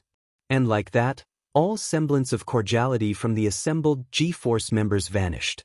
A fun fact about the AMF was that a disproportionate number of them had weak, heteromorphic, or no quirks at all. They were outcasts, people who'd come here for a place where they could be believed in, where their quirks no longer mattered. A place where someone with no quirk like Izuku could be on par with someone like Ochako. So, needless to say, Lizardy's remark struck a very raw nerve and, within moments, everyone in the room was giving her a death glare. To her credit, Lizardy seemed to instantly realize she'd made a mistake saying, "Sorry about that. Forget I said anything." As I was saying, said Sakaki, we are perfectly capable of handling the Kamakuras ourselves. Thank you for your offer. That last part couldn't have sounded less sincere if he'd tried. Battle Fist held his gaze for a very long moment. Very well. She turned to her companions. Let's go, guys. She and the others walked out. Izuku felt his shoulders sag. Usually, heroes sticking their noses where they don't belong was a good thing, an example of nobility and virtue, but did they really have to do that against kaiju? Izuku would vastly prefer if they left the kaiju fighting to the kaiju hunters like him. It wasn't like they ever let the AMF fight villains after all. As for Lizardy, logically Izuku knew he shouldn't blame her for that insensitive remark. In her experience, powered opponents were left to the heroes and their quirks while the police acted as support. She wasn't trying to demean the AMF, she was just used to a very different sort of combat doctrine. But that didn't change the fact that her comment burned. After everything he'd done, everything he'd faced, Izuku had long since proven his lack of natural power did not have to mean weakness. With the right tools, training, and skills, Izuku had overcome monsters far beyond the villains everyone said were too dangerous for him. Hearing it suggested otherwise, even accidentally, felt deeply insulting. Izuku wondered, not for the first time, if kaiju were more well-known, would someone like him still be allowed to fight? Or would others, people who didn't realize how pointless quirks were compared to the power of kaiju like Godzilla and weapons like the Mazers, decide it was too dangerous for someone like him and force him onto the sidelines? Izuku pushed such thoughts out. It didn't matter. The heroes weren't joining this hunt. G-Force was doing it themselves. After the meeting concluded, Izuku changed into his casual clothes, along with the Uravity hoodie which had the phrase, sweatshirt, written on the front. Izuku briefly wondered if Ochako had been inspired to make this particular line of sweatshirts by his shirts that said, T-shirt. Plenty of brands declared what article of clothing they were on the front. Right? After that, Izuku joined his Mazer team for a trip to the beach. They were on visiting a beautiful island during warm weather after all, why not enjoy it while it lasts? While there, Izuku alternating between walking in the surf and joining in his teammates' antics. At one point, he distracted Akiba so Kisaragi could dunk him. Akiba never suspected a thing. Unfortunately, Hayama used the distraction to splash them all, using his minor wind quirk to bolster his attacks. They got their revenge on him soon after. Later they wandered into town. While walking, Izuku caught sight of an old mural depicting a familiar charcoal gray sea monster attacking the island. Izuku took a picture while grinning. Looks like they still didn't forget you here, did they, big guy? He was about to put his phone away when it dinged. Ochako, about to do that charity function for kids facing quirk discrimination. Wish me luck. Izuku smiled and typed out. Me, good luck Ochako. They'll love you. Midoriya. Izuku turned at the voice of his teammates. Yashiro and Zeni walked over. Zeni said, we just heard that they're going to be putting on an old ritual at a shrine near the beach. Thought that you might be interested in it. Really? Why? Said Izuku. It's the one they used to use hundreds of years ago to try and exorcise Godzilla, said Yashiro. Izuku gasped. The Godzilla exorcism ritual? Izuku had read about it, even watched videos of it, but he'd never seen it in person. Izuku heard a high-pitched squealing that it took him a few moments to realize was himself. He was going to this ceremony. Nothing would stop him. Fanboy, said Hayama. Izuku ignored him. When is it? Half an hour. We're going now. Izuku said with the same level of authority he usually reserved for giving orders. The others rolled their eyes and followed. A half hour later they were sitting together watching the ritual. It didn't disappoint. The dancers swayed in tandem to the drums and gongs. Their moves were methodical and graceful, which combined with their ceremonial garb to give them an almost otherworldly feel. Izuku took notes on the dance. It was almost identical to the archival videos he'd seen, with the few irregularities he did catch likely due to either the passage of time or the level of experience among the dancers. As it continued, Izuku heard an old man behind him talking. This was an exorcism ritual of the monster they say lived here long ago. They called it Godzilla. Godzilla? Said, was that alien queen? Izuku turned around and sure enough, several heroes were watching the show behind him with an old man and All Might. Izuku ignored the last one and focused on the others. He saw Alien Queen, Charge Bolt, Tail Man, and Invisible Girl. The name sounds familiar, said Charge Bolt. I think I read it in some stuff from the dawn of quirks. The legend existed on this island for centuries before that, the old man said. It is said that in those days when our island was still called Odo, when fishing was bad they'd send out girls as a sacrifice, to keep the monster from devouring us all. This exorcism ritual is all that's left of the old ways. Glad I'm visiting now and not then, said Earphone Jack. Yeah, he'd probably eat you in one bite, said Charge Bolt. Shut up, she said, elbowing him. He laughed and put his arm around her.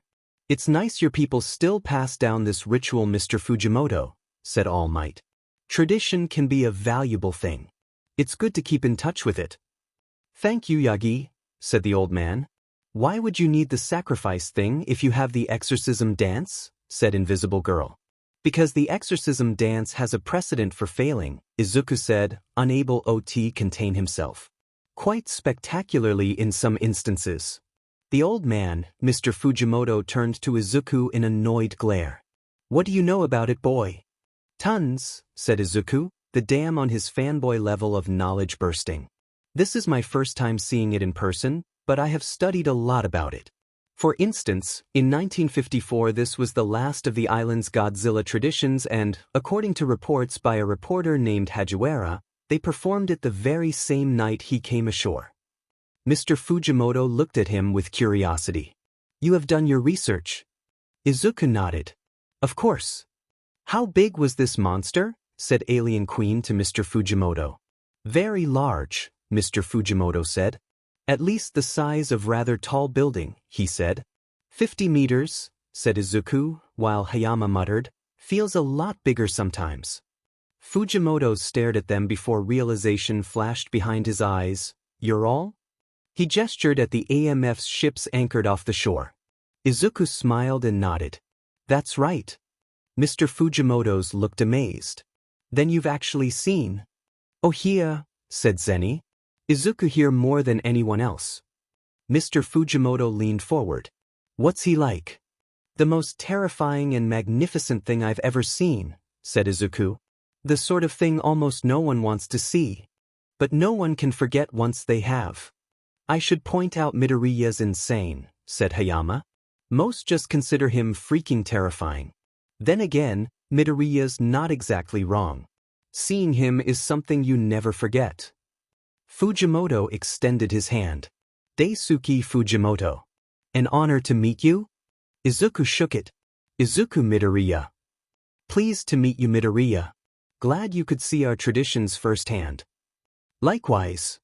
After that, Izuku focused back on the ceremony. As it went on, he continued taking notes and even took some video on his phone. The show ended and the crowd began dispersing. Izuku got up and stretched. He was about to leave, but Chargebolt cut him off. Hey man, thanks for sharing that info, said Chargebolt with a friendly smile. You really seem to know your stuff. Yep, said Izuku. When it comes to Godzilla, I try to learn everything I can. It's a passion. Neat. 50 meters. That's like Ghidorah tall, right? Ghidorah was actually closer to 100 meters, said Izuku. Even by kaiju standards he was big. Cool. Denki Kaminari by the way. Izuku Midoriya. Nice to meet you. Nice to meet you too, said Kaminari. You're with those army guys, right?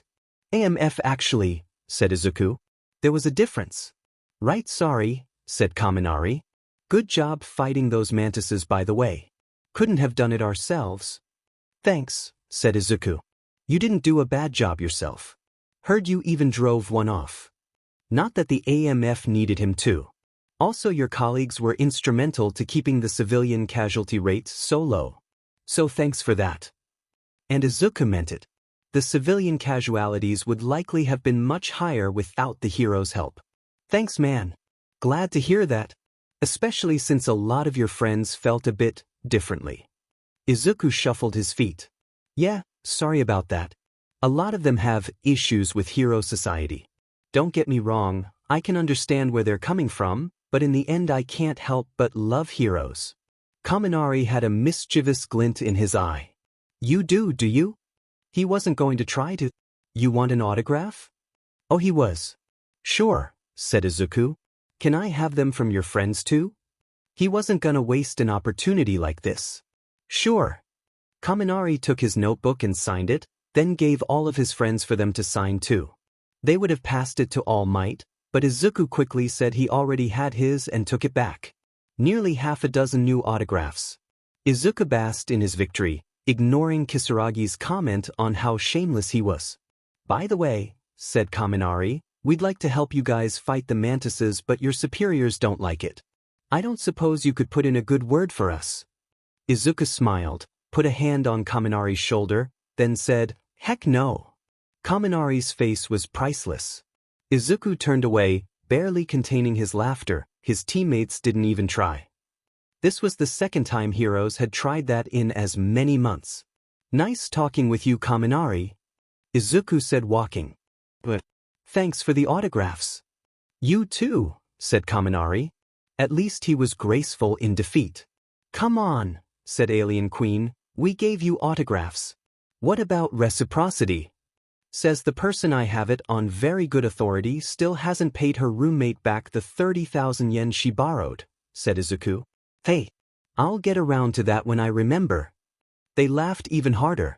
Please tell me someone got that on camera, said Akiba.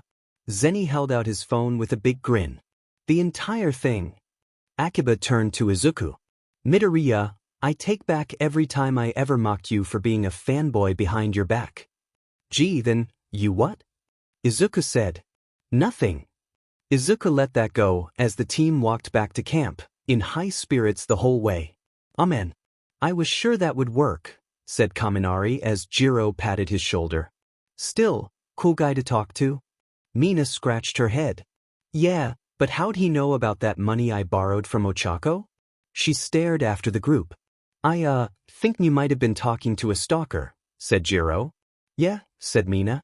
After all, not many ways you can learn that sort of thing legitimately, right? Ochako sneezed. Too bad too, Mina continued. I was gonna tell Ochako I finally found someone who likes her weird hoodies. You still can, said Toru. Just leave out the stalker bit. Good idea, said Mina. She turned to their former teacher. Hey All Might. All Might. All Might started at his name.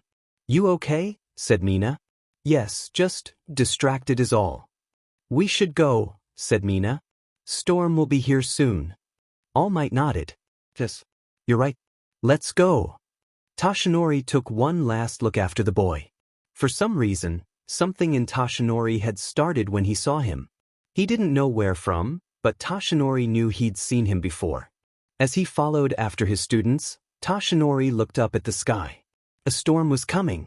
Inside his Satsuma submarine, Kenpachiro dove to the target zone.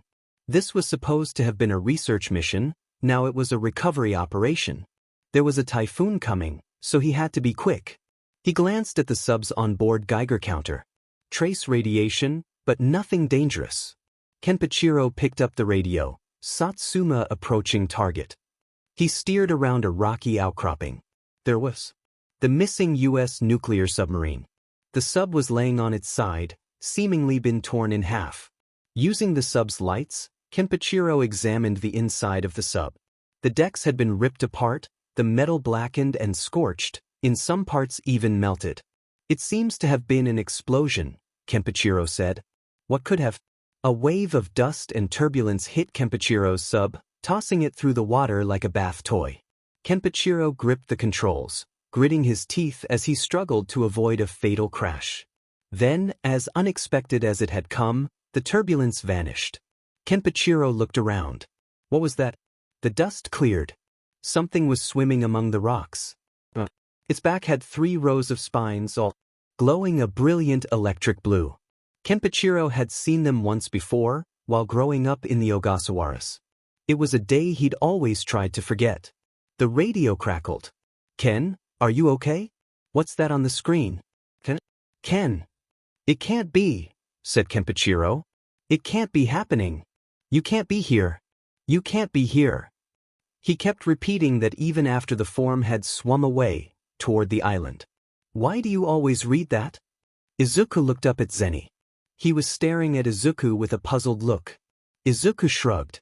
It describes Oda Murakami's exploits in his own words. What more reason do I need? Zeni sighed. Look, I get you're a fanboy of the guy, but why read the same book 20 times? Haven't you found everything you need already? Izuku stared at the book cover as memories started to swirl. He said, It's the reason I joined the AMF. Really? Said Zeni. Izuku nodded. Yeah. Murakami's story was, let's just say it was what I needed to hear. His first year in high school was nearly half over and he'd barely even noticed. So far, he'd simply drifted, with few hopes and fewer dreams. He guessed he'd become a police officer like All Might said. It was a nice career and a worthy cause. But it just wasn't what he wanted. Then again, what did that matter? What he wanted was impossible. Despite Izuku's lack of enthusiasm, fear persisted. What if this failed too? He couldn't bear to face that hopelessness from when All Might crushed his dreams gave him a much-needed reality check a second time. Izuku checked forums with quirkless people like him, which were growing smaller and rarer. As he'd feared, several posters claimed there was a tendency for quirkless people to not be hired for physically demanding jobs. He couldn't be absolutely sure it was true, reference pool was small, but he couldn't risk it. Izuku needed another career path, just in case. Izuku considered his options. Maybe he could become a salaryman like Dad? On the forums, one poster recommended the Anti-Megalosaurus Force, AMF, saying it welcomed people looked down on for their quirks. Izuku had heard of the AMF, but only vaguely. They secured quirked animals and primarily operated in wilderness areas with few people and fewer heroes. They also had a tendency to clash with heroes over jurisdiction. Frankly, Izuku wondered why this organization hadn't had their work replaced by heroes yet. After all, with how strong villains were, how much more difficult could these animals be? Curious, Izuku opened their website. It was mostly what Izuku expected, talking about the virtues of joining, warning about the potential danger, etc. However, one detail stuck out. They openly welcomed those with weak quirks or no quirks. In fact, they seemed to advertise directly to them. Heck, the man considered the finest member in the organization's history was born in 1933, long before the first quirk was ever recorded. Izuku quickly searched the name. Oda Murakami. There wasn't much on him from credible sources, but Izuku did find a memoir he'd written, Godzilla, the Half-Century War. The next day, Izuku went to a used bookstore and bought a copy.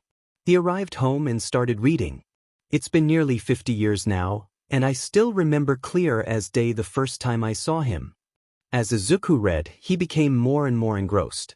A burning city. An unstoppable threat. Two men fighting against impossible odds and saving hundreds of lives.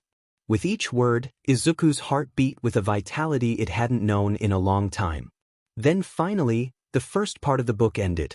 That's where my half-century obsession with Godzilla would really start. I'd find myself in front of him again soon enough, but next time I'd have much bigger guns. Izuku put the book down. His heart pounded in his chest.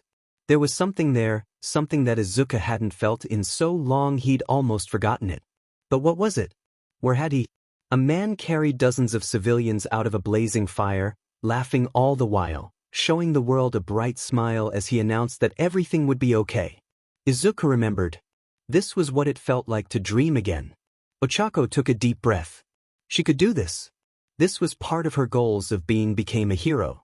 It was the day of the charity event, where Ochako would meet kids who'd faced mistreatment for their quirks and make them happy. This was her first time doing this sort of thing, but she was determined to succeed.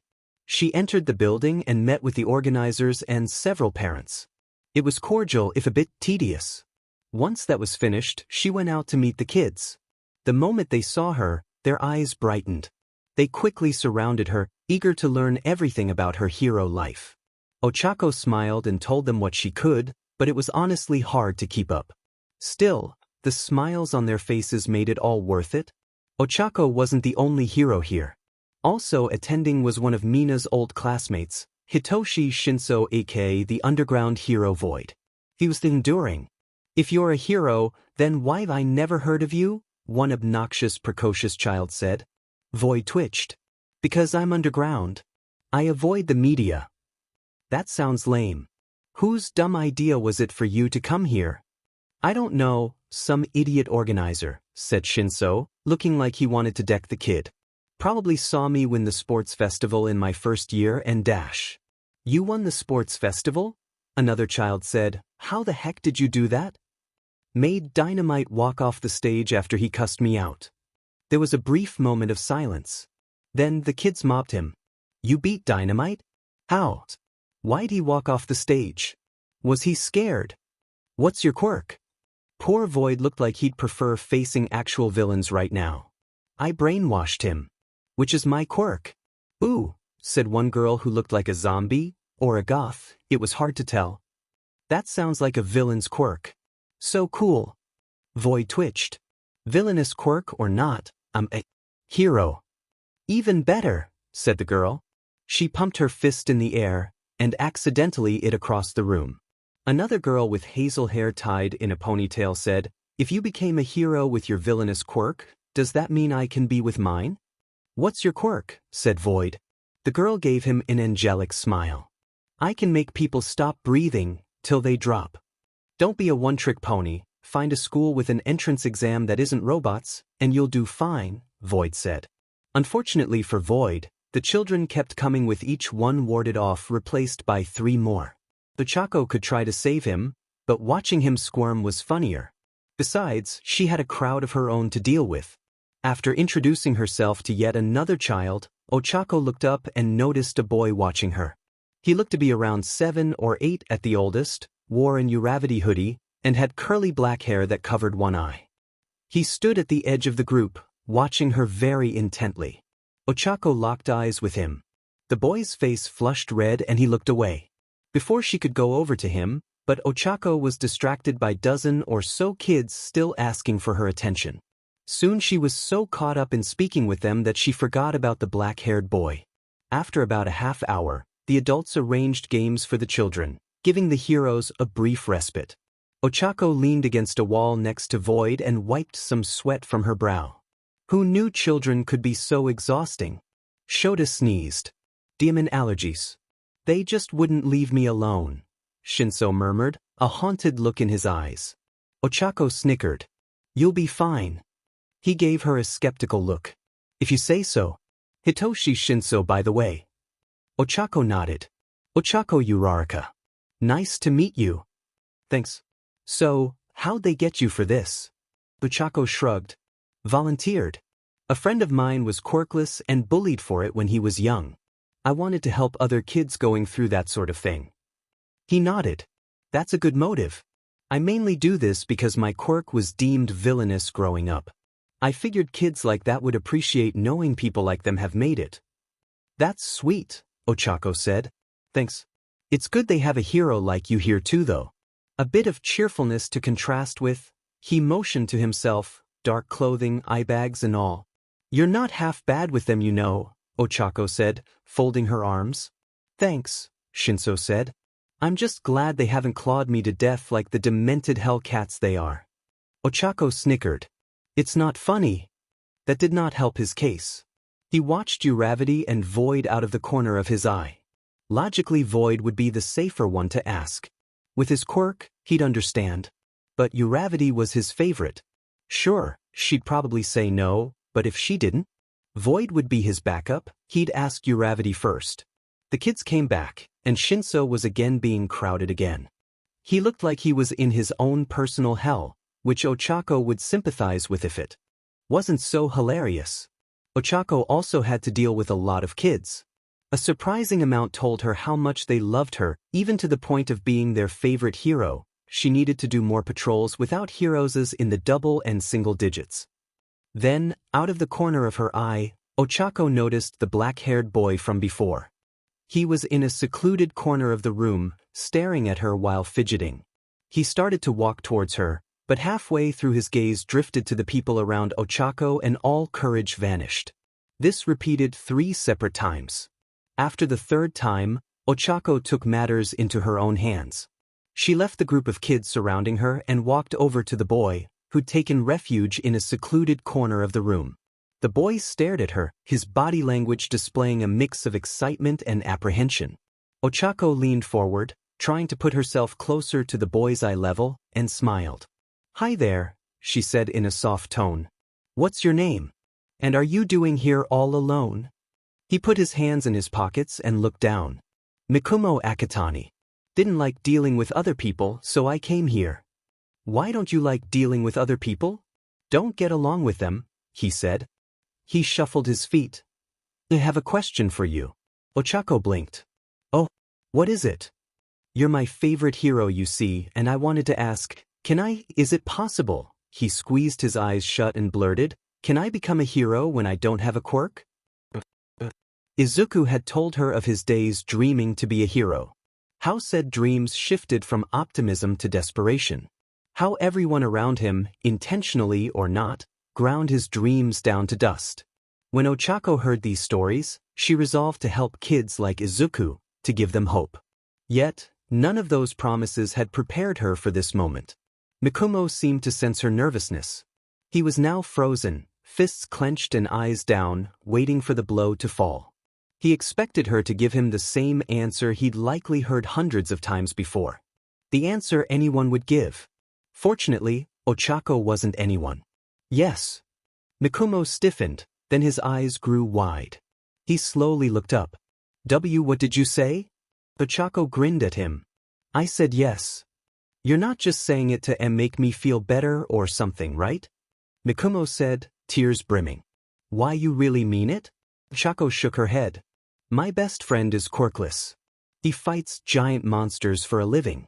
Trust me, if you get the right training, carry the right gear, maybe make some good friends who can help you, you can be a hero, Ochako said. She reached out to ruffle his hair.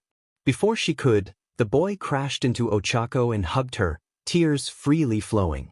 Thank you. Thank you. Ochako hugged him back. You're welcome, Mikumo. Scarce. Outside, thunder boomed, the wind howled. A torrent of rain beat against the houses. It was another typhoon. Ren lay in his futon, trying to get some sleep. None came. Maybe it was the howling wind, maybe. It was the thunder, or maybe it was something else. Ren started to nod off, however before he could fall asleep, he jolted back up. The ground shook. Ren felt the floor around his futon. It shook again.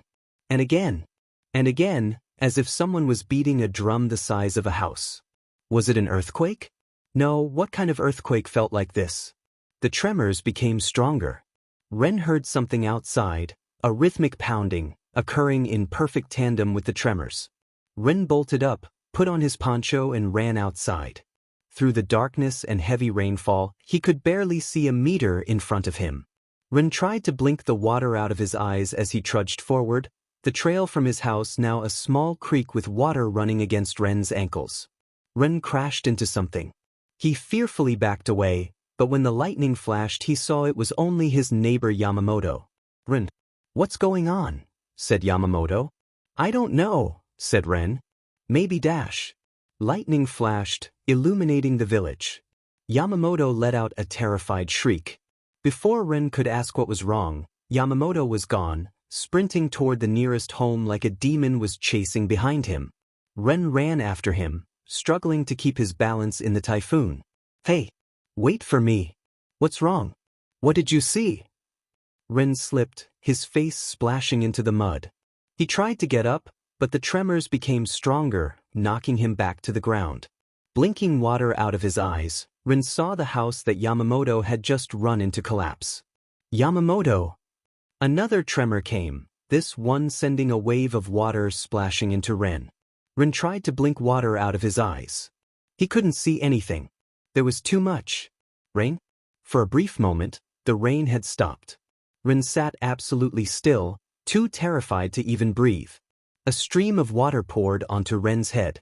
The rain restarted, followed by a blast of thunder accompanying the strongest tremor of them all. Ren was sent sprawling on his back. An unholy roar erupted above him. Ren curled into a ball and squeezed his eyes shut, his mind repeating a desperate prayer for mercy over and over again. Something long and heavy dragged across the ground. The next day Ren would be found, still huddling, his head less than 2 meters away from a giant footprint. Izuku stepped outside his tent into the rain. Sakaki was waiting. "Did you hear that?" said Izuku. "Yeah." Sakaki glared toward the mountain. "I sure did." Itsuka sat in the car, reflecting on last night's events. During the typhoon, there'd been a massive attack on the far side of the island, leaving large swaths of the villages destroyed. None of the residents got a good look at what did it, but they maintained it was an animal. A really big animal. Itsuka, Setsuna, Jiro, and Splash and Go were driving over to investigate. Itsuka looked out the window as they passed through the aftermath of the Kamakura's attack, taking in the devastation. It looked like a tornado had swept through. No doubt this had been a major attack, far worse than anything the islanders could have been prepared for. Several houses were destroyed. People died. And the AMF declared it a resounding victory, talking about how lucky we'd been, Itsuka thought as she looked at a house with 2 distinct burn holes through it. They drove up and around the mountain toward the nearest village. When they reached it, Setsuna sat up. What the dash? The AMF were already there, blocking the road. The heroes got out of the car and walked forward. One of the guards held up a hand. "No one's allowed past this point. That includes you." "We're here to perform search and rescue," said Itsuka glaring. "You can't stop us." "Actually we can," said the other guard, a woman based on the voice. "This is AMF business. Move on, heroes." Kendo growled. She was starting to lose her patience. Splash and Go got in the guard's face. "I'm the local hero of this island. I swore to help the people of this island, and they need it here. Now let through." "No," the guard said. "This is our business. Besides, I really doubt you want to be walking around out here." Itsuka tilted her head. "What?" A group of soldiers passed from behind. "Hoods up, masks on. If you haven't taken your iodine, take it now. Keep your Geigers handy, and report any high readings. Don't touch anything with your bare hands and decontaminate when you get out." Itsuka looked at the soldiers. All of them were wearing thick clothes covering every inch of skin while what looked like gas masks protected their faces. They looked more like they were about to walk on the surface of another planet than around an island village. Something's wrong. Itsuka looked past the roadblock, where AMF soldiers sifted through the wreckage. All of them were dressed in the same heavy gear with the same masks. Several pointed small handheld devices at the wreckage, which Itsuka bet were sensors of some kind. Why were they treating about this place like a biohazard? Itsuka looked through the trees, looking on another part of the village. She'd assumed last night was another mantis attack, but those didn't look like mantis footprints. I know the villagers of this island. I know the dangers of this island. You need my help. Itsuka's turned back to the roadblock, where Splash and Go was still arguing with the soldiers. We have the dangers well in hand, the female soldier said. As if on cue, a loud squeal came from the shoreline. Itsuka saw a giant white cuttlefish walk onto the beach, balancing on two oversized tentacles. Splash and Go braced himself sprint down there, but before he could take a single step, the cuttlefish was blasted by multiple flamethrowers and rockets. The cuttlefish fell back into the water and vanished beneath the waves. I hate Gazora, said one of the guards. The other one nodded. Freaking pests. I've helped kill enough for one lifetime. Splash and Go stared after the cuttlefish. I've fought those things, he said. Not the strongest, but certainly not weak. And they treat it like a minor annoyance. Who are these guys? Kendo put a hand on his arm. Come on. We're getting nowhere here. We should go. As they walked to the car, Jiro shot the guards a suspicious look. Once inside, she said, as you were walking away, one of them mentioned something else in the water. The other said she hoped he didn't show up. Kendo nodded. There was an evacuation order this morning too. There's something they're not telling us, and I want to know what it is. Contentment. He'd enjoyed his walk. Satisfaction. He'd destroyed his opponent. Annoyance. One escaped. Resolve.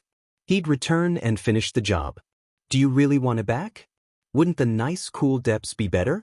Or the warmer southern islands? Awareness of the intruder.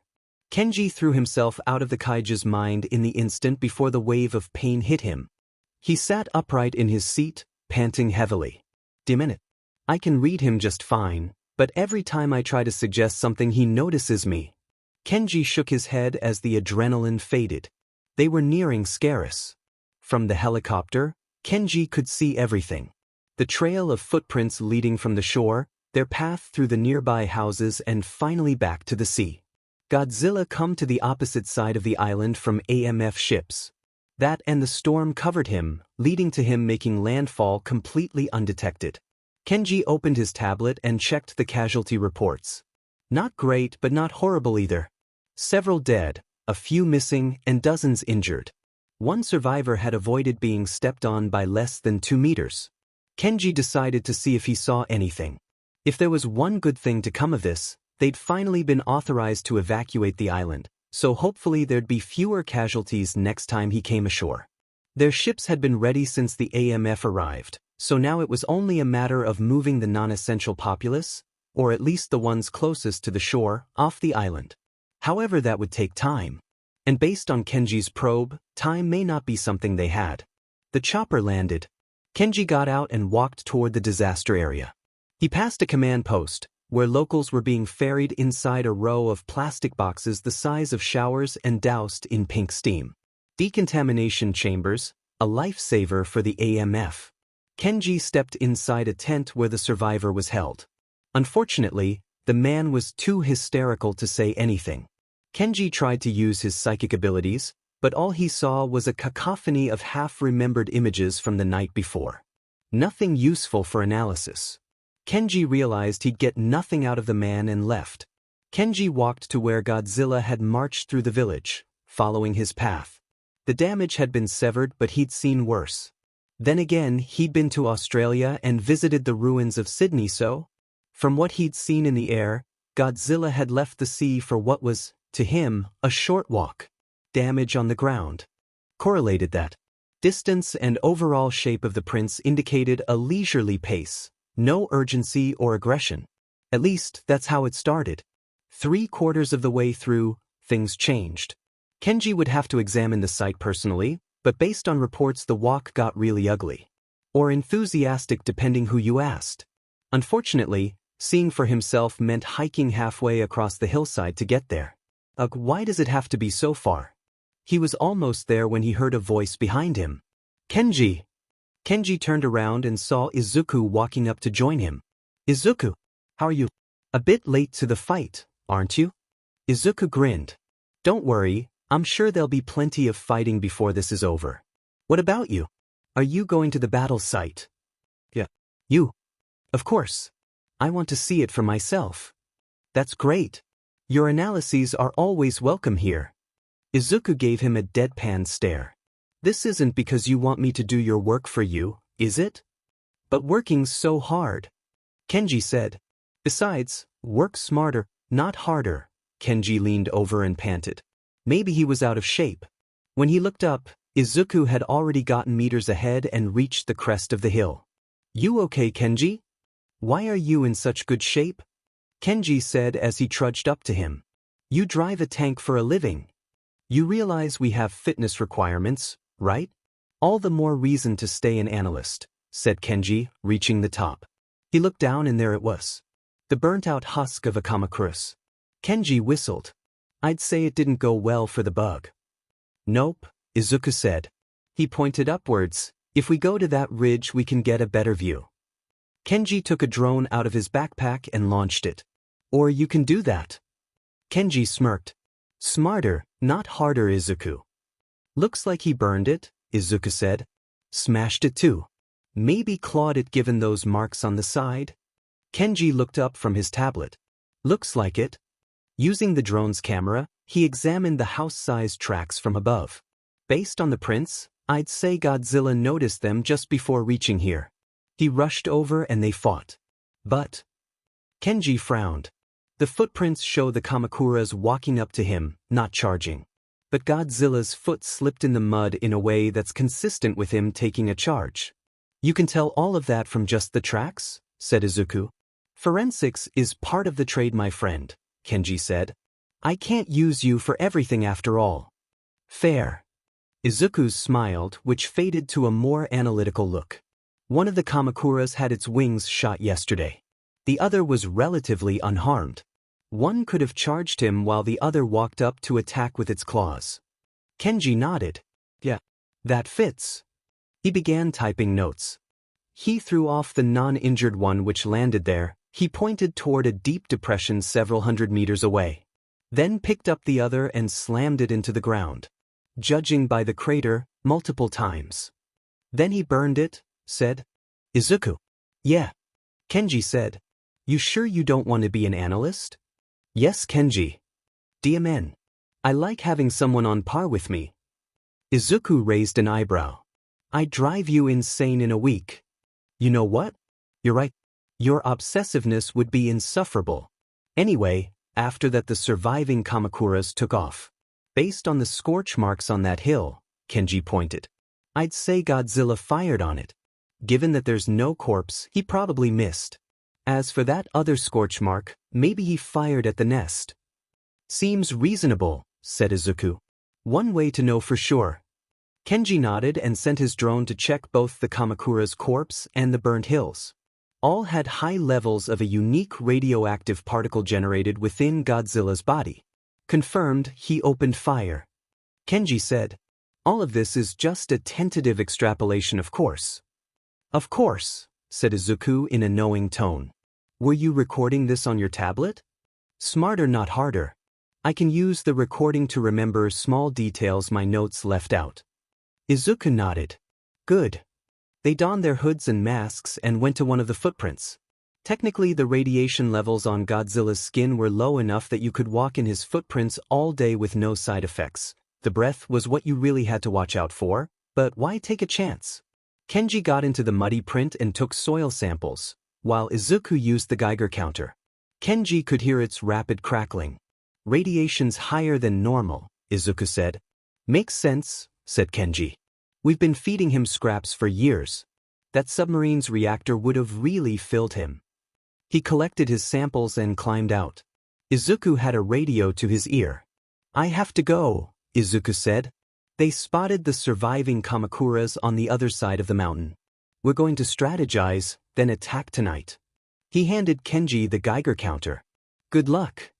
You too. As Izuku walked off, Kenji returned to his work.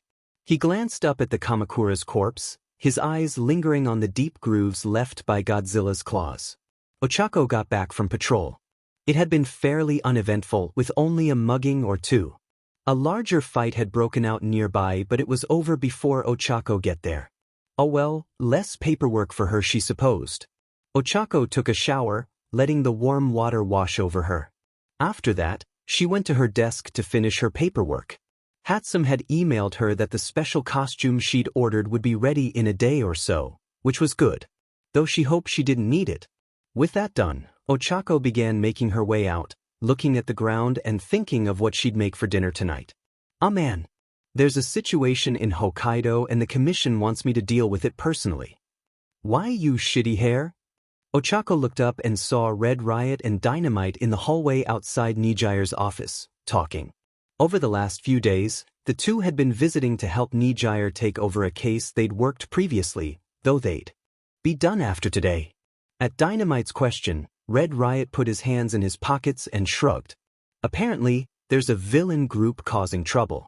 2 of them have strength quirks and a 3rd shoots blades, so my quirk's well suited to the job. Crap. You mean I gotta go to that stupid island alone? Don't worry, Mina and Kaminari are there. That's not better. Ah, come on, you know you love him. Be sure to say hi for me. While Dynamite growled at his friend, Ochako squeezed past. Not for the first time, Ochako, if Dynamite was the cruel Kaken Izuku had told her about, but shook her head to clear those thoughts, but just as she was exiting the building. Round face.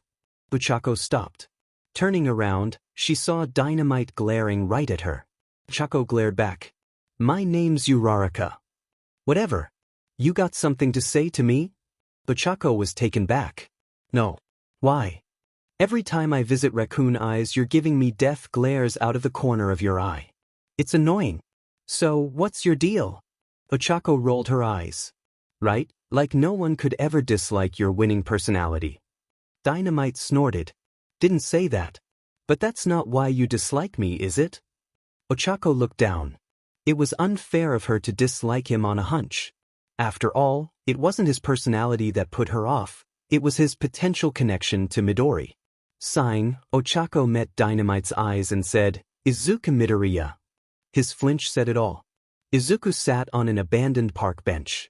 They were to attack at nightfall, so he had a little bit of time for himself. He chose to spend it here, reading. Around him the park was eerily silent, the only noise being the rustling of the trees. The area had been evacuated, a fact the heroes took as cheerfully as a group of Australians in a border dispute with the ECR. Izuku pushed the thoughts away, focusing on his book. Back in Tokyo, I learned the hard way that Godzilla could never be stopped, but you could grab his attention if you annoyed him enough. Izuku smiled. Truer words had never been spoken. He was about to turn the page when he heard footsteps. Excuse me, young man. Izuku stiffened. He slowly looked up. All Might smiled down at him. Mind if I sit here? Round Face hadn't touched him, but Katsuki still felt like he'd been punched in the gut. Izuku Midoriya, Deku. His former friend and former victim. Katsuki rarely thought about him anymore, yet whenever he did, he felt ashamed. When they were kids, they'd been close friends, thick as thieves. They did everything together. Then Katsuki got his quirk and Izuku didn't. Katsuki was told his quirk made him amazing, that he was superior than everyone else. Logically, that made quirkless little Deku inferior. When Izuku refused to give up his dream of being a hero, to stop seeing Katsuki as an equal, Katsuki viewed it as an attack on his very self. He responded the way he always did. Brutally and relentlessly. For 10 years, he bullied Izuku to break his dream. For 10 years, Izuku held firm. Finally, after telling Izuku the cruelest thing he'd said before or since, Katsuki succeeded. Izuku's eyes lost their desperate fire, leaving only ash. It was unnerving. Katsuki couldn't bring himself to speak to the nerd for the rest of the year. However, he always arrived at school early and left late to check the roof. Just in case. At UA, Katsuki felt the nerd's absence. He'd been an ever-present part of Katsuki's life for so long, it was weird for him to be gone. But he'd gone to a public high school, far away from Katsuki. Throughout that first year, as he met kids as strong as he was, Katsuki's self-image crumbled. Half and Half's demonstration in the battle trial, Ibag's victory in the sports festival, Katsuki's failure in the exams, his kidnapping by the League, they all showed him how weak he was. He wasn't better than his classmates. In fact, in a lot of ways he was worse. His childhood memories turned bitter as it slowly dawned how he'd really been. By the time it sank all the way through, it was far too late for apologies. So, Round Face said, "You're Kaken?" "I am," Katsuki said. "How do you know the nerd?" Round Face shrugged. "We became friends after high school. Served together in the AMF. Those assholes the heroes out in wilderness areas always complain about?" Katsuki brushed the thought aside. "What did he tell you?" "Enough," she said. "You bullied him." "An understatement," Katsuki said. "I made his life a living hell. I refused to face my own weakness, and made him pay for it." Saying it to himself was hard enough. Saying it out loud almost physically hurt. But it was the truth, and Katsuki refused to run from it. Her eyes narrowed. "Do you regret it?" Katsuki nodded. "I do." Round Face had a thoughtful expression. "Did you ever apologize?" Katsuki shook his head. "By the time I realized how horrible I'd been, it had been over a year since I'd spoken with him. It would just reopen old wounds. He doesn't deserve that." The fire in Round Face's eyes faded. She sighed. "You're probably right. But..." She pointed a finger to his face. "If you two do ever speak again, at least consider it. He'd probably appreciate it." Katsuki nodded. "Noted." After a moment of hesitation, he said, "How is he?" Round Face looked surprised. "He's fine. He's in a job he loves and has purpose. He's happy now." "Good," Katsuki said. "Between his dream-crushing handicap and the sheet I put him through, he deserves that much." Round Face gave Katsuki a disappointed look. "You still don't think he could have been a hero, do you?" "No," Katsuki said. "You need power to fight villains. Without it you die. Even with quirks that happens." Round Face folded her arms. "Plenty of other heroes have quirks that are useless in combat and do just fine. It would have been an uphill fight, but Midori's capable of more than you think. Much more." She turned and walked toward the door, then briefly stopped. "I won't hold it against you. Everyone underestimated him." She walked out. Dr. Mifune packed the last of his notes.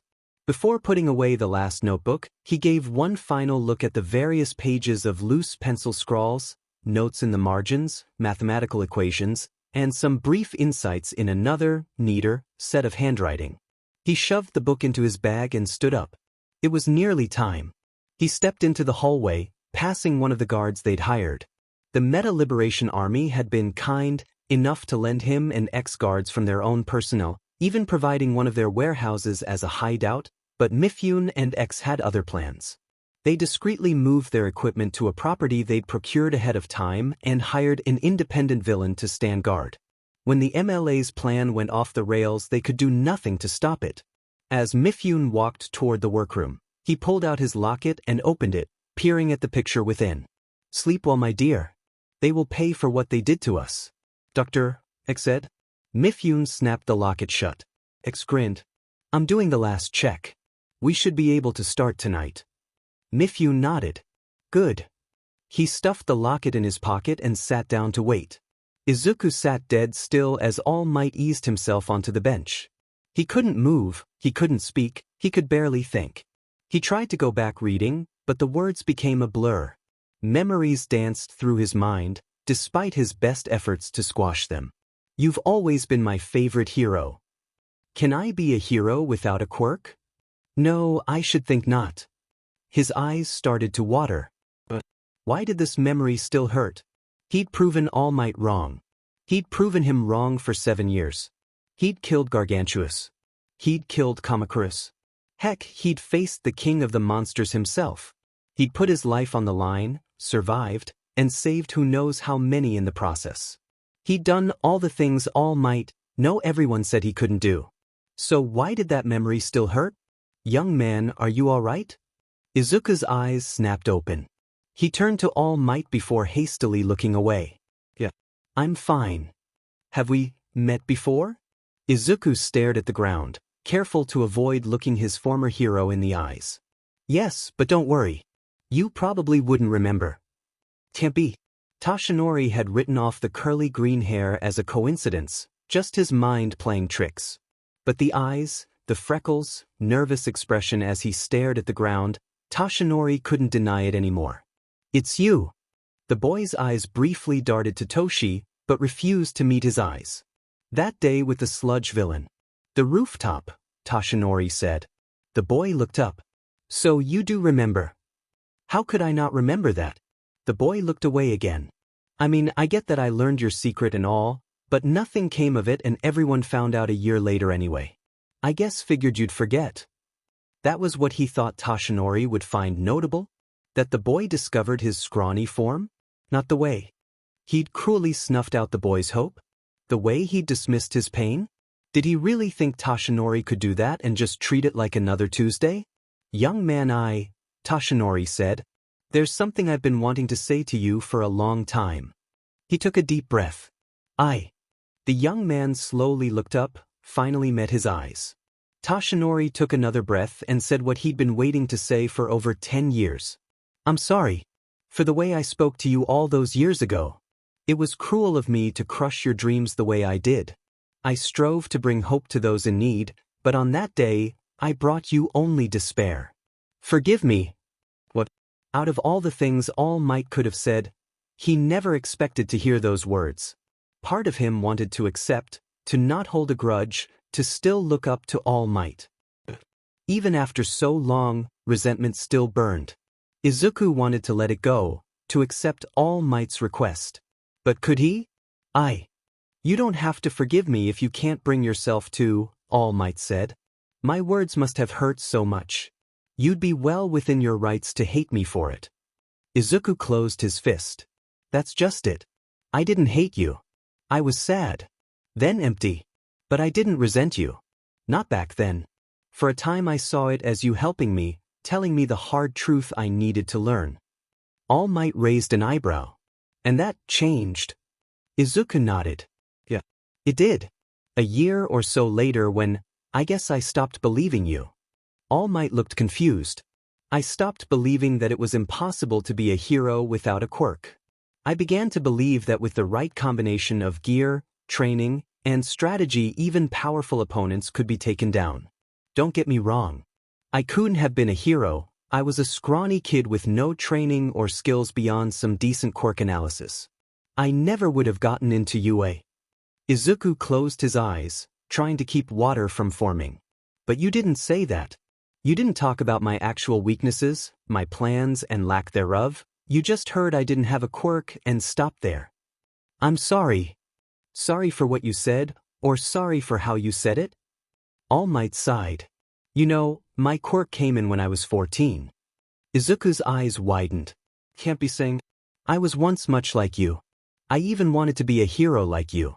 But, if I hadn't gotten my quirk, I never could have done it. As I said before, some foes can't be beaten without power dash. And what happens when they can't be beaten with power? Izuku said. Do the heroes just run away? All Might faltered. Young man? I'm afraid don't understand. For a moment, Izuku considered telling him, in excruciating detail, how thoroughly he disregarded All Might's advice. How dangerous his job was and how powerful his enemies were. But, that would be cruel. If Izuku was going to tell All Might, he didn't want to do it like this. Especially since, if what All Might was saying was true, he wasn't just someone who just wrote Izuku off as weak. He was someone who'd been in the same situation and judged accordingly, however wrong he might have been. Forget it. Izuku leaned against a tree. I don't want to hate you, you know. I know you sincerely believed I couldn't do it. I know you meant well. I know you're a good man, but... The resentment lingers? Izuku nodded. Yeah, it does. He put his hands in his pocket and checked the time. I have to go, I have work to do. All Might's shoulders sagged. I see. As Izuku started to leave, All Might said, Pardon, is that some kind of workplace joke? He pointed at the shirt Izuku wore beneath his Uravity hoodie, the one that said, Quirkless G-Force member. Fighting villains was too dangerous, so instead I fight Godzilla. Izuku zipped up his hoodie. Yeah, the joke. He began walking again, but stopped. Just please, All Might, next time a quirkless child comes up to you, don't crush his dreams. If you don't believe me that it's possible, ask the AMF what they have to deal with without quirks. You'll find it surprising. I will remember that. By the way, what kind of work do you do? Pest control. And right now there are some bugs that need to be exterminated. I'm telling you, we should drop our lines here, said Hiroshi. And I'm telling you it's too shallow, said Ikkyo. Is not. I've fished here before and the water is at least 50 meters deep. Is not. Is too. Ikkyo growled. Hiroshi had been going like this all day. Drop lines here, drop lines there. We'll catch something for sure. He wished the sonar wasn't broken, otherwise he could show him what an idiot he was being. Why had Ikkyo put up with him for 30 years? Ikkyo looked over the side and upon seeing rock-hard proof of his friend's foolishness, laughed. 50 meters you say? Then what's that rock doing right there? Ikkyo pointed at a medium-sized boulder sticking out of the water. The boulder was charcoal gray with a very odd surface texture. Ikkyo would never admit it, but he'd never seen a rock like it before. What wasn't there before? Hiroshi said, pointing. Sure it wasn't. Ikkyo said. Face it, you couldn't find your way around your own house if your wife wasn't there. Shut up. At least mine hasn't henpecked me like yours. I am not henpecked. You are too, and you... Hiroshi trailed off. His eyes slowly widened as he stared over the boat side. Ikkyo turned to see what was wrong. He gasped. The rock was looking at them. On the side of the boulder, just beneath the waterline, an enormous yellow eye had opened up and was staring right at them. For several seconds, nothing moved. Ikkyo wished he'd gone for a walk today instead of fishing, or visited a beach, or even lazed around his home. Anything that meant he wouldn't be here at this moment. Finally, the eye turned away as the rock sank into the depths. Ikkyo and Hiroshi's boat was rocked by a strong current, followed by a long serpent's tail, thick as a single-lane road lifting out of the water and slamming back down, nearly capsizing Ikkyo and Hiroshi's boat. As the two slowly recovered, Hiroshi said, I think we just saw a sea serpent. Ikkyo nodded. On second thought, maybe this wasn't a bad place to cast their lines here after all. Far away from wherever that thing was heading. The AMF carrier slowly loomed over the heroes and the small transport boat carrying them.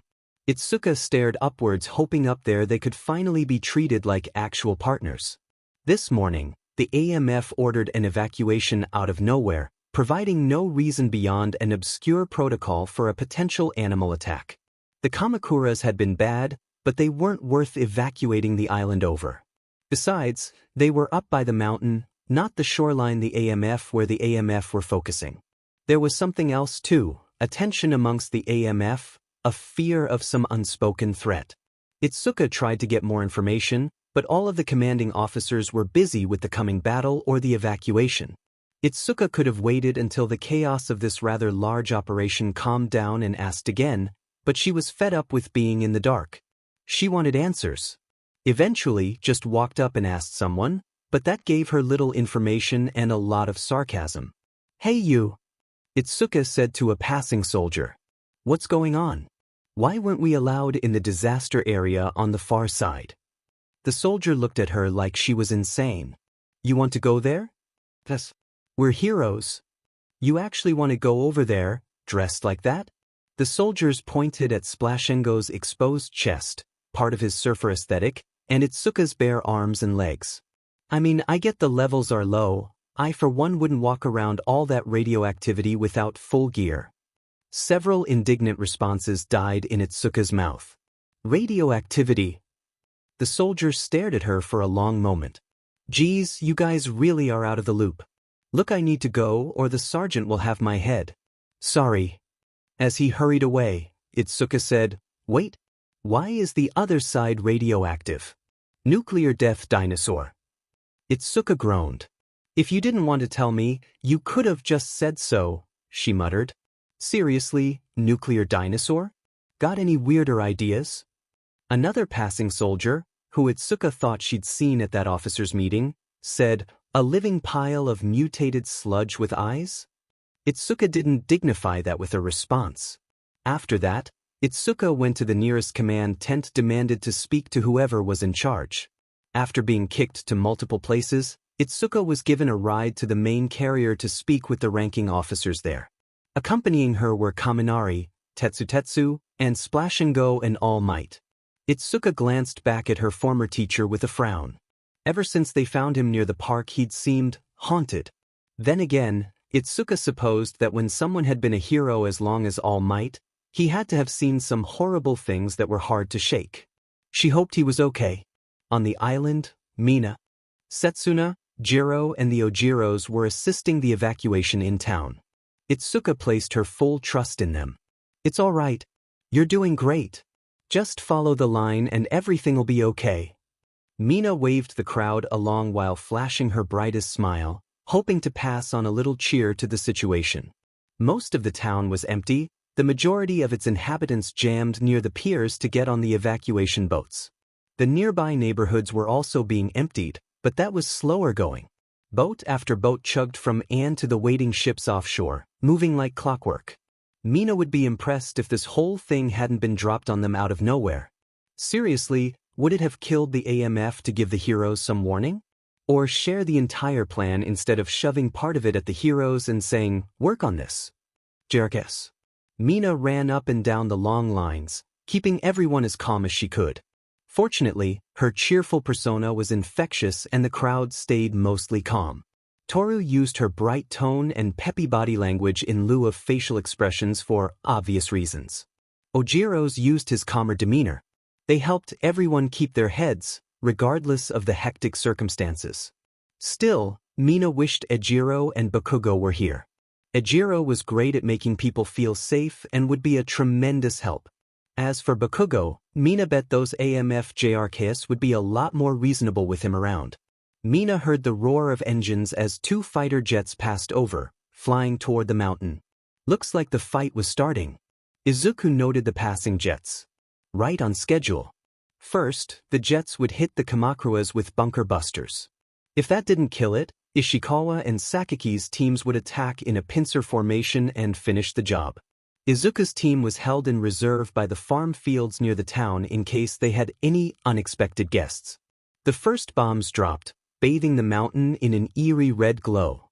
The Kamakuras let out a defiant shriek. Kenji looked out to the sea as the psychic tremor rattled him, generated by the eruption of aggression from an all-too-familiar source. He'd heard the shriek. He would meet the challenge. He was coming. And judging by the urgency in his thoughts, Kenji looked to the massive crowd near the docks. Near the water. Oh no. Kenji sprinted to the nearest soldier, nearly tackling her. "Hey, what give dash? I'm Kenji Sigusa. Analyst. I need your radio now." "What?" "I need to talk with command." "Give me your radio." "Why?" "Because we have a code G." She handed him her radio. The Admiral shook Itsuka's hand. He was an older man with gray hair and a scar over his eye. "I am Admiral Mori. Itsuka Kendo, Pro-Hero Battle Fist. An honor to meet you." The Admiral nodded. "Likewise. May I ask what was so important that you came all the way out here?" "Because, sir, my team has been told next to nothing. Half your men don't want to work with us, and we've been barred from both combat and search and rescue. We need to know what is going on and be allowed to do our jobs if we're to help. Please." The Admiral rubbed the bridge of his nose. "My apologies for the lack of communication. Today has been hectic for us and we aren't used to dealing with heroes in the Pacific who aren't familiar with our operations. You see dash." "Sir." A subordinate ran over. "Sir, the Kamakuras is gone, fleeing at top speed. Also one of our analysts called and said we have a code G." The Admiral's eyes widened. He turned around and hurried toward the command bridge, leaving the heroes behind. Kendo sighed. So much for cooperation. Whatever this was, she hoped it was important. Zenichiro put a hand to his headset. Had he just heard that? He looked back at Izuku. He definitely did. Izuku's eyes blazed with the calm intensity they always showed before a battle. Especially a battle against him. Izuku popped an iodine tablet and said, "Turn us around. All tanks, battle positons." Zenichiro popped a tablet of his own, his heart beating like a drum. He took the tank's controls and obeyed. Mina stood up after calming yet another crying child. Looking around, she saw Mr. Fujimoto was arguing with a pair of soldiers in front of a nearby gas station. Mina ran over, calling, "Mr. Fujimoto." "Miss Ishido," he said. "They want me to get on the ships, but I'm telling them I need to get back to my home." "What's at your home?" Mina said. "My grandchildren. I left them there while I came to see what was going on," he said. "They're normally fine on their own, but I can't leave the island without them." "Where's your house?" one of the soldiers said. "On the far side of the fields," Fujimoto said, pointing. "Okay then," Mina said with a smile. "In that case dash." Everything turned to chaos. There was a series of shouts from the soldiers. The evacuation boats shut its doors and cast off. Soldiers ushered everyone out of the lines they'd been waiting in, toward the buildings. Something was wrong. Something was very, very wrong. One of the soldiers in front of Mina turned to Mr. Fujimoto. "We need to get off the streets. You can go to your house later." "Hold on," Mina said, but another voice interrupted. "Hero." A young man with broad glasses in AMF gear ran up to Mina. "Can you help get these people to the roofs?" He pointed to the nearby buildings, mostly storefronts, a few hotels, and the gas station next to Mina. All of them were single-story, short enough that she could lift people with her acid man. "Yeah, why?" "There's going to be a 6-foot-tall tidal wave coming through. You need to get these people on the roofs." Mina looked around. Sure enough, the soldiers were either ushering people onto rooftops or into the few multi-story buildings near them. They used ladders taken, quirks, or even their own strength to lift people up onto the roofs. Mina turned back to the guy with glasses. "Are you sure the roofs will be high enough?" He nodded. "The wave won't be higher than 7 feet. "And what about?" "My grandchildren," said Fujimoto. "They're in a house beyond the fields." "That should be fine for now," the young man said. "The wave is a very localized event." Mina relayed the information to her coworkers, then ran to the nearest building and used her acid to melt a series of handholds. She helped people climb up to the roof, then the people at the top helped pull up the ones on the bottom. The soldiers were especially important in that part. Everyone was helping each other. "We're moving people in the hotels," Setsuna said over the comms. "The AMF won't let anyone above the 2nd floor. Say it's too dangerous." "Just keep getting them off the street," said Kendo. "We'll figure out what's going on after." "You got it, Kendo." Why did Mina feel there was more coming than just a wave? Aboard the AMF destroyer aka, a sonar technician watched his screen as the sonar swept the ocean. A blip appeared at the edge of his screen. The sonar sent out another ping. The blip was closer. Much closer. "Sir, he's heading right for the main town. By the looks of it, he's charging at full speed." Itsuka waited on the edge of the flight deck as 2 more jets lifted off. As annoying as the lack of information was, Itsuka could forgive it. A cursory glance made it clear this wasn't the AMF being obtuse like before. This was them in a borderline panic. But that raised the question, what had them so spooked? Crew members started to gather on the deck, watching the sea. Itsuka looked. There was nothing out there. The deck lurched beneath Itsuka's feet as the carrier started to move in reverse. Almost as if the crew members began shouting. The admiral rushed from the bridge to the edge of the deck and peered through a pair of binoculars. A shout rose up around Itsuka as a small area in the sea started to bulge. A helicopter flew over and shone its light down as 3 rows of jagged stone broke through the surface, cutting across the water like the dorsal fins of a massive shark. What could possibly be that big? Itsuka's eyes widened further as she realized that the rocks were heading straight for them. Mina lifted one last civilian onto the roof and looked around. Everyone was off the street. Mina jumped up and climbed onto the roof, several soldiers and civilians helping pull her up. There wasn't a single rooftop on the main street had a group of people on top. Mina looked back toward the ocean. The ocean had receded. The spines raced toward the carrier's front. Even with the carrier pulling back as quick as it could, it was going to be close. Crew members ran for the back as the moment of truth approached. 10 seconds. Itsuka braced herself. 5 seconds. Itsuka's fist tightened. 1 second. She took in a sharp intake of breath. The spines narrowly missed the carrier's front. They continued forward, ramming a destroyer and shearing its bow clean off. The destroyer spun from the hit but remained afloat. The spines continued onward like nothing happened. The ocean came roaring back. The wall of water swept through the streets, sweeping away cars, mailboxes, even small trees. Anything not bolted down was washed away. The water ran along the edges of the buildings, slowly rising, but just as the lights went out, it stopped. The AMF guy was right, the water did not reach the roof. As the water began to recede, Mina breathed out a sigh of relief. It seemed the worst was over. So why did the AMF soldiers look more scared? Itsuka squinted, trying to make out shapes in the dark. It almost looked like Battle Fist. Admiral Mori walked up to her, his tone urgent. You need to relay to your friends everything I'm about to tell you, starting with the order not to engage. Itsuka's stomach sank. Engage what? Flares were fired from a nearby roof. They arced through the air, passing an enormous, wet, scaly hide. Mina's breath stopped. Several people screamed. An enormous foot slammed down, shaking the earth. Everyone fell silent. Mina stared at the foot, then looked up. Past the column-like legs, past the hands, which looked like they could grip cars like Hot Wheels toys, past the chest which was dripping enough water to form a waterfall, up to the reptilian face that glared at the island. It can't be, Fujimoto said. It's Dash. The monster opened its mouth and let out a thunderous roar, echoing across the land. Godzilla.